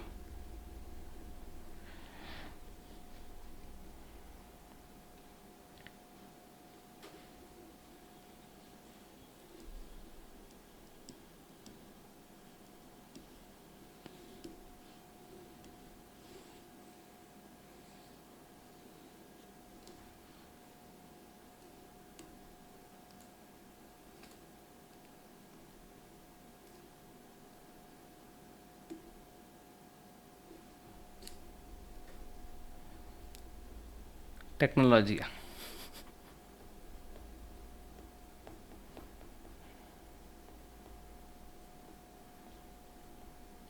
ठीक है। सबसे पहला अपना है इक्विटी रेशियो, ठीक है, जिसके अंदर आप क्या देखना चाहते हो कि इक्विटी होल्डर से आपने कितना पैसा ले रखा है टोटल कैपिटल एम्प्लॉयड का, ठीक है। तो जो अपना एग्जांपल था उसके अंदर अपना इक्विटी शेयर होल्डर फंड्स कितना था कि यहाँ पे रहा, ये 20 का अपना इक्विटी शेयर होल्डर फंड्स है, ठीक है, 20 का, उसको 20 को अपन यहाँ पे लिखा, नीचे अपना टोटल कैपिटल एम्प्लॉयड में debt plus equity plus preference सब आ जाता है। इसके अंदर प्रेफरेंस टोटल कैपिटल एम्प्लॉयड कितना था हमारा, ये 30 प्लस ये 15 का, तो 45 का ये हो गया, ठीक है। तो ये अपना रेशो निकल के आ गया। छोड़ो यार ये गंदा है, इसको मैं फिक्स रह जाएगा यहाँ पे, ये रुको, टाइम वेस्ट हो गया, ठीक है। तो ये 20/45 टोटल आ गया अपने पास ये, ठीक है। अभी क्या दिखा रहा है, portion of equity in total long term capital, ठीक है। इसी तरीके से तुम्हारा डेट रेशियो निकल जाएगा। डेट रेशियो तुम्हें क्या दिखाएगा, डेट रेशियो क्या दिखाएगा कि तुम्हारा कैपिटल एम्प्लॉयड के अंदर टोटल डेट से तुमने कितना पैसा ले रखा है, तो simple long term debt upon capital employed. अच्छा कैपिटल एम्प्लॉयड लॉन्ग टर्म होती है, लॉन्ग टर्म कैपिटल होती है, तो ऊपर भी डेट लॉन्ग टर्म ही आएगा, ठीक है। हमारे एग्जाम्पल के अंदर 15 था एंड टोटल कैपिटल एम्प्लॉयड 45 थी, तो ये 33.33 आ गया, ठीक है। सेम अगले पे आते हैं अपन। अच्छा डेट रेशो और इक्विटी रेशो को अपन ऐड कर देंगे, इन दोनों को अपन ऐड कर देंगे तो क्या आएगा अपने पास, सोचो। डेट रेशो और इक्विटी रेशो को अपन ऐड कर देंगे तो क्या हो जाएगा, न्यूमरेटर के अंदर क्या आ जाएगा, इक्विटी। अच्छा इसको पूरे को अपन इक्विटी भी बोलते हैं ना, इक्विटी शेयर होल्डर फंड्स को अपन शॉर्ट में इक्विटी भी बोलते हैं। तो अपना न्यूमरेटर के अंदर क्या आ जाएगा, equity share holder funds plus long term debt, और डिनोमिनेटर में क्या बचेगा, कैपिटल एम्प्लॉयड, ठीक है। तो debt ratio plus equity ratio को अपन करेंगे तो क्या आ जाएगा, न्यूमरेटर के अंदर डेट प्लस इक्विटी, नीचे आ जाएगा कैपिटल एम्प्लॉयड, ठीक है। अब ये रेशो 1 कब हो सकता है, जब debt plus equity is equal to capital employed, correct. जब capital employed is equal to debt plus equity, मतलब कैपिटल एम्प्लॉयड के अंदर डेट और इक्विटी के अलावा कोई पैसा ही नहीं है, मतलब प्रेफरेंस जीरो है। तो मतलब इन दोनों का रेशियो, इन दोनों का summation will be 1 when preference capital is zero. ठीक है, समझ गया, इन दोनों का sum will be 1 when preference capital is zero. चलो आगे बढ़ते हैं। अपन ने बात करी थी कि बच्चा डेट रेशियो और डेट इक्विटी को बहुत मिक्सअप कर देता है। ठीक है, डेट रेशियो क्या होता है, डेट का proportion in capital employed. Debt equity क्या होता है कि इक्विटी कंपेरिजन में डेट कितना है। ठीक है, तो डेट इक्विटी रेशियो क्या होता है, long term debt upon equity shareholder funds. ठीक है, नीचे इक्विटी आ गया, ऊपर डेट आ गया, लॉन्ग टर्म डेट। ठीक है, अब मुझे एक चीज़ बताओ, लॉन्ग टर्म डेट और इक्विटी शेयरहोल्डर फंड्स यहाँ पे आ रहा है। ठीक है, अपन debt ratio upon equity ratio भी कर सकते हैं। कैसे, डेट रेशियो क्या है, debt upon capital employed, equity ratio क्या है, इक्विटी अपॉन कैपिटल एम्प्लॉयड। तो डिवाइड करोगे तो कैपिटल एम्प्लॉयड कट जाएगा, बचेगा क्या, डेट अपॉन इक्विटी, वही डेट इक्विटी रेशियो है। ठीक है, अपना प्रेफर्ड फॉर्मूला ऑब्वियसली ये वाला रहेगा, खामखा ये वाला काम क्यों करेंगे। बट अगर दे दिया डेट रेशियो भी दे दिया, इक्विटी रेशियो भी दे दिया, तो डिवाइड करके डायरेक्ट डेट इक्विटी आ जाएगा अपना। ठीक है, अच्छा आईसीआई का जो हरकत है, जो मैंने तुमको बताया था कि आईसीआई डेट को कभी कभी भूले भटके से लॉन्ग टर्म डेट की जगह पे वो उसको टोटल डेट पकड़ सकता है। टोटल डेट मतलब short term debt plus long term date. तो लॉन्ग टर्म डेट तो ले ही लिया, साथ में शॉर्ट टर्म डेट और ले लिया, और कभी कभी उसके साथ में अदर करंट लायबिलिटीज़ को भी ले सकता है। ठीक है, जिसको अपन क्या बोलते हैं, total outside liabilities. Total outside liabilities मतलब short term debt, long term debt and other current liabilities, यानी सारी की सारी आउटसाइड लायबिलिटीज़ आ गई, इसलिए उसको अपन टोटल आउटसाइड लायबिलिटीज़ बोलते हैं। मतलब debt, short term debt plus other current liabilities. ठीक है, तो वो भी ऐसे ही उसको ले सकता है। तो वैसे तो अपने को मानना नहीं है, लेकिन कुछ सर्टेन क्वेश्चंस के अंदर ऐसे ने ऐसा ट्रीटमेंट कर रखा है जिसके अंदर लॉजिकली कॉन्टेक्स्ट होता है कि अच्छा ऐसे ने इसको ऐसा क्यों पकड़ा है। लॉजिकली कॉन्टेक्स्ट ऐसे इन्फॉर्मेशन दे देता है कि अच्छा इसका मीनिंग ये निकल के आएगा। तो वो याद करने वाला चीज़ नहीं है, बट बताने के लिए बता रहा हूँ कि हाँ ऐसा क्वेश्चन में ध्यान देना है अपने को। ठीक है, तो ऐसे में instead of long term that mean total date और टोटल आउटसाइड लायबिलिटीज़। ठीक है, अब अगला रेशियो है कैपिटल गियरिंग रेशियो। ठीक है, अब कैपिटल गियरिंग में बाद में आता है, पहले आगे वाले रेशियोज पे आ जाता है। ठीक है, debt to total asset ratio, नाम से ही क्लियर है। इसमें तुम क्या देखना चाहते हो कि टोटल एसेट्स के अंदर तुम्हारा डेट कितना है। तो ऊपर तुम्हारा डेट आएगा, नीचे तुम्हारा टोटल एसेट्स आएगा, डेट टोटल एसेट्स। अच्छा, total assets is equal to total liabilities. ठीक है, तो नीचे टोटल लायबिलिटीज़ भी दे तो उसको तुम नीचे लिख सकते हो, कोई इशू नहीं है। ठीक है, तो टोटल एसेट्स के अंदर डेट का कितना प्रोपोर्शन है, खत्म। ठीक है, अच्छा अगेन वापस सेम चीज़, यहाँ पे डेट के अंदर आईसीआई टोटल आउटसाइड लायबिलिटीज़ को ले सकता है ना, तो वो भी चीज़ याद रखना आ सकती है। ठीक है, फिर उसके बाद है प्रोप्राइटरी रेशियो। अब प्रोप्राइटरी रेशियो के अंदर थोड़ा सा बच्चा को कन्फ्यूजन होता है। ठीक है, क्यों बताता हूँ। प्रोप्राइटरी रेशियो क्या है, रेशियो बता देता हूँ पहले। ऊपर प्रोप्राइटरी रेशियो है तो मतलब ऑब्वियसली प्रोप्राइटर्स फंड्स की बात कर रहे हैं अपन। ठीक है, तो अपने को बेसिकली देखना क्या है कि प्रोप्राइटर्स फंड्स का कितना प्रपोर्शन है, किसके ऊपर, टोटल एसेट्स के ऊपर। ऊपर आएगा proprietary funds upon total assets. ठीक है, प्रोप्राइटरी फंड्स कौन से होते हैं, इक्विटी का पैसा भी आ गया, प्रेफरेंस का पैसा भी आ गया। प्रोप्राइटरी मतलब सारे शेयर होल्डर्स, प्रोप्राइटर मतलब क्या होता है, शेयर होल्डर। शेयर होल्डर में क्या जाता है, प्रेफरेंस में जाता है, इक्विटी में जाता है। तो इसमें पैसा इक्विटी प्लस प्रेफरेंस दोनों का आ गया। ठीक है, इसका प्रोपोर्शन ऑन टोटल एसेट्स। अब मैं क्यों बोल रहा था इसके अंदर बच्चे को थोड़ा कन्फ्यूजन हो जाता है, क्योंकि देखो जहाँ तक अपना डेट चल रहा, इक्विटी रेशियो था उसका मतलब था equity upon capital employed. Debt ratio था उसका मतलब था debt upon equity capital employed. तो लॉजिकल सी बात, जब प्रोप्राइटरी रेशियो आ जाता है तो बच्चे को क्लिक करते हैं proprietor funds upon capital employed.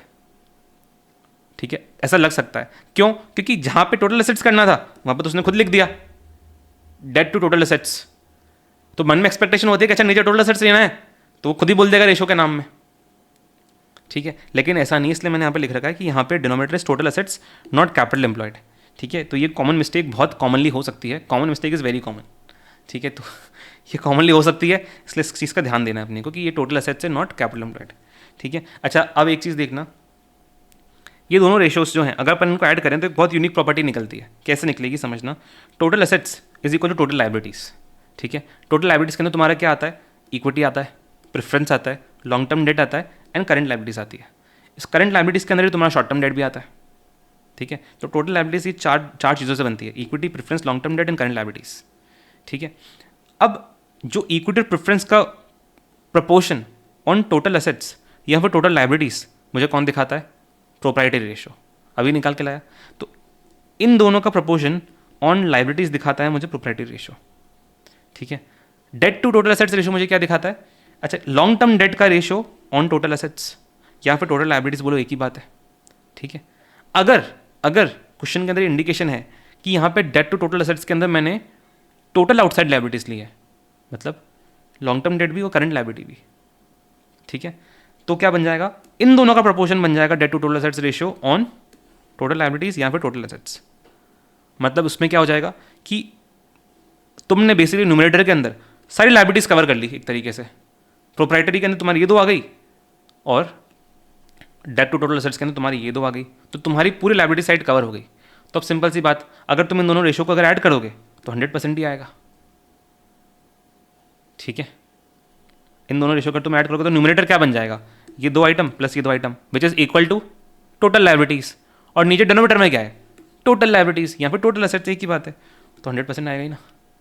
But condition क्या है कि नीचे debt to total assets should be based on total outside liabilities, सिर्फ लॉन्ग टर्म डेट नहीं होना चाहिए, फिर नहीं आएगा। अगर अपन देखोगे, अपन एग्जाम्पल भी निकाल रखा है कि debt taken as total outside liabilities, तो रेशो कितना था 40%, ठीक है। प्रॉपर्टी रेशो के अंदर फॉर्मूला कितना था 60%, तो 60 + 40 100, ठीक है। क्लियर ये चीज़, चलो ये वाले खत्म हो गए। अभी इसके बाद अपन आते हैं कैपिटल गियरिंग रेशो के ऊपर, ठीक है। अब कैपिटल गियरिंग रेशो क्या होता है, इसके अंदर बेसिकली पहले फॉर्मूला देख लेते हैं, फिर याद कैसे करना है वो बताता हूँ मैं, ठीक है। ऊपर आता है फिक्स कॉस्ट बेयरिंग फंड्स, नीचे आता है variable cost bearing funds. Variable cost bearing कौन से होते हैं, इक्विटी वाले। फिक्स कॉस्ट बेयरिंग कौन से होते हैं, प्रेफरेंस एंड डेट।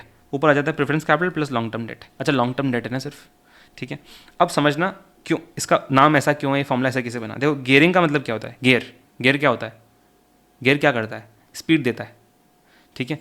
तो अपने को चाहिए वो रेशो जो हमारी रिटर्न ऑन इक्विटी को स्पीड दे।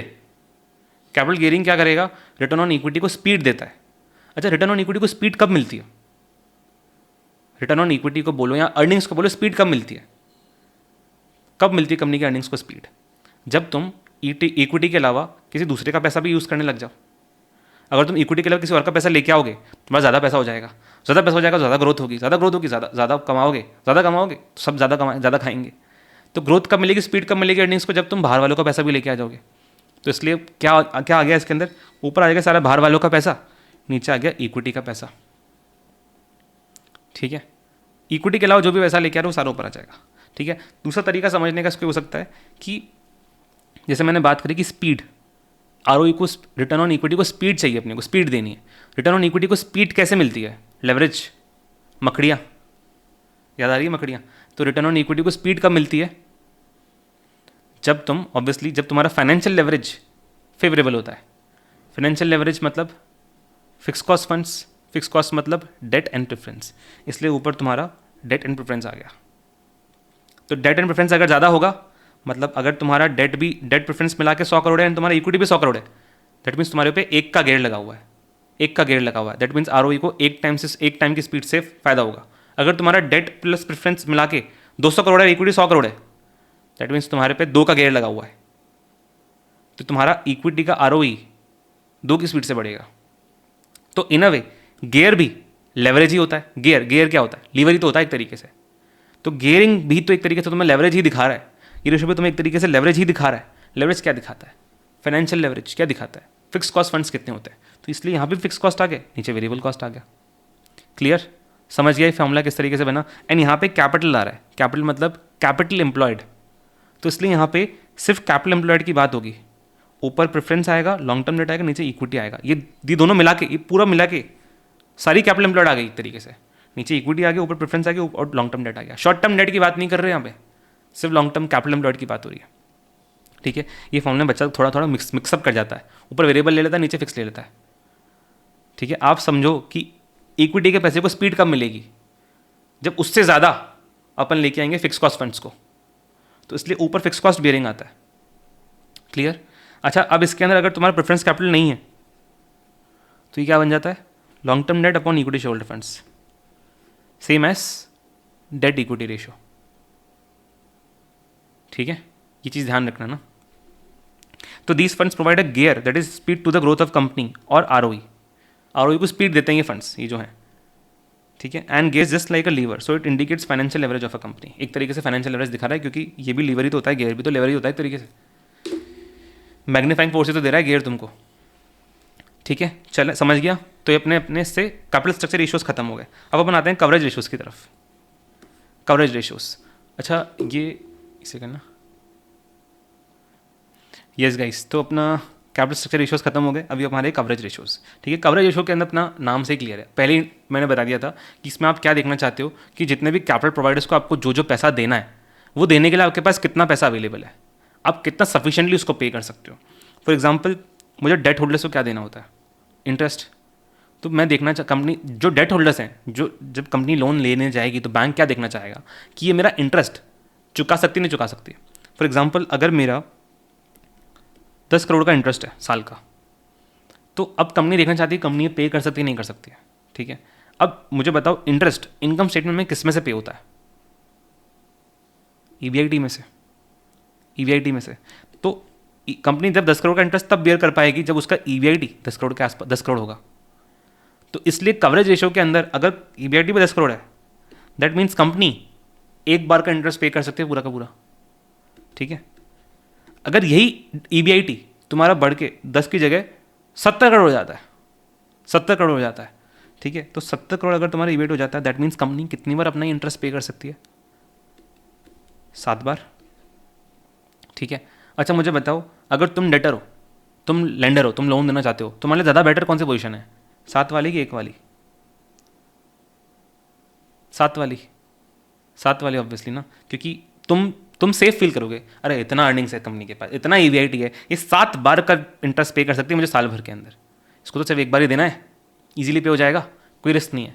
और वहीं अगर एक ही रेशो, एक बार एक ही है तुम्हारे रेशो, ईवीआईटी अपॉन इंटरेस्ट अगर तुम्हारा एक ही है, तो कंपनी बोलेगी, कंपनी को धक लेंडर को धक होगा कि भाई कुछ भी ऊँच नीच हुई, एक भी सा कस्टमर गुम हो गया तो मेरा इंटरेस्ट गया, एक भी कस्टमर इसका गया, कुछ भी ऊँच हो गई तो ईबीआईटी खत्म, ईबीआईटी नीचे चल जाएगा, इंटरेस्ट पे ही नहीं कर पाएगी एंड भाई रिस्क हो जाएगी। ठीक है, सो यही है कवरेज रेशियो। सबको क्या बताते हैं कि हमारे पास कुशन कितना अवेलेबल है, कुशन कितना अवेलेबल है, सेफ्टी मार्जिन कितना, एक तरीके से कितनी बार कंपनी सेम एक्सपेंस बेयर कर सकती है। तो सबसे पहला हमारा interest coverage ratio. Interest coverage ratio के अंदर तुम क्या चेक करना चाहते हो कि तुम कंपनी कितनी बार इंटरेस्ट कवर कर सकती है। रेशियोस इसका इनका मास्टर फॉर्मूला सिंपल सा है, डिनोमिनेटर के अंदर आप लेते हो पर्टिकुलर आइटम जिसका आप कवरेज देखना चाहते हो, न्यूमिनेटर में कौन सा आता है, वो आइटम जिससे आप इसको पे करना चाहते हो, जिससे ये पे होता है। अगर मैं इंटरेस्ट कवरेज की बात करूंगा तो नीचे इंटरेस्ट आएगा और ऊपर क्या आएगा, जिससे इंटरेस्ट पे होता है। इंटरेस्ट किससे पे होता है? ईबीआईटी से पे होता है। तो अपन ने जो फॉर्मूला अभी डिस्कस किया उसमें क्या था, ईबीआईटी अपॉन इंटरेस्ट ही तो था, सिंपल। तो इंटरेस्ट कवरेज रेशियो क्या है, ईबीआईटी अपॉन इंटरेस्ट, कि कंपनी कितनी बार इंटरेस्ट पे कर सकती है अपने ईबीआईटी में से, 3 टाइम्स एग्जाम्पल में। ठीक है, इसको ऐसे ही एक और नाम देता है, बुक के अंदर लिखा हुआ है, वो क्या नाम है, times interest earned. Times interest earned मतलब इंटरेस्ट का कितने टाइम्स कंपनी ने अर्न किया है, सिंपल है, फालतू नाम है मतलब, ठीक है। अगर लिख दे गलती से टाइम्स इंटरेस्ट अर्न तो शॉक नहीं लगना चाहिए कि ये क्या देख लिया मैंने, ये बर्फ़ कहाँ से उड़ने लग गई एकदम से। तो ये टाइम्स इंटरेस्ट अर्नड भी नाम है इसका, क्लियर? ठीक है, और यहाँ पे नीचे क्या आएगा, इंटरेस्ट पर एनम इंटरेस्ट आएगा ना। ईबीआईटी तुम्हारा पर एनम है तो इंटरेस्ट भी तो तुम्हारा पर एनम ही आएगा ना, क्लियर? समझाइए रेशो। चलो अगला हमारा कौन सा है, अगला कौन सा कैपिटल प्रोवाइड होता है, प्रेफरेंस वाला होता है। प्रेफरेंस अपन क्या देते हैं, प्रेफरेंस डिविडेंड देते हैं। तो अपने को देखना है प्रेफरेंस डिविडेंड कवरेज रेशो। अच्छा, प्रेफरेंस डिविडेंड, नीचे प्रेफरेंस डिविडेंड आएगा इसके अंदर, ऊपर क्या आएगा, प्रेफरेंस डिविडेंड किस में से पे होता है, ईएटी में से पे होता है। ईएटी में से प्रेफरेंस डिविडेंड जाता है, फिर क्या बचता है, ई टैक्स बचता है। अच्छा देखना है क्या एक बार के लिए, हाँ चलता है, याद है ना, इनकम स्टेटमेंट कितनी बार देख लिया अपन ने, अब तो नस नस में घुल जाना चाहिए। ठीक है, अभी तो तुम्हें मतलब गलती से भी भूलने भटके से तुम्हें कहीं प्रेफरेंस सुन लो तो ईएटी दिमाग में आना चाहिए ना। भाई मेरे साथ ऐसा हो गया था इंटर लेवल पे, मैं रात में नींदों में फॉर्मूला बोलता रहता था। ठीक है, तो मेरे दोस्त ने रिकॉर्ड कर लिया, फिर जब रिजल्ट आ गया, रैंक के आसपास था मैं, तो इंस्टाग्राम पे डाल दिया, सी हाउ टॉपर स्टडी, इनकी नींद में पढ़ाई होती रहती है। ठीक है, चलो तो हाँ, तो नीचे प्रेफरेंस डिविडेंड आएगा, ऊपर ईएटी आ जाएगा। तो यहाँ पे ऊपर ईएटी, नीचे प्रेफरेंस डिविडेंड। ठीक है, अगला है तुम्हारा इक्विटी डिविडेंड कवरेज रेशो। अच्छा, अब इक्विटी डिविडेंड किससे पे होता है, ई टैश में से। तो ऊपर तुम्हारा आएगा ई टैश, नीचे आएगा इक्विटी डिविडेंड, क्लियर? अच्छा, ये सब चीज़ें ना अपन एनुअल बात कर रहे हैं। ठीक है, ये ईबीआईटी भी तुम्हारा एनुअल है, इंटरेस्ट भी तुम्हारा एनुअल है, ईएटी भी तुम्हारा एनुअल है, प्रेफरेंस डिविडेंड भी पर शेयर लेवल पे नहीं है, टोटल लेवल पे है, एनुअल लेवल पे है। ठीक है, total dividend not per share. ठीक है, सेम यहाँ पे भी तुम्हारा E dash equity dividend per share level पे नहीं है, इक्विटी टोटल इक्विटी डिविडेंड है। ठीक है, अच्छा ई टैश नहीं दे रखा हो तो कैसे निकालोगे, ईएटी माइनस प्रेफरेंस डिविडेंड, खत्म। ठीक है, इनकम स्टेटमेंट के तो अभी तक एलिजिबल है ही ना, उस तो स्टार्टिंग से एंड तक चलती रहती है हमारी इनकम स्टेटमेंट।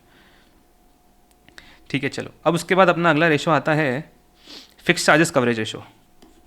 ठीक है, अब ये निकालता है लेंडर जब भी तुम लोन दोगे तो तुम ये रेशो निकालोगे। ठीक है, इससे ज़्यादा इंपॉर्टेंट इसका अगला वाला रेशो है, लेकिन ये भी दे रखा है कोर्स में तो अपन पढ़ रहे हैं। ठीक है, इसके अंदर लेंडर क्या देखना चाहता है कि चला इंटरेस्ट तो तुमने मुझे इतना दे दिया, ठीक है, बट मुझे सिर्फ इंटरेस्ट थोड़ी चाहिए, मुझे तुमसे प्रिंसिपल भी तो चाहिए वापस। लोन जब जाता है तो लोन की ईएमआई होती ईएमआई होती है, या तो मंथली इंस्टॉलमेंट होती है या फिर एनुअल इंस्टॉलमेंट होती है। ठीक है, जब भी लोन लेती है कंपनी तो मंथली इंस्टॉलमेंट भी हो सकती है, एनुअल इंस्टॉलमेंट भी हो सकती है।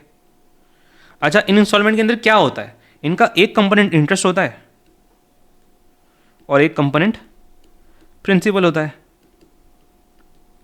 अच्छा, अपन ने बात करी थी जब अपन ने कॉस्ट ऑफ कैपिटल के अंदर अमोर्टाइजेशन मेथड देखा था, उसके अंदर अपन ने देखा था ना डेट के अंदर अमोर्टाइजेशन मेथड के अंदर कि आपने हर साल प्रिंसिपल कितना पे करना है एंड आउटस्टैंडिंग प्रिंसिपल के ऊपर इंटरेस्ट कितना निकल के आ रहा है, उन दोनों को ऐड करते थे तभी तो अपने इंस्टॉलमेंट निकल के आ रही थी टोटल पेमेंट की। याद आ रहा है? याद आ रहा है ना? ठीक है, तो वहीं अगर तुम्हारी इंस्टॉलमेंट तुम्हें दे रखी है तो उसके दो कंपोनेंट है, एक तो इंटरेस्ट और एक तो इंस्टॉलमेंट। तो लेंडर को सिर्फ वैसे थोड़ी मतलब है कि तुम सिर्फ इंटरेस्ट ही पे कर दो, उसको इंस्टॉलमेंट भी तो वापस चाहिए। तो फिक्स चार्जेस कवरेज रेशो के अंदर क्या है, फिक्स चार्जेस यानी जो भी फिक्स के चार्जेस हैं, इंटरेस्ट भी है एंड इंस्टॉलमेंट भी है, उसको पे करने के लिए कंपनी के पास कितना पैसा अवेलेबल है। तो नीचे इंटरेस्ट आएगा प्लस प्रिंसिपल इंस्टॉलमेंट भी आएगा। ठीक है, एंड ये आएगा एनुअल। ठीक है, अच्छा अब न्यूमरेटर इसके अंदर क्या आएगा, ये पूरा किस में से पे होता है। अच्छा, इंटरेस्ट तो सिर्फ ईबीआईटी में से पे हो रहा था क्योंकि डायरेक्टली उसमें से जाता है, ये किस में से पे होगा, ये भला कौन सी चीज़ है। ठीक है, अब यहाँ पे तुम एक फ़र्क समझना, जो हमारे पिछले रेशियोज थे ना, ये सारे इनकम स्टेटमेंट आइटम्स के ऊपर बेस्ड थे। तुम्हारा इंटरेस्ट जो है ये इनकम स्टेटमेंट का आइटम है, तुम्हारा प्रेफरेंस डिविडेंड भी इनकम स्टेटमेंट का आइटम है, इक्विटी डिविडेंड भी एक तरीके से इनकम स्टेटमेंट का ही आइटम है।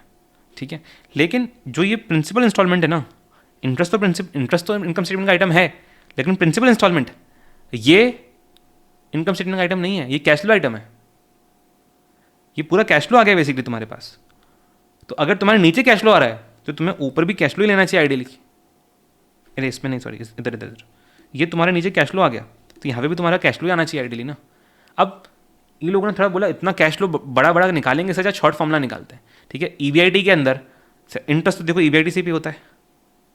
ठीक है, अभी अपने को एडजस्टमेंट करना है जिससे ये पूरे कैश फ्लो तक अपन पहुंच जाए। तो उसने क्या बोला, ईबीआईटी तो अपने को लेना ही लेना है। अब ईबीआईटी के अंदर सबसे मेजर नॉन कैश आइटम जो होता है उसको एड बैक कर दो ताकि तुम कैश फ्लो तक पहुंच जाओ। आइडियली कैश फ्लो के लिए अपने को पूरा तामझाम करना पड़ता है, लेकिन उन्होंने बोला कि इतना तामझाम नहीं कर सकते, अपन थोड़ा सिंप्लीफाई करते हैं। ईबीआईटी तो अपने को लेना ही लेना है। अब ईबीआईटी में जो सबसे मेजर नॉन कैश आइटम है उसको एड बैक कर दो ताकि तुम कैश तक पहुंच जाओ। ईबीआईटी में सबसे मेजर नॉन कैश आइटम कौन सा होता है, नॉन कैश आइटम सबसे मेजर डेप्रिसिएशन, एवरग्रीन, हर क्वेश्चन इन्वेस्टमेंट डिसीजन में उसका एडजस्टमेंट था। ठीक है, तो उसने डेप्रिसिएशन को एड बैक कर दिया। क्यों किया, क्योंकि नीचे कैश फ्लो है तो ऊपर भी आइडियली कैश फ्लो जैसा कुछ आना चाहिए। तो ईबीआईटी पूरा पूरा कैश में नहीं है, सबसे मेजर नॉन कैश क्या है, डेप्रिसिएशन, तो उसको एड बैक कर दो तो तुम कैश तक पहुंचा एक तरीके से। ठीक है, तो ये बन के EBIT plus depreciation upon interest plus principal instalment. एक भी क्वेश्चन के अंदर नहीं है बट दे रखा है तो मैंने बढ़ा दिया क्योंकि क्या पता आ जाए। ठीक है, एक्सपेरिमेंट तो कर रहा है इसे इस चैप्टर के अंदर। ठीक है, इसका बड़ा भाई इससे बेटर रेशो है debt service coverage ratio. And ये इतना इंपॉर्टेंट है इंडस्ट्री के अंदर, जब भी तुम लोन लेने जाओगे हर लोन डॉक्यूमेंट के अंदर ये डेट सर्विस कवरेज रेशो का कंडीशन होता ही होता है। ठीक है, ये इतना इंपॉर्टेंट है इंडस्ट्री के अंदर, लेकिन ऐसे ही इसको इज्जत बिल्कुल नहीं दिए। ठीक है, लेकिन अभी रिसेंट शायद जैन 25 या मई 25 की आरटीपी के अंदर इसका क्वेश्चन था, एक इकलौता question debt service coverage ratio का क्वेश्चन था, तो थोड़ी थोड़ी इज्जत देना स्टार्ट किया शायद उसने भी। ठीक है, तो ये थोड़ा इंपॉर्टेंट हो सकता है ना लाइकली। तो डेट सर्विस कवरेज रेशो क्या होता है, इसका ही बड़ा भाई, इसका इंप्रूव्ड वर्जन है। इसने कहा यार सिर्फ डेप्रिसिएशन को एड बैक कर रहा है यार, तू ढंग से निकाल ना कैश फ्लो, ढंग से निकाल।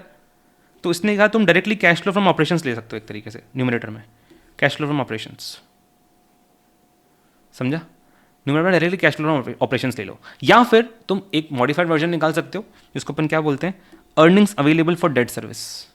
Earnings available for debt service मतलब इसमें तुम क्या करो, तुम ईबीआईटी लो, ईबीआईटी के अंदर तुम मतलब जो भी अपन कैश फ्लो फ्रॉम ऑपरेशंस निकालते हैं, जब अपन cash flow from operating activity निकालते हैं अपन क्या करते हैं, प्रॉफिट आफ्टर टैक्स लेते हैं, प्रॉफिट आफ्टर टैक्स में टैक्स एड बैक करते हैं, इंटरेस्ट एड बैक करते हैं, डेप्रिसिएशन एड बैक करते हैं, मतलब जो भी नॉन कैश आइटम्स मेजर हैं उनको एड बैक कर दो।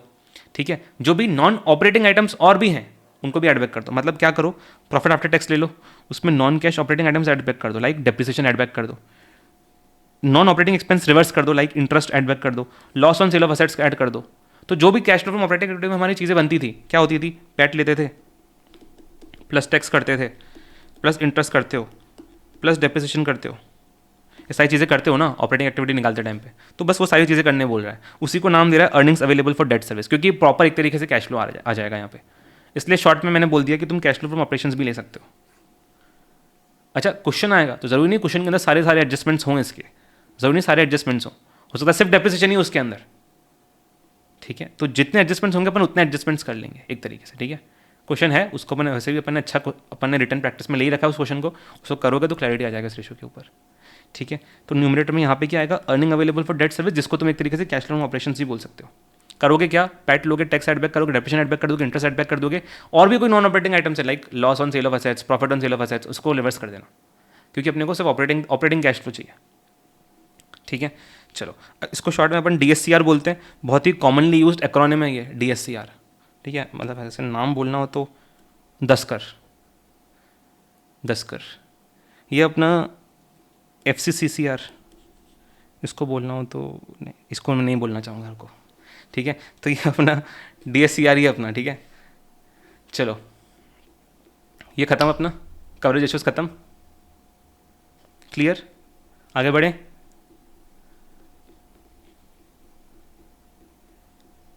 ठीक है, चलो ये ख़त्म हो गया। अब अपन आते हैं लास्ट वाले पे, which is short term liquidity ratios,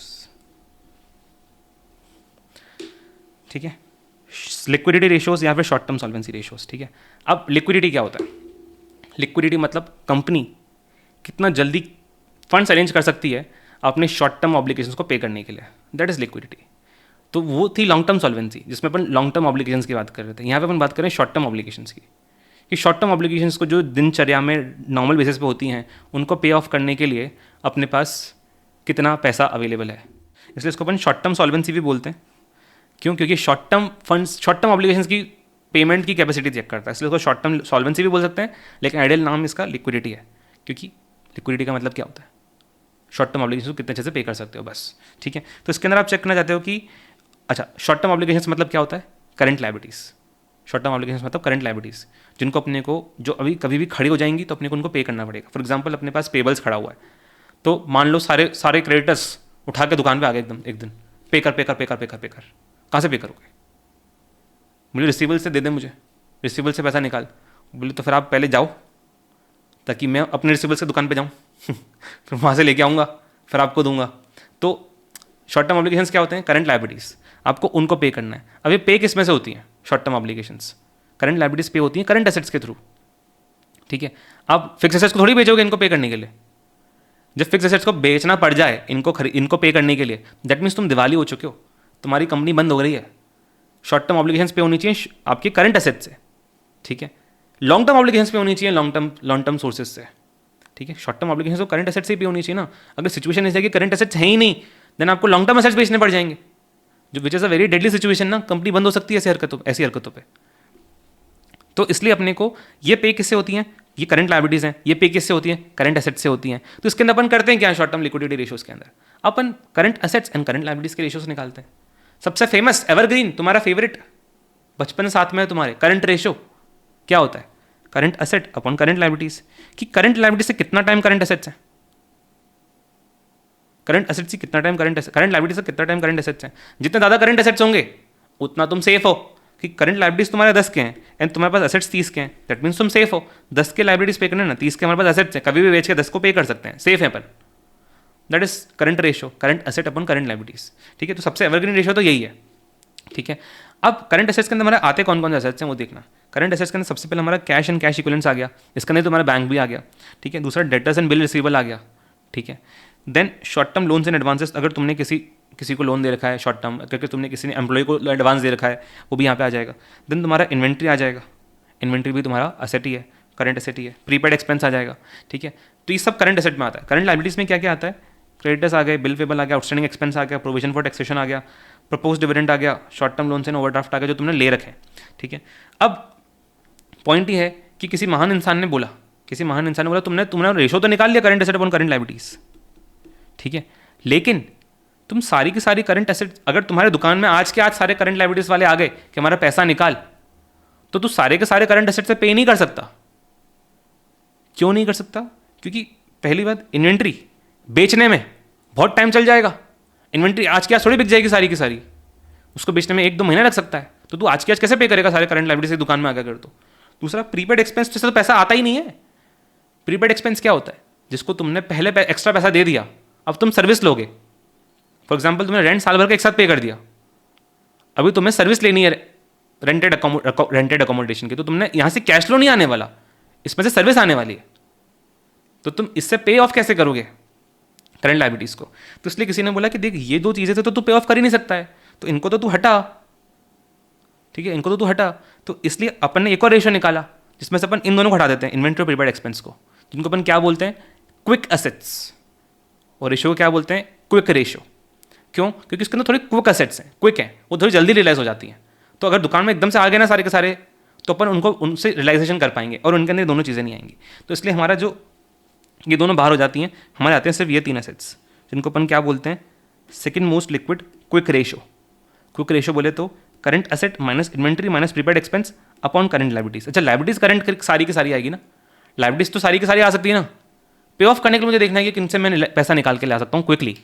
ठीक है, अच्छा, ये भी अपन लेवल समझ रहे हैं लिक्विडिटी के, बाद में रेशियोज को डिटेल आउट करेंगे पहले। ठीक है, अच्छा, फिर किसी और महान शख्स ने बोला कि भाई ऐसे तो तुम डेटर्स बिल रिसीवेबल को इमीडिएटली नहीं लेके आ सकते, इससे भी पैसा इमीडिएटली नहीं लेके आ सकते, तुम short term loan and advance से भी इमीडिएटली पैसा नहीं लेके आ सकते। अगर तुम्हारी दुकान में आज के आज सारे के सारे करंट लायबिलिटीज वाले आ गए, तो अगर तुम्हें डेटर्स से पैसा निकालना है तो तुम बोलोगे कि पहले तुम अपनी दुकान में वापस जाओ, क्योंकि मुझे किसी और की दुकान में जाके पैसा लेके आना है पहले अपने डेटर्स से, फिर मैं तुम्हारी दुकान पर आता हूँ वापस तुम्हें पैसा देने के लिए।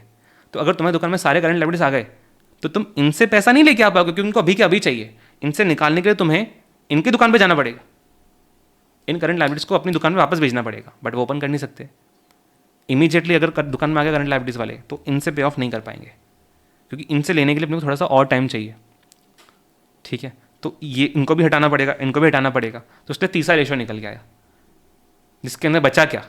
सारे एसेट्स तो अपन ने हटा दिए, बचा क्या? सिर्फ कैश एंड कैश इक्विवेलेंट्स।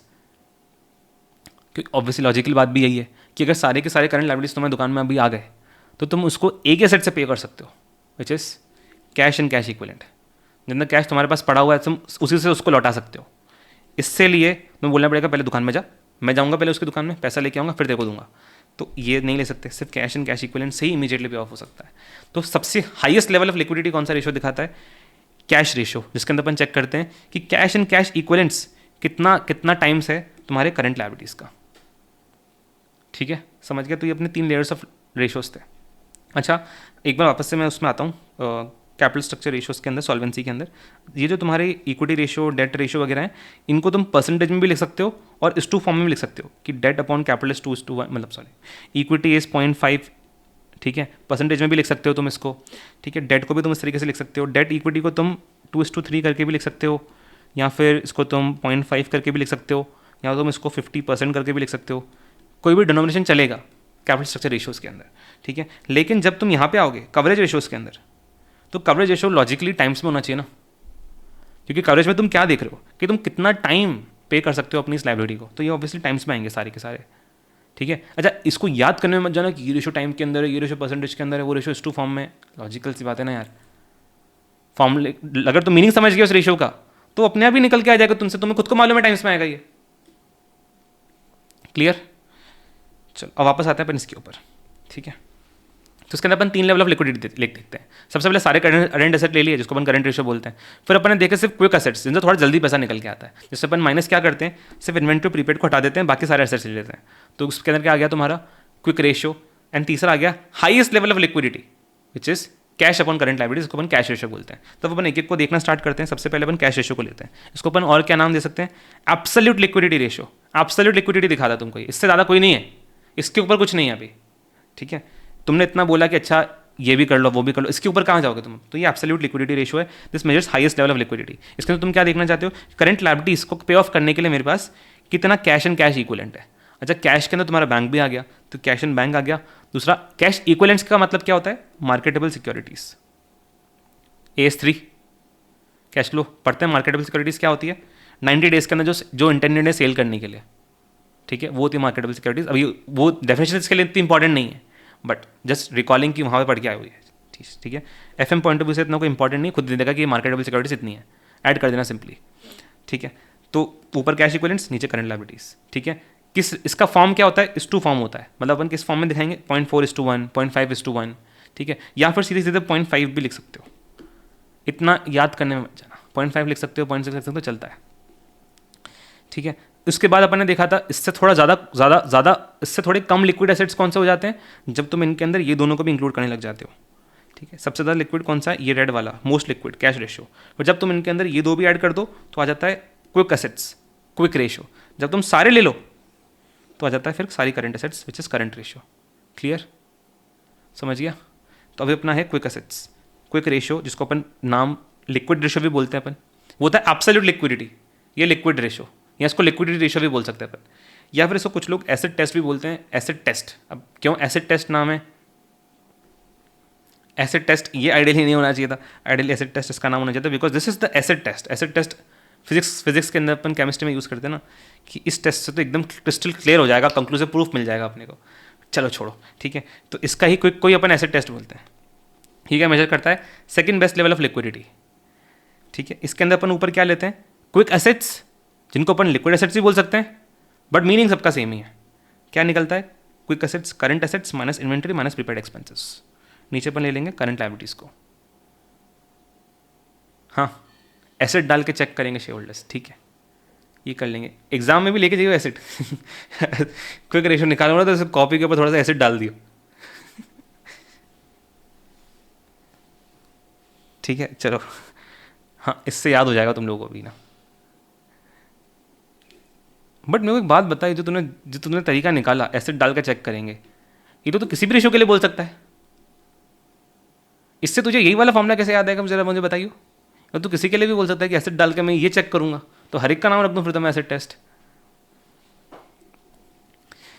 ठीक है। चलो, तो यहाँ पे तुम क्या लोगे, करंट एसेट में से माइनस करना है इन्वेंट्री या प्रीपेड एक्सपेंसेस, ठीक है। अच्छा, अपन ने बात करी थी यहाँ पे अपन ने लिए हैं कौन कौन से एसेट्स, कुछ नहीं बोला हो तो जनरली अपन ने 5 ही लेते हैं करंट एसेट्स, ठीक है। Cash, debtors, bill receivable, short term loans and advances, inventory and prepaid expenses. उसमें से भी ये वाला इतना इंपॉर्टेंट नहीं है, short term loans and advances, ये भी बहुत ही है ही नहीं किसी क्वेश्चन के अंदर, ठीक है। तो आपको एक सिंपल सी चीज़ ध्यान रखनी है, अगर अपने को कुछ भी नहीं बताया, कुछ भी नहीं जिक्र हो क्वेश्चन के अंदर करंट एसेट्स के अंदर क्या क्या है, तो आप short term loans and advances को नहीं मानते हो कुछ भी है, प्रीपेड एक्सपेंसेस को अपन नहीं मानते हैं कुछ भी है। दैट मीन्स सिर्फ 3 एसेट्स हैं, कौन सी, कैश, रिसीवेबल्स एंड इन्वेंट्री, ठीक है। नोट में लिखा हुआ है अपने ये नोट, ठीक है। अगर कुछ जिक्र ना हो तो प्रीपेड एक्सपेंस को and short term loans and advances को 0 मान लेना। That is current assets is equal to receivables plus inventory plus cash and bank. 3 ही चीज़ें अपन लेंगे, ठीक है। बहुत क्वेश्चंस में ये चीज़ काम में आएगी, देखना बहुत क्वेश्चंस में काम आएगी, ठीक है। चलो, तो अपना क्विक रेशियो अपने को निकालना हो जब तो अपन क्या करेंगे, करंट एसेट्स में से इन्वेंट्री और प्रीपेड एक्सपेंस माइनस कर देंगे। या फिर आप एक और तरीका कर सकते हो, अगर आपको चाहिए क्विक एसेट्स का ऐड करना, तो आप क्या करोगे, प्रीपेड को तो अपन मानते नहीं है, तो अपन इसके अंदर 2 एसेट्स ले लेते हैं फिर, ठीक है।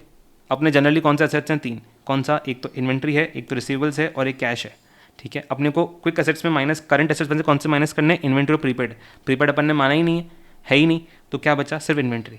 तो क्विक एसेट्स लेने के लिए आप सिर्फ अपना ना सिर्फ इन्वेंट्री को मत लेना, बाकी दोनों ले लेना। तो दोनों में क्या आ जाएगा तुम्हारा, रिसीवेबल आ जाएगा, कैश एंड कैश इक्विवेलेंट आ जाएगा, ठीक है।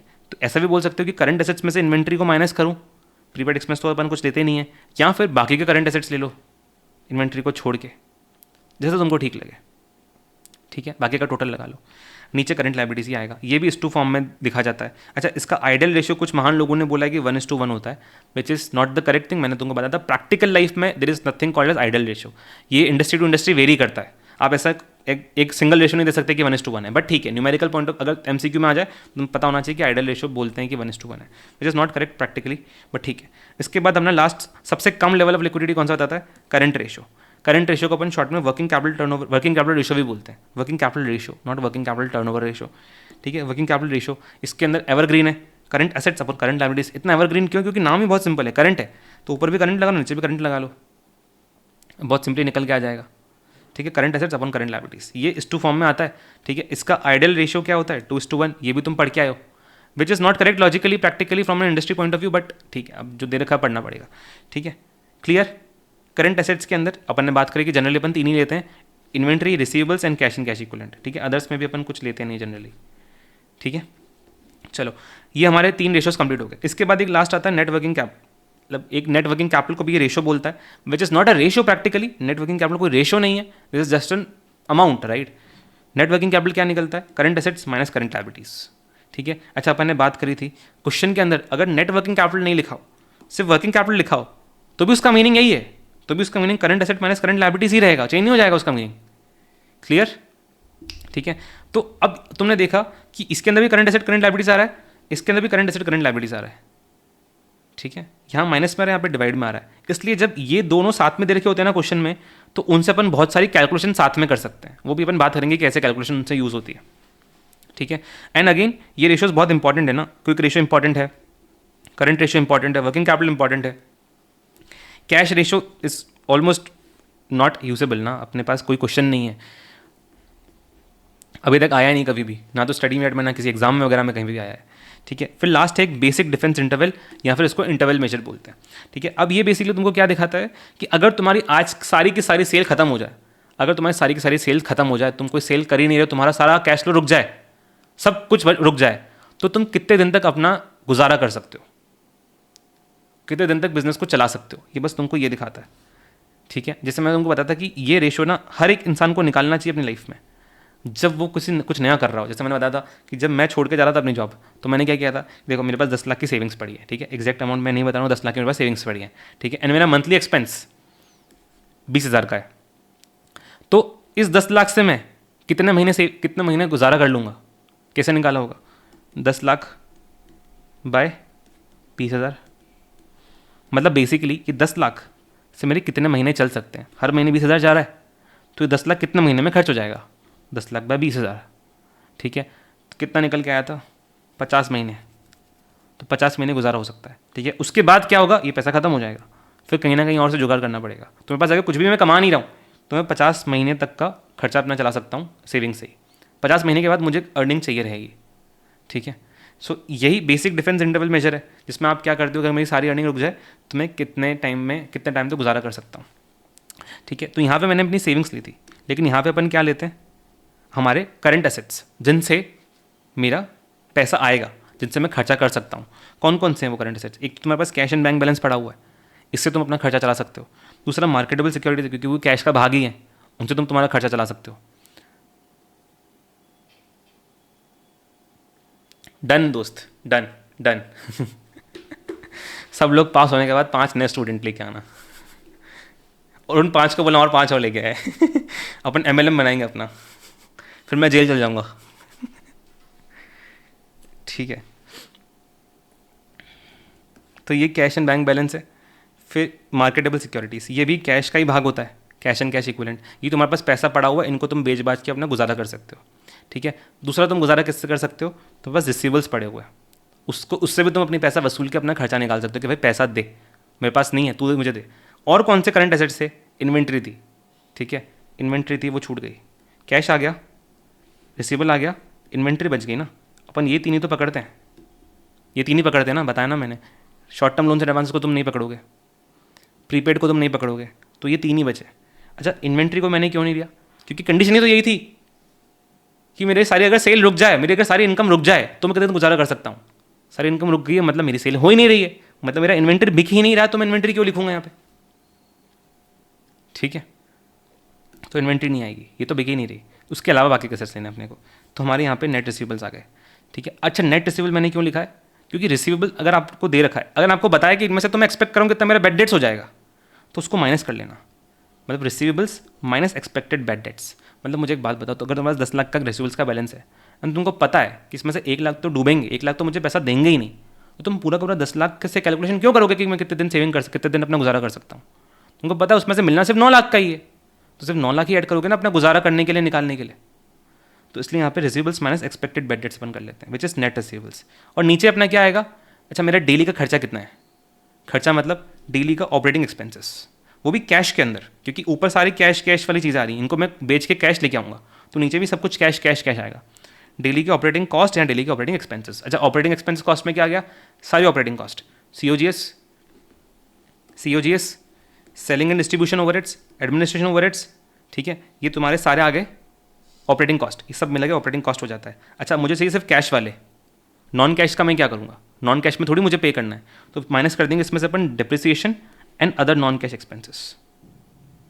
तो ये आ जाएगा सारा तामझाम करके कि तुम्हारा कैश में कितना ऑपरेटिंग कॉस्ट जाने वाला है, वही पे करने के लिए मुझे ये एसेट्स यूज़ करना है, ठीक है। अच्छा मुझे नीचे चाहिए था डेली का, ये भी टोटल आया है, तो डिवाइड कर दो नंबर ऑफ डेज से, क्लियर, समझ गया। तो इसको तुम डेट डिवाइड कर दोगे नंबर ऑफ डेज से, तुम्हारे पास डेली का कैश ऑपरेटिंग एक्सपेंस आ जाएगा, उस डेली वाले को तुम यहाँ पे यूज़ करोगे एंड तुम्हारे पास निकल के आ जाएगा कि तुम कितना दिन का गुजारा कर सकते हो। अब मैंने लॉजिकल सी बात बताई कि क्या है, कितने दिन का तुम गुजारा कर सकते हो, तो ये नंबर ऑफ डेज में आएगा, ऑब्वियसली याद करने वाली चीज़ है ही नहीं है, नंबर ऑफ डेज में आएगा, ठीक है। अच्छा ऐसे ही इसको कभी कभी क्विक असेट्स भी लिख सकता है, अपन ने जो ऊपर लिखा ना ये पूरा cash and bank balance marketable net receivables, इसको ऐसे ही क्विक असेट्स भी लिख सकता है। क्यों, क्योंकि देखो ना इन्वेंट्री को छोड़ के अपन ने बाकी सब ले लिया, तो क्विक असेट्स ही तो होगा एक तरीके से। फर्क सिर्फ इतना ही तो है कि मैंने यहाँ पे नेट रिसीवेबल लिया था, एंड क्विक असेट्स के अंदर नेट नहीं आता है, रिसीवेबल टोटल आता है, ठीक है चलता है। तो यहाँ पे ऐसे क्विक असेट्स भी लिख सकता है, और नीचे वही आएगा डेली कैश ऑपरेटिंग एक्सपेंसेस। समझ गया ये फॉर्मूला, बस इतना ही था। न्यूमरेटर में क्या है, item that will pay cash operating expenses, नीचे आएगा daily cash operating expenses. Simple, ये अपन नोट देख लिया कि prepaid expense in short term को तुम कुछ नहीं पकड़ोगे, यानी तुम्हारा करंट एसेट में सिर्फ 3 एसेट्स आएंगी, receivables, inventory, cash and bank, खत्म, ये टॉपिक भी खत्म। अब लास्ट टॉपिक है अपना, ठीक है, लास्ट टॉपिक रेशियोज खत्म, चैप्टर खत्म, ठीक है। Due point analysis, due point analysis, due बर्फ गिर रही है, पॉन्ड में गिर रही है, ड्यू फॉलिंग इन पॉन्ड, चलो ठीक है। ड्यू पॉइंट एनालिसिस, अब ये न्यूमेरिकल पॉइंट ऑफ व्यू से इतना इंपॉर्टेंट नहीं है, मतलब अभी तक आया नहीं है इसके ऊपर इतना कोई अच्छा question, theoretical point of view से कुछ बुक में दे रखा है, बट प्रैक्टिकल लाइफ से बहुत इंपॉर्टेंट चीज़ है ये, तो इसलिए कवर मैं करता हूँ उसको जनरली अच्छे से, क्योंकि उम्मीद भी रहती है कि प्रैक्टिकल लाइफ से अगर बहुत इंपॉर्टेंट चीज़ है तो किसी ना किसी एग्जाम के अंदर ऐसे ही इसको पूछ लेगा, ठीक है। तो तुम्हें मुझे तो सब चीज़ों के लिए प्रिपेयर करना है, तो ये आ सकता है ना, इसलिए अपन इसको देख लेते हैं, ठीक है। अब इसके अंदर तुम क्या करते हो, ये बहुत ही महान आदमी था, मतलब बहुत अच्छी चीज़ बता के आएगी, ठीक है। अच्छा इसको समझने से पहले अपन ने पूरा, तुम्हें ध्यान हो तो अपन ने पूरा देखा था कि अच्छा तुम्हारी कौन कौन सी इंडस्ट्रियल ट्रेनिंग में तुम जाते हो, मैनेजमेंट कंसल्टिंग के अंदर रेशियो एनालिसिस को किस तरीके से यूज़ करते हैं। क्यों, क्योंकि देखो ऐसे ही ने इस चैप्टर को इज्जत इतनी दी नहीं है, मतलब नंबर्स में आता है, लेकिन चैप्टर का नाम क्या है, रेशियो एनालिसिस, तुम्हें एनालिसिस करना सिखाना चाहिए, लेकिन है क्या, अच्छा करंट रेशियो निकाल लो, उससे करंट एसेट निकाल लो, उससे करंट लायबिलिटीज निकाल लो, बैलेंस शीट बना के दे दो, अरे क्या करूँगा मैं वो करके, एनालिसिस करना सिखाना भाई, प्रैक्टिकल लाइफ में वो काम में आएगा, ये थोड़ी करता रहूँगा मैं करंट एसेट करंट लायबिलिटी निकालता रहूँगा। तो एग्जामिनेशन पॉइंट ऑफ व्यू से इसी ने इसको इतनी इज्जत दी नहीं है, बट प्रैक्टिकल लाइफ से ये चैप्टर बहुत ज़्यादा इंपॉर्टेंट है, मतलब ऑलमोस्ट हर इंडस्ट्री के अंदर एनालिसिस करने के लिए रेशियोज काम में आते हैं, इतने ज़्यादा इंपॉर्टेंट है ये चैप्टर, जो थोड़ी बहुत इज्जत रखने के लिए मैंने तुमको बताया था कि प्रैक्टिकल लाइफ से मैनेजमेंट कंसल्टिंग के अंदर किस तरीके से रेशियो एनालिसिस होता है, कैसे उसको यूज़ करते हैं, पूरा मीसी फ्रेमवर्क वगैरह बताया था, ठीक है। स्टाइपेंड वगैरह बताया था 1.5 लाख वगैरह का, तुमको मैंने याद आ रहा है ना, अच्छा लगा होगा सुन के, ठीक है। चलो अभी अपन वो सब डिस्कस नहीं करेंगे, अपने को एग्जाम्स की बात करनी है, ठीक है। तो एनालिसिस के अंदर तुम्हारा बस यही अच्छा टॉपिक है ड्यू पॉइंट वाला, तो वो देख लेते हैं अपन बस, ठीक है। इसके अंदर इसने क्या बोला, देखो तुम्हारा ROC रेशियो आता है, राइट, ठीक है। एक कंपनी का ROC लेट्स से 15% है, दूसरी कंपनी का ROC 20% है, ठीक है। अब तुम्हें अपेरेंटली दिख रहा है कि ये इसका रिटर्न ऑन कैपिटल एम्प्लॉयड कम है दूसरी कंपनी से, क्यों कम है तुम्हें ये नहीं पता चल रहा, ठीक है। रिटर्न ऑन कैपिटल एम्प्लॉयड क्या है, बहुत सारे फैक्टर्स से मिलकर आता है, कंपनी ने पैसा लगाया, कंपनी ने पैसा उठाया कैपिटल एम्प्लॉयड, ठीक है, कहीं से उठाया, उसको इन्वेस्ट किया, उसके ऊपर उसने सेल्स करी, उसके ऊपर उसने कॉस्ट बेयर करी, फिर जाके रिटर्न ऑन कैपिटल एम्प्लॉयड निकल के आता है। रिटर्न ऑन कैपिटल एम्प्लॉयड क्या होता है, EBIT upon capital employed, right. तो बहुत सारी चीज़ें, पूरा बिजनेस एक तरीके से आ गया इसके अंदर, तो बहुत सारे फैक्टर्स इसके अंदर है।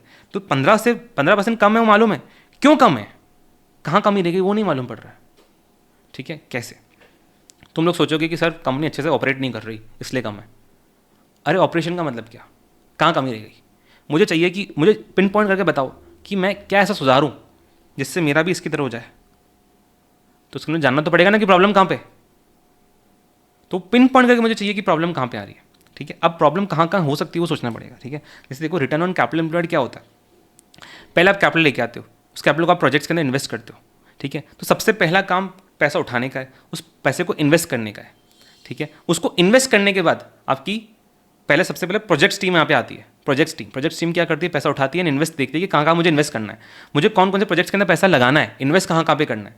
जहाँ जहाँ पे इन्वेस्ट करोगे, अच्छा इन्वेस्ट करोगे तो वहाँ से तुम्हें सेल्स अच्छी अच्छी मिलेगी, ठीक है। फिर सेल्स होने के बाद में आपकी बिजनेस की सेल्स टीम, मार्केटिंग टीम, जो भी फैक्ट्री टीम, मैन्युफैक्चरिंग टीम काम करती है, सेल्स में से अपने ऑपरेटिंग एक्सपेंसेस निकालती है। उसके बाद तुम्हारे पास आता है ईबीआईटी। तो बेसिकली अगर रिटर्न ऑन कैपिटल एम्प्लॉयड अपने को देखना, उसमें सब आ गया। उसमें इन्वेस्टमेंट टीम का भी काम आ गया, ठीक है, जो इन्वेस्टमेंट देखेगी कहाँ कहाँ पे इन्वेस्ट करना है। उसमें तुम्हारे सेल्स टीम का भी काम आ गया, उसमें तुम्हारी फैक्ट्री का भी काम आ गया। ये सारी टीमें मिला के जो परफॉर्म करती है, उससे तुम्हें रिटर्न ऑन कैपिटल एम्प्लॉयड मिलता है। और कमी किसकी टीम की परफॉर्मेंस में रह रही है वो तुम्हें नहीं पता, एक सिर्फ रिटर्न ऑन कैपिटल एम्प्लॉयड को देख के। हो सकता है इन्वेस्टमेंट टीम अपना सही काम कर रही हो, सिर्फ मैन्युफैक्चरिंग टीम ही ज़्यादा कॉस्ट से मैन्युफैक्चर करके दे रही हो, उस चक्कर में रिटर्न ऑन कैपिटल एम्प्लॉयड कम हो जा रहा है। इन्वेस्टमेंट टीम ने सब कुछ सही किया था। तो अपने को वो आइडेंटिफाई करना है कि कहाँ प्रॉब्लम आ रही है। इसलिए अपन रिटर्न ऑन कैपिटल एम्प्लॉयड को ब्रेक डाउन करते हैं अलग अलग कंपोनेंट्स के अंदर। कैसे ब्रेक डाउन करते हैं देखो, रिटर्न ऑन कैपिटल एम्प्लॉयड का फॉर्मूला क्या होता है, EBIT into 1 minus tax upon capital employed, ठीक है। सबसे पहले लिख दो ईबीआईटी इंटू 1 माइनस टैक्स, क्योंकि न्यूमरेटर तो यही है, ठीक है। इसकी नीचे अपन लिखेंगे सेल्स, ठीक है, EBIT 1 minus tax upon sales. अच्छा, EBIT into 1 minus tax upon sales में क्या दिखाएगा, ऑपरेटिंग प्रॉफिट मार्जिन, ठीक है। अच्छा, अपना formula EBIT upon capital employed का था, अपन ने यहाँ पे लिखा है ईबीआईटी अपॉन सेल्स। अभी सेल्स तो हमें कैंसिल करना है आइडियली, तो आगे सेल्स लिख दो और नीचे कैपिटल एम्प्लॉयड लिख दो। तो फॉर्मूला बना कैसे वो तुम्हें समझ में आ गया, राइट, कि ईबीआईटी अपॉन कैपिटल एम्प्लॉयड था, तो ईबीआईटी नीचे पहले अपन ने सेल्स लिख दिया, ठीक है। फिर सेल्स को ऊपर न्यूमरेटर में फिर से लिख दिया और नीचे कैपिटल एम्प्लॉयड कर दिया, तो उससे सेल्स कैंसिल हो गया, तो बचा क्या, EBIT into 1 minus tax upon capital employed, ठीक है। वाह सर, क्या काम किया आपने, तो फॉर्मूले को खोल दिया, बस खोल कर रख दिया फॉर्मूले को, आपने धागा खोल दिया अपने फॉर्मूले के। क्या हो गया ऐसे करके, सेल से सेल कट ही तो रहा है, बस वही, यही अपना थ्योरेटिकल स्टैंड पॉइंट ये होता है कि अपन को लगता है कि बस फॉर्मूला खुला ही तो है। तुम देखो कितनी इंपॉर्टेंट चीज़ मालूम पड़ गई इससे अपने को। ये पूरा रेशियो तुम्हें क्या दिखा रहा है, ऑपरेटिंग प्रॉफिट मार्जिन, यानी कंपनी जो कमा रही है, कंपनी जो सेल्स कर रही है, उसका कितना बचा के लेके जाती है। यानी बेसिकली ये इन्फ्लुएंस किससे होगा, तुम्हारे सारे ऑपरेशन से। क्या तुम कॉस्ट, क्या तुम्हारी मैन्युफैक्चरिंग सही से हो रही है नहीं हो रही है, ठीक है, क्या तुम सेल्स ढंग से कर पाते हो नहीं कर पाते हो, सारा ऑपरेशन इसके अंदर आ गया ऑपरेटिंग प्रॉफिट मार्जिन के अंदर। अगर तुम ज़्यादा कॉस्ट से मैन्युफैक्चर करते हो तो तुम्हारा ये कम हो जाएगा, ठीक है। तो ये दिखा रहा है ऑपरेटिंग प्रॉफिट मार्जिन। और ये तुम्हें फॉर्मूला तुम्हें क्या दिखा रहा है, सेल्स अपॉन कैपिटल एम्प्लॉयड, कि तुम असेट्स को कितने अच्छे से सेल्स में कन्वर्ट कर पाते हो। ये क्या है, कैपिटल टर्नओवर रेशियो, कि कैपिटल को कितना एफिशिएंटली तुम सेल्स के अंदर कन्वर्ट कर पाते हो। ये बेसिकली फंक्शन किसका है, ये तुम्हारा प्रोजेक्ट्स टीम का है, जो इन्वेस्टमेंट डिसीजन लेती है कि इस पैसे को हमें कहाँ कहाँ पे इन्वेस्ट करना है, ये काम उसका है। ये काम मैन्युफैक्चरिंग फंक्शन का है, प्रोडक्शन फंक्शन का है, ऑपरेशन फंक्शन का है। तो तुमने अलग अलग रिस्पॉन्सिबिलिटी बाइफरकेट कर दी, ठीक है। तो अब जो भी तुम्हें आरओसी दे रखा है, तुम्हें हर आरओसी को इन दोनों के अंदर ब्रेक करना है। क्या बन गया, operating profit margin and capital turnover.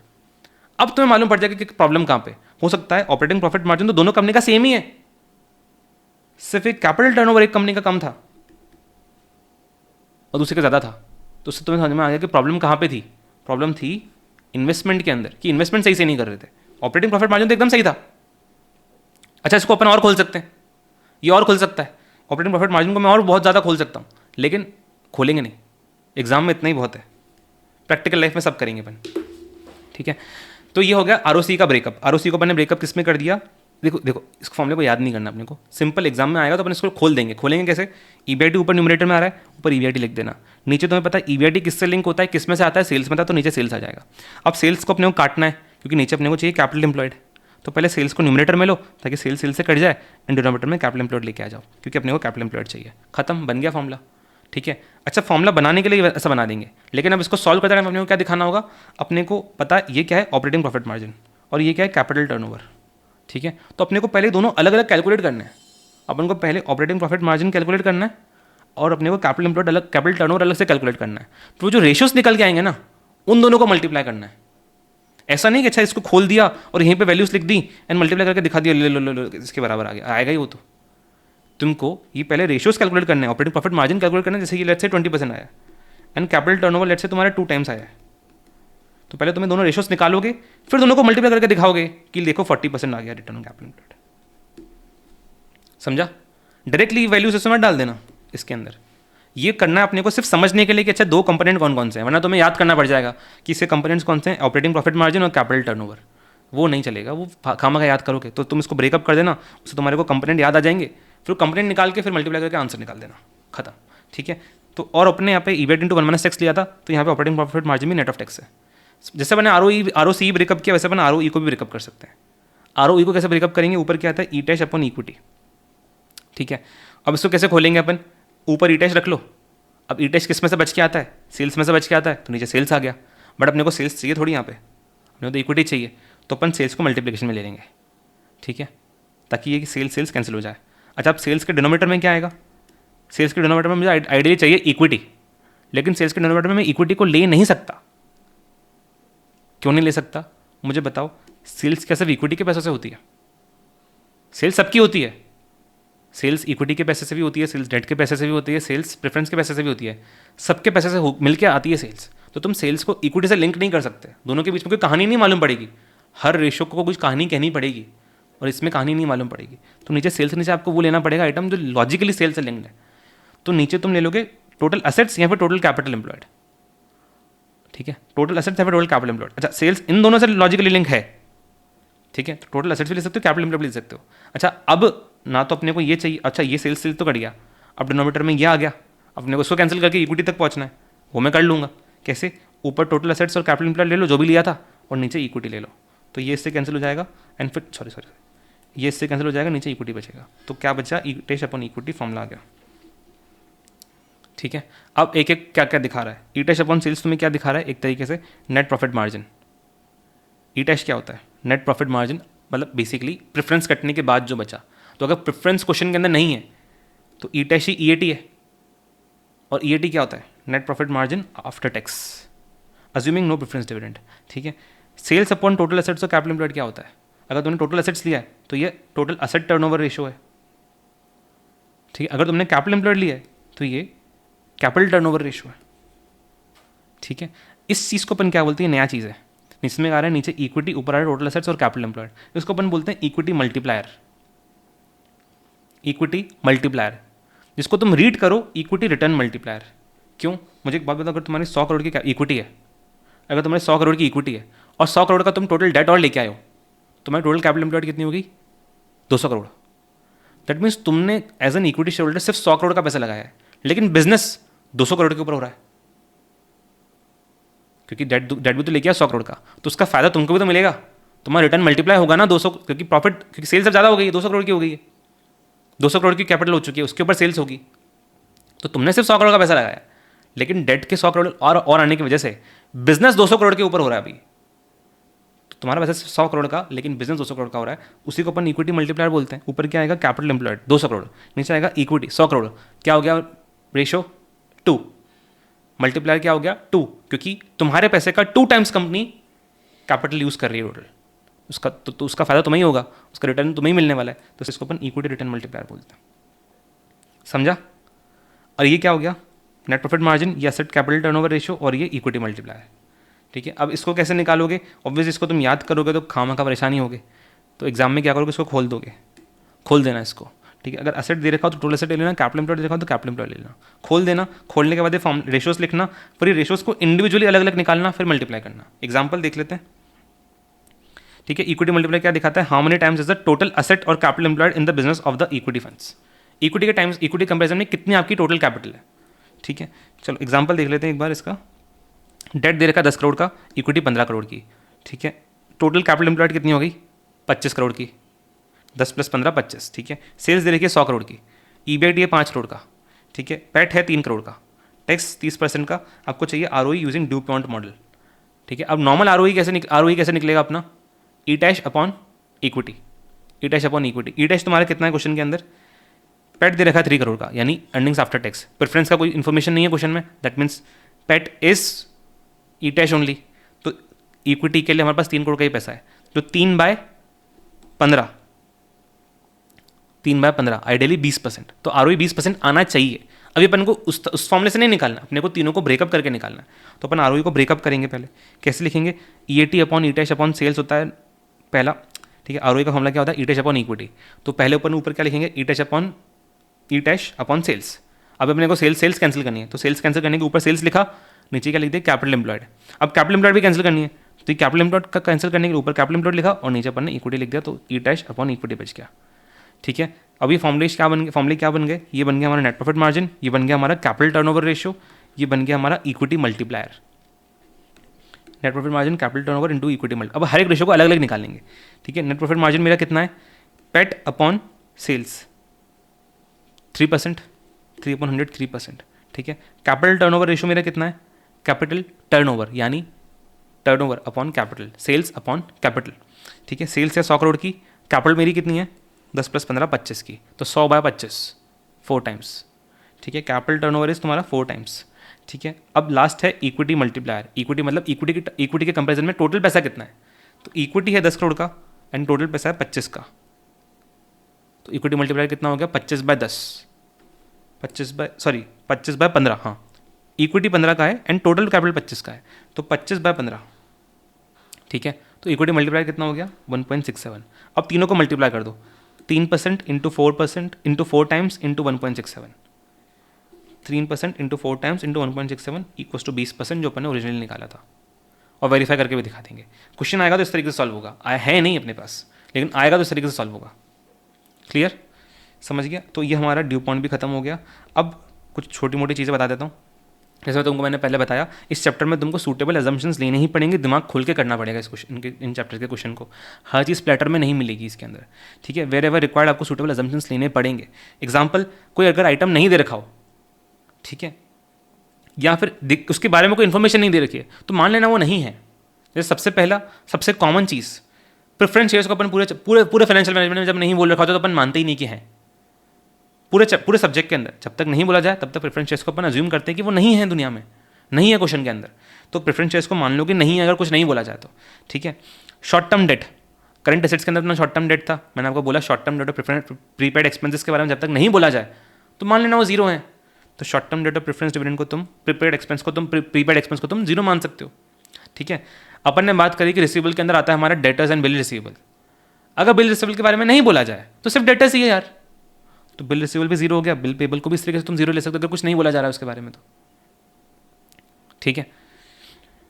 दूसरा, अगर कोई रिक्वायर्ड इन्फॉर्मेशन किसी रेशो के अंदर जो आती है वो नहीं अवेलेबल है, फॉर एग्जांपल मुझे चाहिए नीचे एवरेज एसेट्स, मुझे चाहिए इन्वेंट्री टर्नओवर निकालने के लिए ऊपर चाहिए कॉक्स, नीचे मुझे चाहिए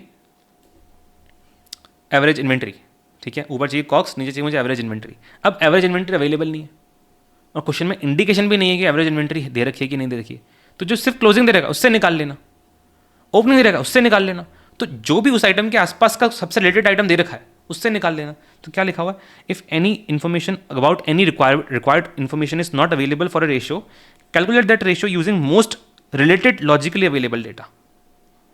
तो अगर मुझे चाहिए प्रीपेड एक्सपेंस, मुझे चाहिए अगर एवरेज इन्वेंट्री, तो क्लोजिंग इन्वेंट्री ले लो, उससे निकाल लो, ठीक है। अगर सीओजीएस का इन्फॉर्मेशन भी नहीं दे रखा क्वेश्चन के अंदर, लेट्स से मुझे क्या करना था, सीओजीएस अपन इन्वेंट्री करना था, सीओजीएस अवेलेबल ही नहीं है, लेट्स से नहीं है क्वेश्चन में अवेलेबल, क्या करोगे, सेल्स पे निकाल लो, सेल्स पे निकालो, सीओजीएस पे निकलना था आइडियली, लेकिन नहीं है ना डेटा, क्या करें, तुम निकाल भी नहीं सकते किसी तरीके से, तो सेल्स पे कर लेना, ठीक है।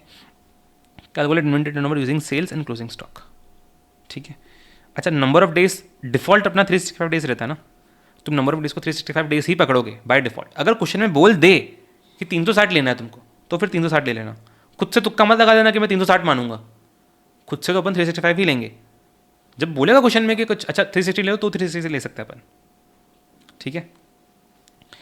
अच्छा, अपन ने जो रेशोज पढ़े हैं वो अपने लॉजिक हैं, वो अपने स्टैंडर्ड रेशोज हैं, लेकिन कभी कभी ऐसे ही क्या हरकत करता है, मैंने आपको पहले भी बताया था, कैपिटल स्ट्रक्चर के अंदर में मैंने तुमको ये चीज़ बताई थी। लेट्स से अपना प्रोप्राइटरी रेशो क्या होता है, proprietor funds upon total assets. तो ऐसे कभी कभी क्या हरकत करता है, वो लिखेगा कि प्रोप्राइटरी रेशो तुम्हारा इतना है, बताएगा कि ये प्रोप्राइटरी रेशो है 2.5 का, लेट्स से, लेकिन इसके ब्रैकेट में क्या लिखेगा, प्रोप्राइटरी रेशो के ब्रैकेट में क्या लिखेगा, proprietor funds upon fixed assets. अब लॉजिकली प्रोप्राइटरी रेशो का फॉर्मूला ये नहीं होता है, वही होता है जो अपन पढ़ के आए थे, proprietor funds upon total assets, तो अपन वही मानते हैं जनरली। लेकिन अब क्वेश्चन में अगर वो क्लियरली बोल रहा है कि मेरे हिसाब से प्रोप्राइटरी रेशो का मीनिंग ये होता है, मैंने तो इस तरीके से निकाला है, तो तुम यही वाला फॉर्मूला पकड़ोगे, तब मत बोलना नहीं ये तो गलत है मैं सही वाला लूंगा। जो उसने किया है ना वही करना है अपने को, मैंने वही बोला आपको, अपन ने सारे लॉजिक सब कुछ अपने पास है, जो भी चीज़ अपने पढ़ी वो सब एकदम लॉजिकल है, वही स्टैंडर्ड चीज़ें हैं, वैसा ही होना चाहिए। लेकिन भाई ने बोला तो करने का, ऐसे ने जैसा बोला वैसा करने का, अगर वो बोल रहा है ये है तो अपन यही लेंगे फॉर्मूले को, तो इसी की वैल्यू को तुम 2.5 लोगे, इसी को अपना ओरिजिनल वाला फॉर्मूला नहीं लोगे तुम। सेम चीज़ मैंने कैपिटल स्ट्रक्चर अंदर भी बोली थी कि कभी कभी डेट इक्विटी डेट रेशियो की नाम तो कुछ भी लिख देता है और अंदर कुछ भी डाल देता है। बाहर लिखा हुआ है डेट रेशियो, अंदर क्या लिख रहा है, डेट अपॉन इक्विटी। अब ये तो गलत है ना। डेट रेशियो क्या होता है, debt upon total capital employed, उसने अंदर लिख दिया डेट अपॉन इक्विटी। तो अब क्या करें, अगर उसने लिखा है कि मैंने ऐसा निकाला है, मेरे हिसाब से डेट रेशियो का मतलब ये होता है, तो ठीक है तुम इसको इक्वेट कर देना 2.5 के, जो भी वैल्यू दे रखी है तुम यही रेशियो पकड़ोगे। अब ऐसा है कुछ क्वेश्चंस के अंदर ऐसा है, बट ऐसा नहीं कि तुमको मैंने गलत पढ़ाया है या जो अपने रेशियो पढ़े हैं गलत पढ़े हैं, वही सही रेशियो हैं। कुछ क्वेश्चन के अंदर ऐसी खुराफात करता है ऐसे ही घुमाने के लिए ज़बरदस्ती की, तो इसलिए ऐसे क्वेश्चन के अंदर जो वो वैसा बोला वैसा कर लेना। बाकी कुछ नहीं बोला जाए तो अपने स्टैंडर्ड वाले रेशियो ही चलेंगे जो अपन ने पढ़े। क्लियर, ठीक है, बस ये हो गया अपना काम। चलो ख़त्म है चैप्टर, बस हो गया।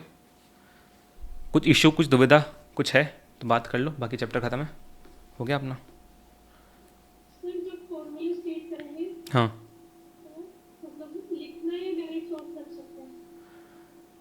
देखो कर तो सकते हो डायरेक्टली सॉल्व, ऐसा कोई इशू नहीं है क्योंकि फॉर्मूले के मार्क्स नहीं होते हैं, लेकिन लिखोगे तो थोड़ी सहूलियत तुम्हारे लिए रहेगी, गलत वैल्यू ना डाल दो कम कहीं। जैसे मैंने तुमको बताया था डेटर्स के अंदर कि तुम्हें बताया है कि 10 दिन का तुम्हारा रिसीवेबल का कलेक्शन पीरियड है एंड तुम्हें रिसीवेबल निकालना है, ठीक है ना, सीधे क्रेडिट सेल को मल्टीप्लाई कर दो, क्रेडिट सेल दे रखी है उसको मल्टीप्लाई कर दो 10/360 से, खत्म। लिमिट लिखो कि मैं ये कर रही हूँ, सीधे सीधे करके ख़त्म करो। चाहो तो तुम लिख सकते हो कि एवरेज कलेक्शन पीरियड कैसे निकलता है, उसका फॉर्मूला लिखो पहले, फिर फॉर्मूले को रीअरेंज करो, फिर सॉल्व करो। वो तो बहुत लंबा मेथड है, तुम डायरेक्टली कर सकते हो। लेकिन जब कोई फॉर्मूला निकालने बोला जाए, जैसे फॉर्मूला फॉर एग्जांपल आपको बोल रहा है कि ROE निकालो, तो इन दैट केस थोड़ा सा सेंसिबल लगता है कि अगर ROE निकालने बोल रहा है, मतलब क्वेश्चन की रिक्वायरमेंट ही नीचे ये है कि ROE निकालो, तो आप क्या करोगे, सेंसिबल बनता है थोड़ा सा कि ऊपर पहले लिख दो कि ऊपर ईटेश आएगा नीचे इक्विटी आएगा। ये थोड़ा सेंसिबल है, मतलब मार्क्स नहीं है इसके, बाद थोड़ा बेटर ट्रीटमेंट है, मतलब एकदम ही नहीं, ऐसा नहीं बोल रहा हूँ कि तुम एकदम इसको बहुत ही सुंदर करके लिखो कि तुम ऊपर पूरा लिखो earning available to equity share holder, ये लिखने में क्वेश्चन सॉल्व हो जाएगा पूरा तुम्हारा। तो सिंपल ईटेश अपॉन इक्विटी लिख के खत्म करो, एकदम स्टैंडर्ड डेफिनेशन नहीं लिखनी है। और ऐसा लिखते हैं ना तो अपने को ही थोड़ा बेटर रहता है आंसर सॉल्व करने में, अपने को पता होता है कि क्या क्या चीज़ें लेनी है। तो तुम्हारी सहूलियत के लिए लिखो, ऐसे की सहूलियत के लिए मत लिखो, फॉर्मूले के मार्क्स नहीं है, ठीक है, समझा गाइस। तो हमारा काफ़ी लॉजिकल सा रिवीजन इस चैप्टर का कंप्लीट हो चुका है। ये रहा आपका इस चैप्टर का OCW ट्रैकर। अच्छा, अगर आप सीरीज़ में नए हो, पहली बार देख रहे हो, तो OCW ट्रैकर ये बेसिकली एक बहुत ही रेवोल्यूशनरी सा ट्रैकर है जिसके अंदर हम हमारे ऑलरेडी काफ़ी कॉम्प्रहेंसिव क्वेश्चन बैंक के क्वेश्चंस को 3 कैटेगरीज में डिवाइड कर देते हैं, जिसमें से W कैटेगरी वाली जो क्वेश्चंस रहते हैं इनको राइटिंग प्रैक्टिस में करना बहुत आपके लिए इंपॉर्टेंट होता है, काफ़ी प्रायोरिटी क्वेश्चंस रहते हैं ये वाले, ठीक है। तो this tracker basically helps you with doing a very efficient and effective practice of your questions, right, जिससे आपका चैप्टर बहुत अच्छे से रेडी हो जाता है, आपको बहुत कंफर्ट आ जाता है, आप एग्जाम के लिए रेडी हो जाते हो, ठीक है। अच्छा, ये कहाँ मिलेगा आपको, ये आपको टेलीग्राम ग्रुप में मिल जाएगा, सारे रिसोर्सेज आपको टेलीग्राम ग्रुप में मिल जाएंगे फ्री ऑफ कॉस्ट, ठीक है। अच्छा, अगर आपको ये तो मैंने आपको कोई ओवरव्यू दे दिया कि ट्रैकर क्या है, अगर आपको डिटेल में समझना है कि इसको कैसे यूज़ करना होता है, इसके अंदर क्या क्या चीज़ों का ध्यान देना है इसको यूज़ करते टाइम पे, तो आपको आई रिकमेंड कि आप लेवरेजेस का रिवीजन का लास्ट का लेवरेजेस के रिवीजन का लास्ट का 10 मिनट देख लो, उसके अंदर डिटेल में एक्सप्लेन किया गया है, ठीक है, उससे आपको डिटेल अंडरस्टैंडिंग आ जाएगी, ठीक है। So yes guys, I hope आपका रिवीजन बहुत अच्छे से कंप्लीट हो गया होगा, इस चैप्टर का काफ़ी कंसेप्चुअल क्लैरिटी आपको मिली रहेगी। इफ़ सो वीडियो को लाइक ज़रूर कर दीजिएगा एंड कमेंट सेक्शन में मेंशन कर दो अगर आपको वीडियो हेल्पफुल लगा हो, तो that helps to make sure कि आपके जो जूनियर्स हैं, आपके जो फेलो स्टूडेंट्स हैं, वो भी इस वीडियो के ऊपर ट्रस्ट कर सकें अपने रिवीजन पर्पसेस के लिए। Thank you so much guys, and channel को सब्सक्राइब जरूर कर लीजिएगा गाइस, क्योंकि अब हमारा सिर्फ फाइनल चैप्टर बाकी है, वर्किंग कैपिटल, जिसको भी हम इसी चैनल के ऊपर बहुत ही अच्छे से कंप्लीट करेंगे, बहुत ही कंसेप्चुअल तरीके से कंप्लीट करने वाले हैं। So make sure subscribe the channel, ठीक है गाइस। मिलते हैं अगले चैप्टर के साथ वर्किंग कैपिटल में। Thank you so much guys, take care, all the best, have a good day, bye bye.